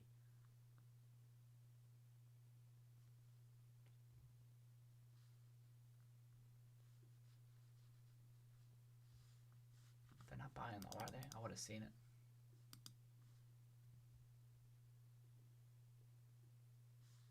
Damn, it's okay. I wish they were buying. They've been doing a great job at buying. Chart's looking interesting. Like a pre-breakout type stuff, right? I'm actually not as much of a... That usually tends not to be my ad types play. More on pullback type stuff. That's the value investor on me. But quite the nice channel here. There's a good write-up on Corner CNR on Seeking Alpha. You can check it out. It was written a while ago, though, but it got the thesis pretty much accurate, I felt.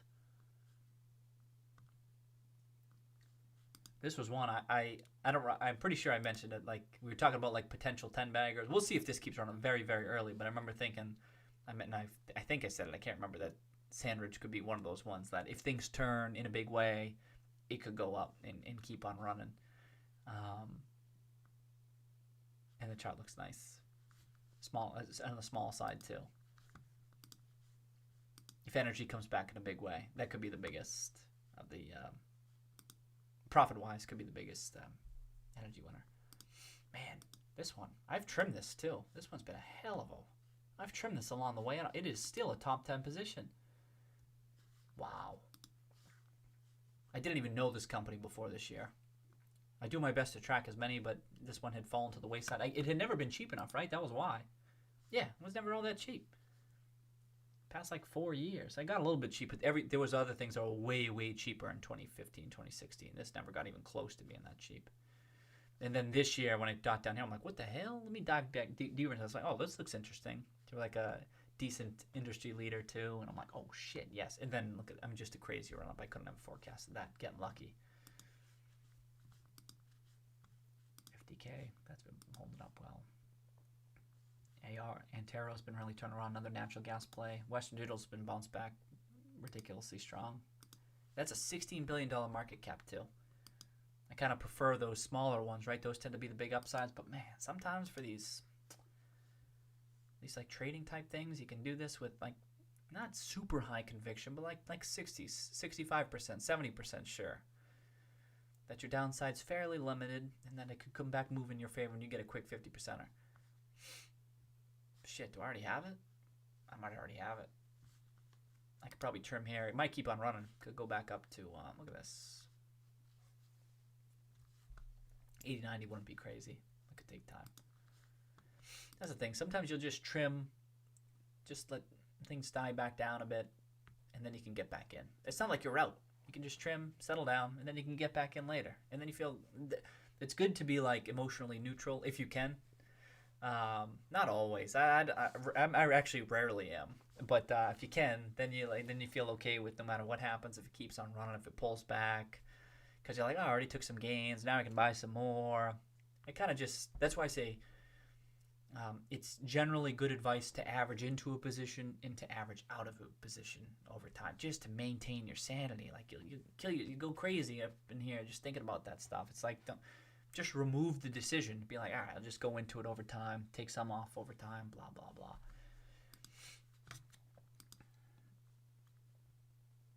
Oh, Dusty, do you got like, what'd you call it?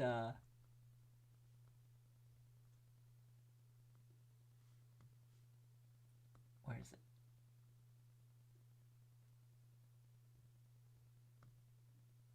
You got the mine claim out there to get it and the equipment to get it? Yeah, out in Colorado? All right, I actually haven't been to Colorado, Dusty. So someday maybe. Go try to dig up.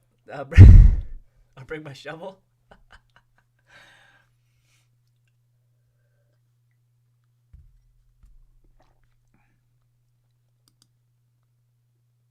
No shit, Space Burrito's there too. Cheers to Colorado. Okay, so this is a huge relief to me.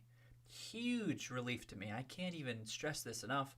I was really worried that it was all Canadians in here, and that had me really nervous because you know Canadians, right? You know Canadians. That made me really nervous, and so I'm relieved that there's not only at least a couple of Americans in here, but they're Colorado natives. That gives me some comfort here because are there any Canadians left? Oh shit! Oh, I meant to do the what was down today. Hell yeah, Dusty. Let's go. Let's hope this thing takes off. Come to the ranch. All right. Cheers. Sick. Let's hope it keeps on rolling. Oh, Polygon's back. Everyone, get back to work. So then we're doing the daily movers here. Now we're going to see what was down today. Let's see what was down. Oh, okay. Some of these were down. Blackberry was down. Yep. Oh, CDE was down, right? I was checking that. Maybe it's a bit overdone. God, not much happening today. And just remember, oh shit, it quiets down. It quiets down around the holiday. This is the thing. Well, I'll have to figure out what the streaming for next week. What happens is not much is happening, so we'll have to see. But I'll tweet stuff out, or you'll see it on YouTube.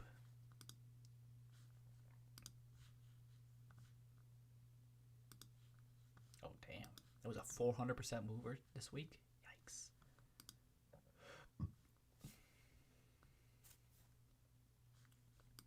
Holy shit! WPRT, let's go! Damn! Sick! Look at that overbought. Kept on going, baby. Boom, boom, boom. This was one of those plays. It is a little bit of a tough, from a fundamental analysis perspective, but sick. In fact, I wonder if I should have even added even more.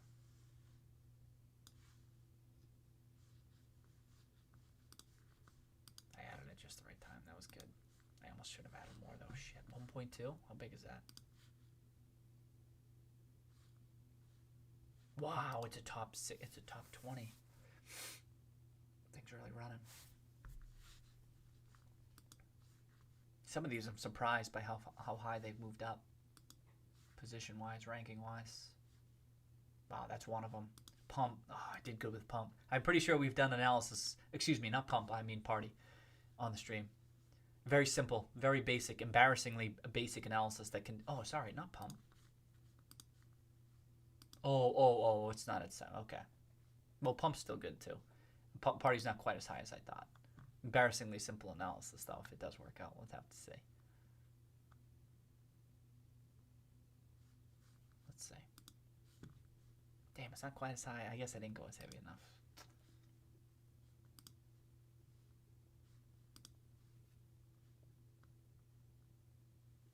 Wow, Antero's crushing range. Range used to be much higher. Antero's really outperforming AR. Good. I thought it'd have more upside.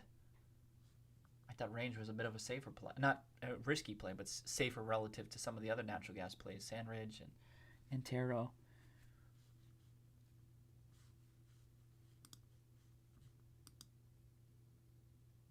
Oh, okay, Dusty. I'll check it out. I'll check out that photo. Canton Ridgeway. Look at this. Colorado natives here.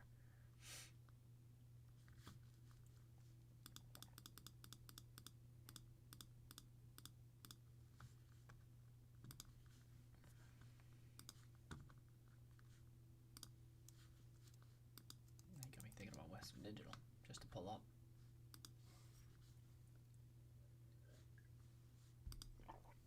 UNFI. Oh shit. Yeah, some of these are pulling up. Some more than. Oh, UNFI pulling back. Oh, it was almost at 19. Been a nice simple chart. But strong fundamentals. It had a strong balance sheet. Like I always felt, this is why it was as big as it was, but at the same time not crazy big because I didn't think there was tremendous upside. I thought it was a pretty solid double, which it still hasn't even achieved yet. But like it had a pretty solid base. I think it Value Act was involved with that too. Is it Value Act?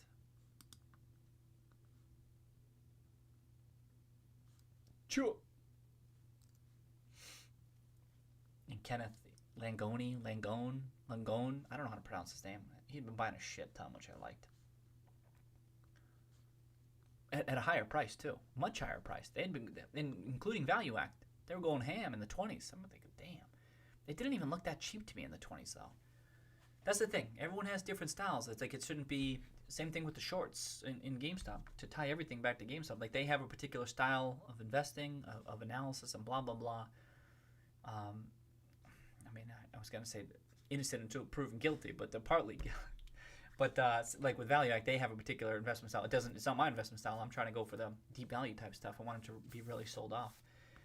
And then it reached my range, the low teens. I was like, oh yes. And then this is good because now I see they were buying back in the 20s. Very simple analysis. You know what I mean? It's like painfully simple.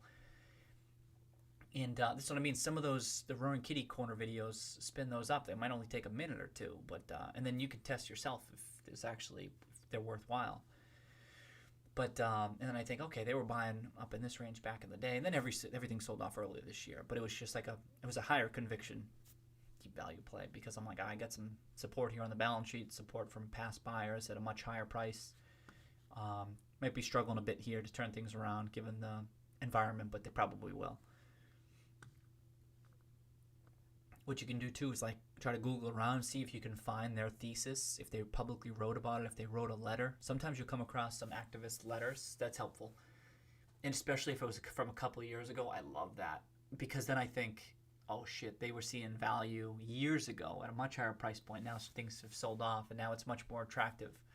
So those can be clutch. Came across a number of those early this year.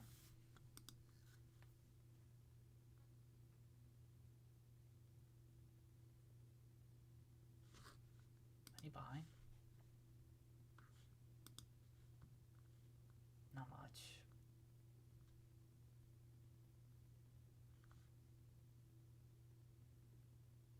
Just not much. I looked at Grief. I don't know, is that how you pronounce it? Grief? Graph? Never cheap enough. Never got that cheap.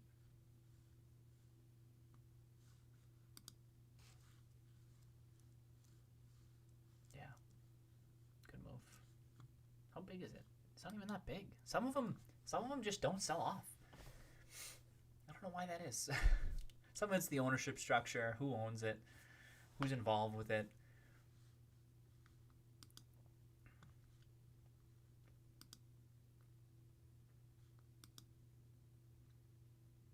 Strength of the business. Like there's lots of reasons it goes into it. I say I don't know, but I mean I can understand why some don't and some do. But if I don't dig into it on the surface level analysis, I'm like, that one didn't. That's whatever. Yeah, nothing. No, not minimal insider buying, right? Shit. It's good. I mean, yeah, not good, but it makes more sense when everything's selling off. I'm kind of relieved. Relieved I already got positions for some of them because I'm like, some of them are I'm still bullish on some of them, of course, but like tremendous upside ones. You don't come across them that often. That's why GameStop stood out. And earlier this year, so I kind of shooting fish in a barrel with some of them. Like I said, it was painfully, it was indefensible, some of the prices they were trading at. Oh yeah, what's Disca? Steve Mazzini was talking about this. I did add that one. It turned out to be good. I think I had it right around 20. Quick 40% pop or whatever. That looked cheap on the free cash. Oh, I just pulled up Western Digital. We can check that out real quick. 10. Let's do it. Oh, come on.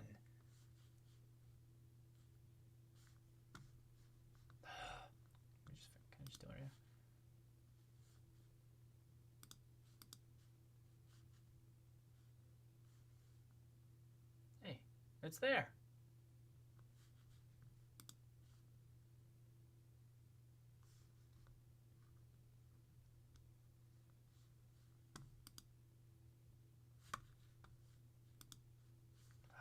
Okay. Whatever.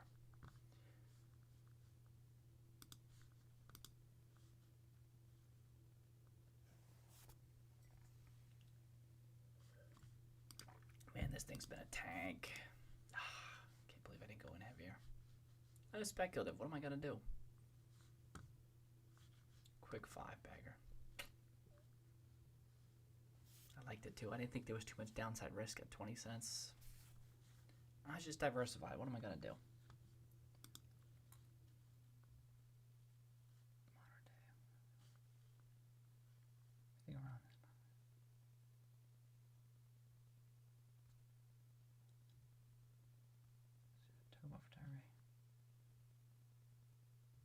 Polygon.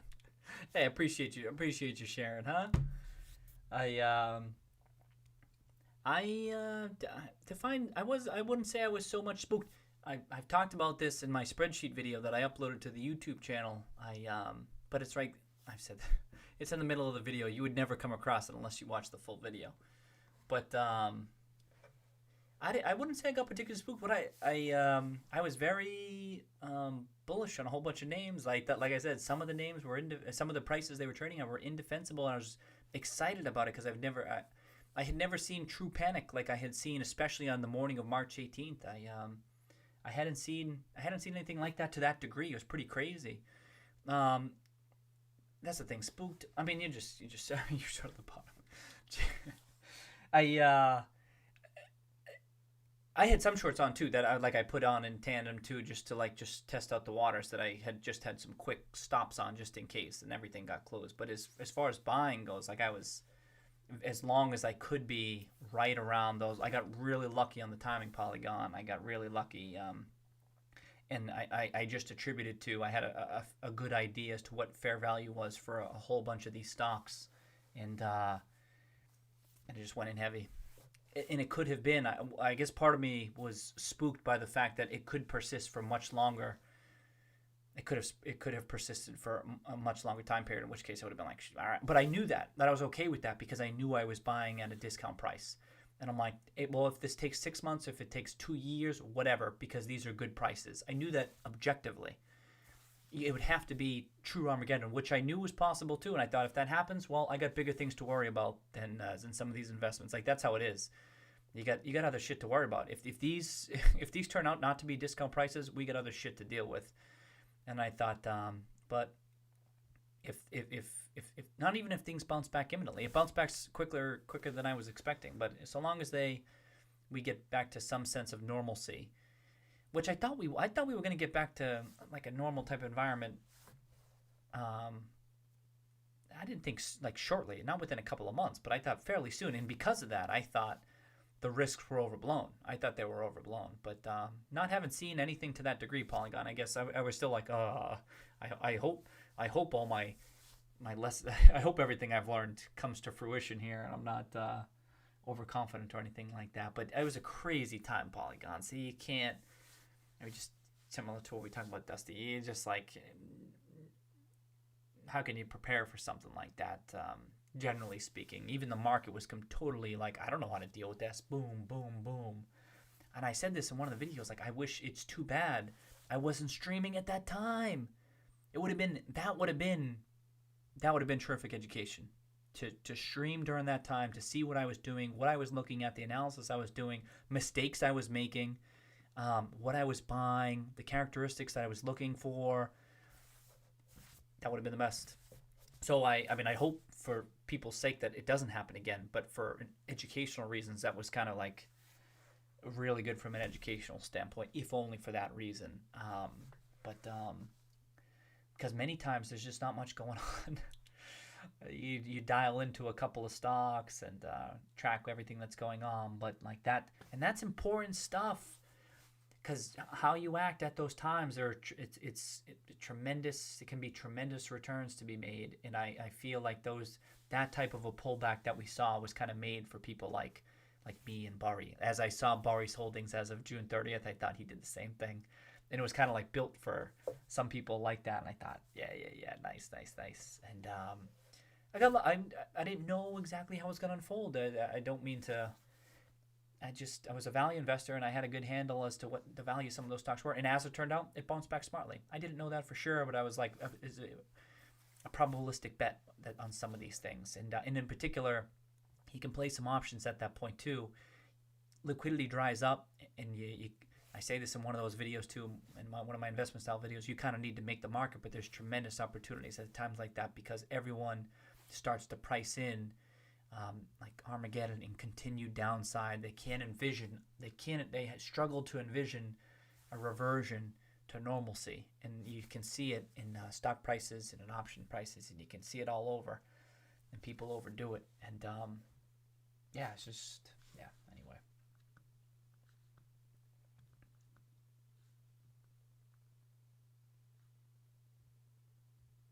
That's great. Oh, I know. Oh, you know what they say? Holy shit! Search. I have an Instagram. Search. Wait, search one. Do I have an Instagram? You're kidding me. I don't post there. Do I have one? Holy shit, Search. Thanks for the heads up. Did I make one? I don't remember. Holy shit. Oh, I'll check that out. If I do, I certainly haven't posted there. You just followed me? Oh, you might be my first one, Search. Holy shit, Danny's laughing at me. I don't know if I did. I had made a couple. I had made a whole bunch of them, right? For one, I didn't know what I was gonna do. I still don't know what I'm doing. Hopefully that's obvious. But I'm like, oh, I'm supposed to make these. I made a TikTok too. There's a TikTok. I cut down some of the videos that I uploaded, but no one cares, and I don't blame them because it's not TikTok worthy. But I don't remember making an Instagram. Oh shit! I'll go check on that. Hopefully it's me. Hopefully it's probably me. I had made a whole bunch, like I said, and I don't remember. But it makes, if they didn't post any, then it is probably me because that's what I would have done. I just made it, and I'm like, I don't know if I'm gonna do anything with it. Oh, thanks for the heads up. Oh, that's funny.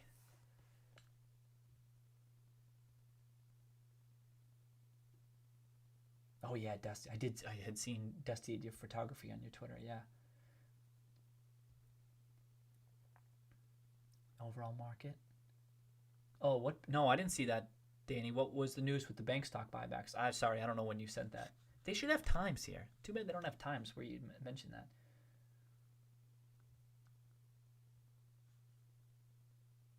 Bank stock buybacks? Were there like tremendous buybacks on the bank stocks? Check out some. I don't think I know it does. That's what I was thinking. Like, did someone else create the account? But if there's no post, it's almost certainly me, right? Because I would imagine if someone's gonna make the account, they're probably gonna post. Oh shit, me Instagram, yeah. Okay, thank you, Search One. I don't have any posts. Okay.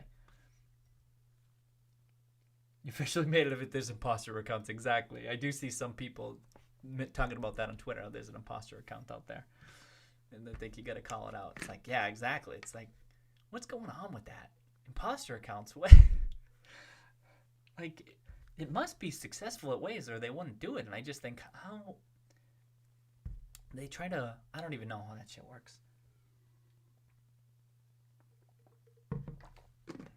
Oh, it links to the YouTube.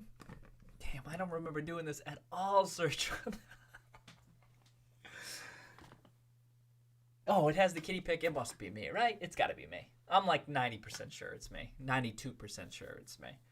It's got the kitty pic too in the YouTube link. It's got to be me. I don't remember. It must have been this summer though. I don't even know if I must have the app. I must have it. Search. I'll post. I'll post something. You might be my only follower. I'll post something. I'll say, hey, what up, Search One? I'll see if I have the app. Oh shit, that's funny. Oh, Fed ended restrictions on bank buybacks. Oh, okay. Oh, I suppose I should have known that. Thanks for the heads up, Dusty. Fed allowing banks to buy back their stock again. Was a ban for a while during the stimulus period. Oh, okay. Oh, so what was your question? Do I have strong opinions on that? We didn't talk about it. What effect do I think on the overall market? I would say my instinct is to say marginal, Danny. But I don't know. For my style, at least, it would be marginal. But on the market, my first question is, what percentage of the S&P 500 do bank stocks comprise? Because if it's not that much, also, they haven't executed any. The execution of the buybacks would be more of a driver, especially if they're actually undervalued. So buybacks themselves, just at face value, are neutral. Are they happening below fair value? Are they happening above? That's just like the starting point. So I would think not too much. That would be my guess, Danny. Not too much of an impact. I don't know. Sometimes a story takes off and it gets people giddy. That's probably what you're getting at. And I don't think that has the sexiness to it, the appeal to it, to get people giddy about it. Oh, banks can start buying back. I don't think so, but you probably forgot to log in. I hope they do the I got through. Oh, Dusty followed me too? Okay. I'll see who else followed too. I'll check it out. I don't even get alerts. Sometimes I get the email alerts for some people. Not like if people follow me on YouTube. Not everybody though. There must be like privacy type things where you can privacy settings. But it'll say, hey, heads up, so and so followed you. I don't get them on. I get the notification on Twitter, but I don't get an email. So I probably have a ton of notifications. No, not a ton. There's only 4 people. No one even knows. Y'all know. Cheers.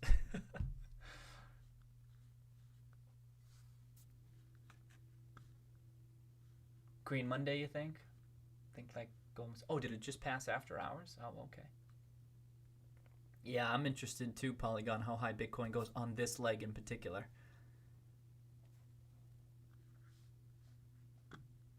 Probably many people talking about a retest. Even I talked about it today. There's no guarantee that happens, but how high can it go up before?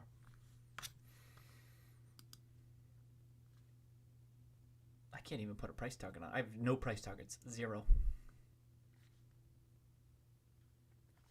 Oh, Goldman's already up. What is it, GS? Wow, okay. Hey, Dusty. To Dusty's point. I don't think that's right. But like I said, giddiness. Market can trade on giddiness sometimes. Make no mistake.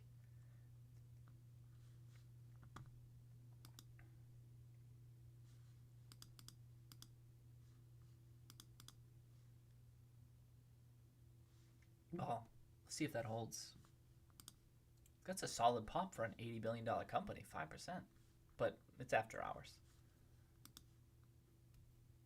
Oh yeah, you say you don't know what the volume is. Okay.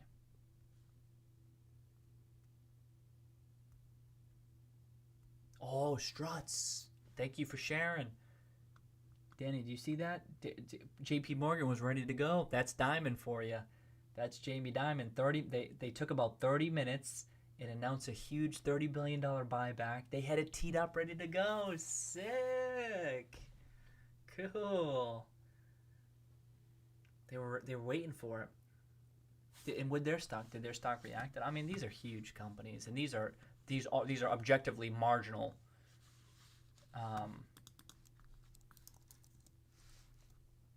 At face value. 6%. Danny, okay. Oh, okay. So Stretch was the cheers to the two of you. Here you go. I feel as though I'm already wrong about this. He's saying that, well, let's see what the bank stocks do next week. But like I say, at face value, it should be marginal. These seem like big jumps to me, though. Giddiness, huh? People get excited about it just hearing it. Yeah, that's hard to trade that stuff. In my opinion, it's very hard to trade that stuff. But that doesn't mean it the market can't react to that stuff. 6%. I think even bigger. This is a $360 billion. That's Jamie Dimon knows his shit. I was saying, Jamie Dimon. Look at his insider buys. Watch this.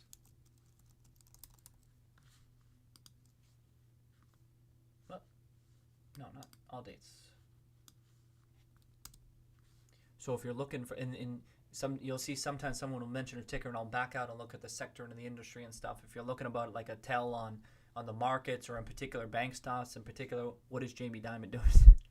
And so Jamie Dimon,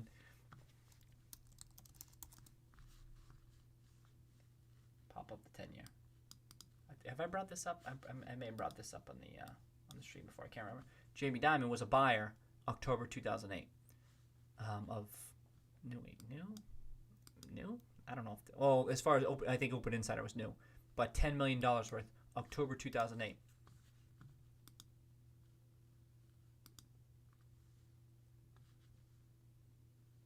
All right, it was a little bit early, but all that was going on, you give him a pass on that. But he was also buying January 2019 another $11 million. Right there, at $20. The stock's at $120 right now. Buying at $20. Okay. Then nothing. He trimmed 0%. Then he bought $17 million, July 19th, 2012.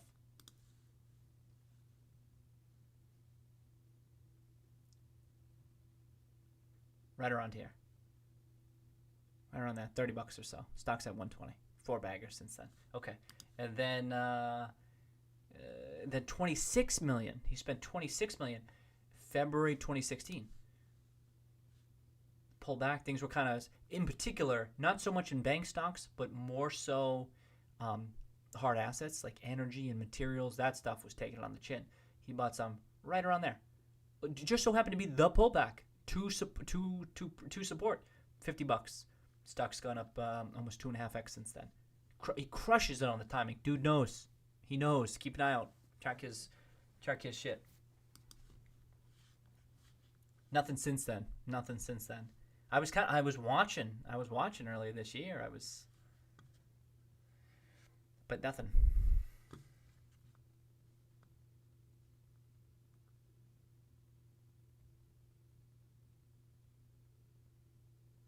Do they? Did they all pop? Yeah, that's more than I expected. 5%. Oh. Wow, just on a buyback permission seems like a big move. Let's see if it holds. I'll be impressed. Not impressed. Just be like, all right, educational. There you go. Giddiness can even drive. Yeah, I don't know.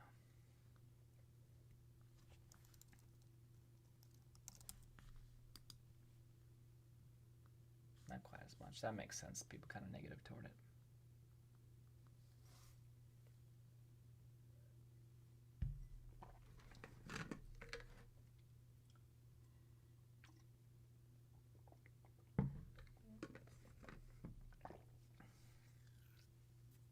Oh, I know, Dusty. Wouldn't that be nice? Wishful thinking, but I've thought the same. Wouldn't it be nice if, not even just from Ryan Cohen, but even from GameStop, but anything material announced within the next 2 or 3 weeks will be sick.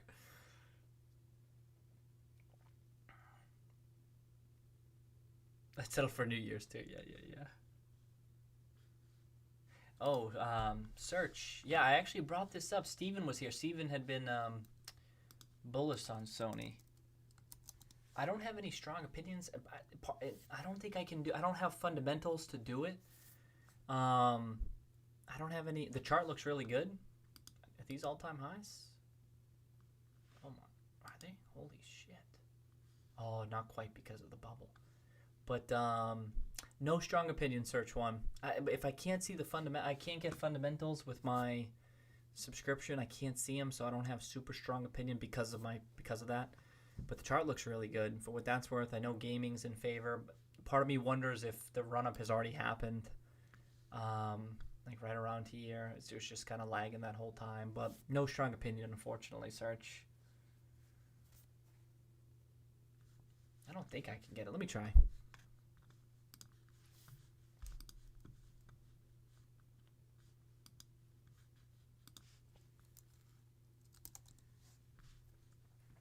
See if it comes up.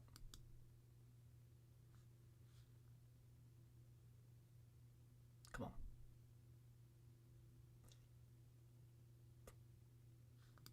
Oh, suck.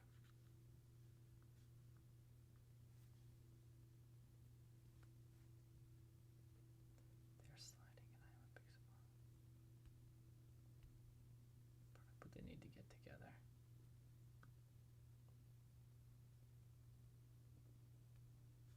Oh yeah, talking to.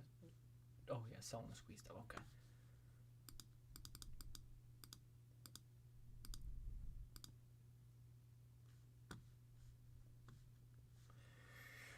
Oh, okay.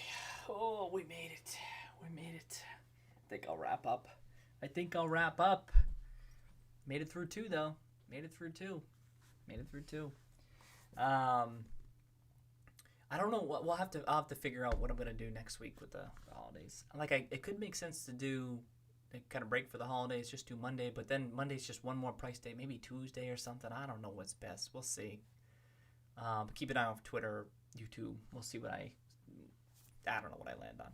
But for now, we're going to watch that price action, right? It sounds silly, but look at this week, right? I mean, you hear me say that every damn time. We're going to watch the price action. Oh, we're going to watch the price action. But, like, that's all there is to do. And then it can be meaningful. I think this was a meaningful takeaway. Most importantly on Monday, hold. Just hold that gap up. Hold this new range, and if you can get above 16, all the better. Terrific. Then you've truly closed the gap. We're in a new territory. We're kind of at a new plateau. And then, boy, look out if there's any material news that comes. And then if there anything, something could be announced next week. You don't have to think it's likely per se, but look out if there is. But I think right now it's just watching that price action, especially as things quiet down. Let's see what unfolds, a response from Cohen or anything like that. But it would be great if it can hold that gap up, and especially if it can get back up get above 16 and stuff. I think that would be nice. And really, that's kind of it, I think, unless they announce something. What is there, 2 weeks left? This is sometimes a quiet period. As you know, it's a quiet period, but there's stuff going on here. There's an activist investor kind of waging a battle, so stuff can come up. We'll have to see. But a good week, right? Cheers to everybody. I mean, this is a good end to this week following last week. It's a good start to what could be the next leg up possibly. Let's see. Maybe it sells. If it sells off next week, okay, we reevaluate. We could have been at 14 today. It would have been like, all right, we're still at 14. Like I said, I thought maybe even a couple more days, but boom, right back up to 16. So let's see if we can stick the landing. Let's see. And we're not even anywhere close to overbought, Terry. Watch the news. Check out, see if people are talking about GameStop. Like I said, over Thanksgiving weekend, like a lot of chatter picking up, a lot of people talking about it. Let's see if it happens this weekend. It was kind of bid up today when everything else was kind of sold off. So let's see if it happens. And then what the follow through is next week. And then I guess if there's any other chatter about research or people talking about GameStop or getting bullish about it, I guess that would be impactful too, but it just tends to be a quieter period. Okay, so let's see. I missed some of this. Just want to say. Okay, yep. Are we working toward the annual meeting? A good research one, yeah. Cheers, search one. You know I got one, search. You know I got one. Good goes that. Peace out, Danny. Cheers, Danny. You have a nice night. Have a good weekend, Dusty. Search you as well. Justin, caught you right at the tail end here. I hope you have a nice weekend as well, of course. Polygon, cheers. Good crew tonight. Struts and Dan. Did I say Struts and Danny?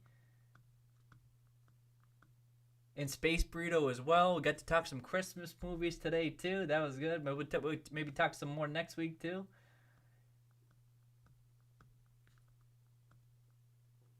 I think that's where I went back a bit. Okay. Earnings came and went. Nothing. Word on the street was it's happening before earnings. Didn't, but then after earnings, stock drop. Still nothing.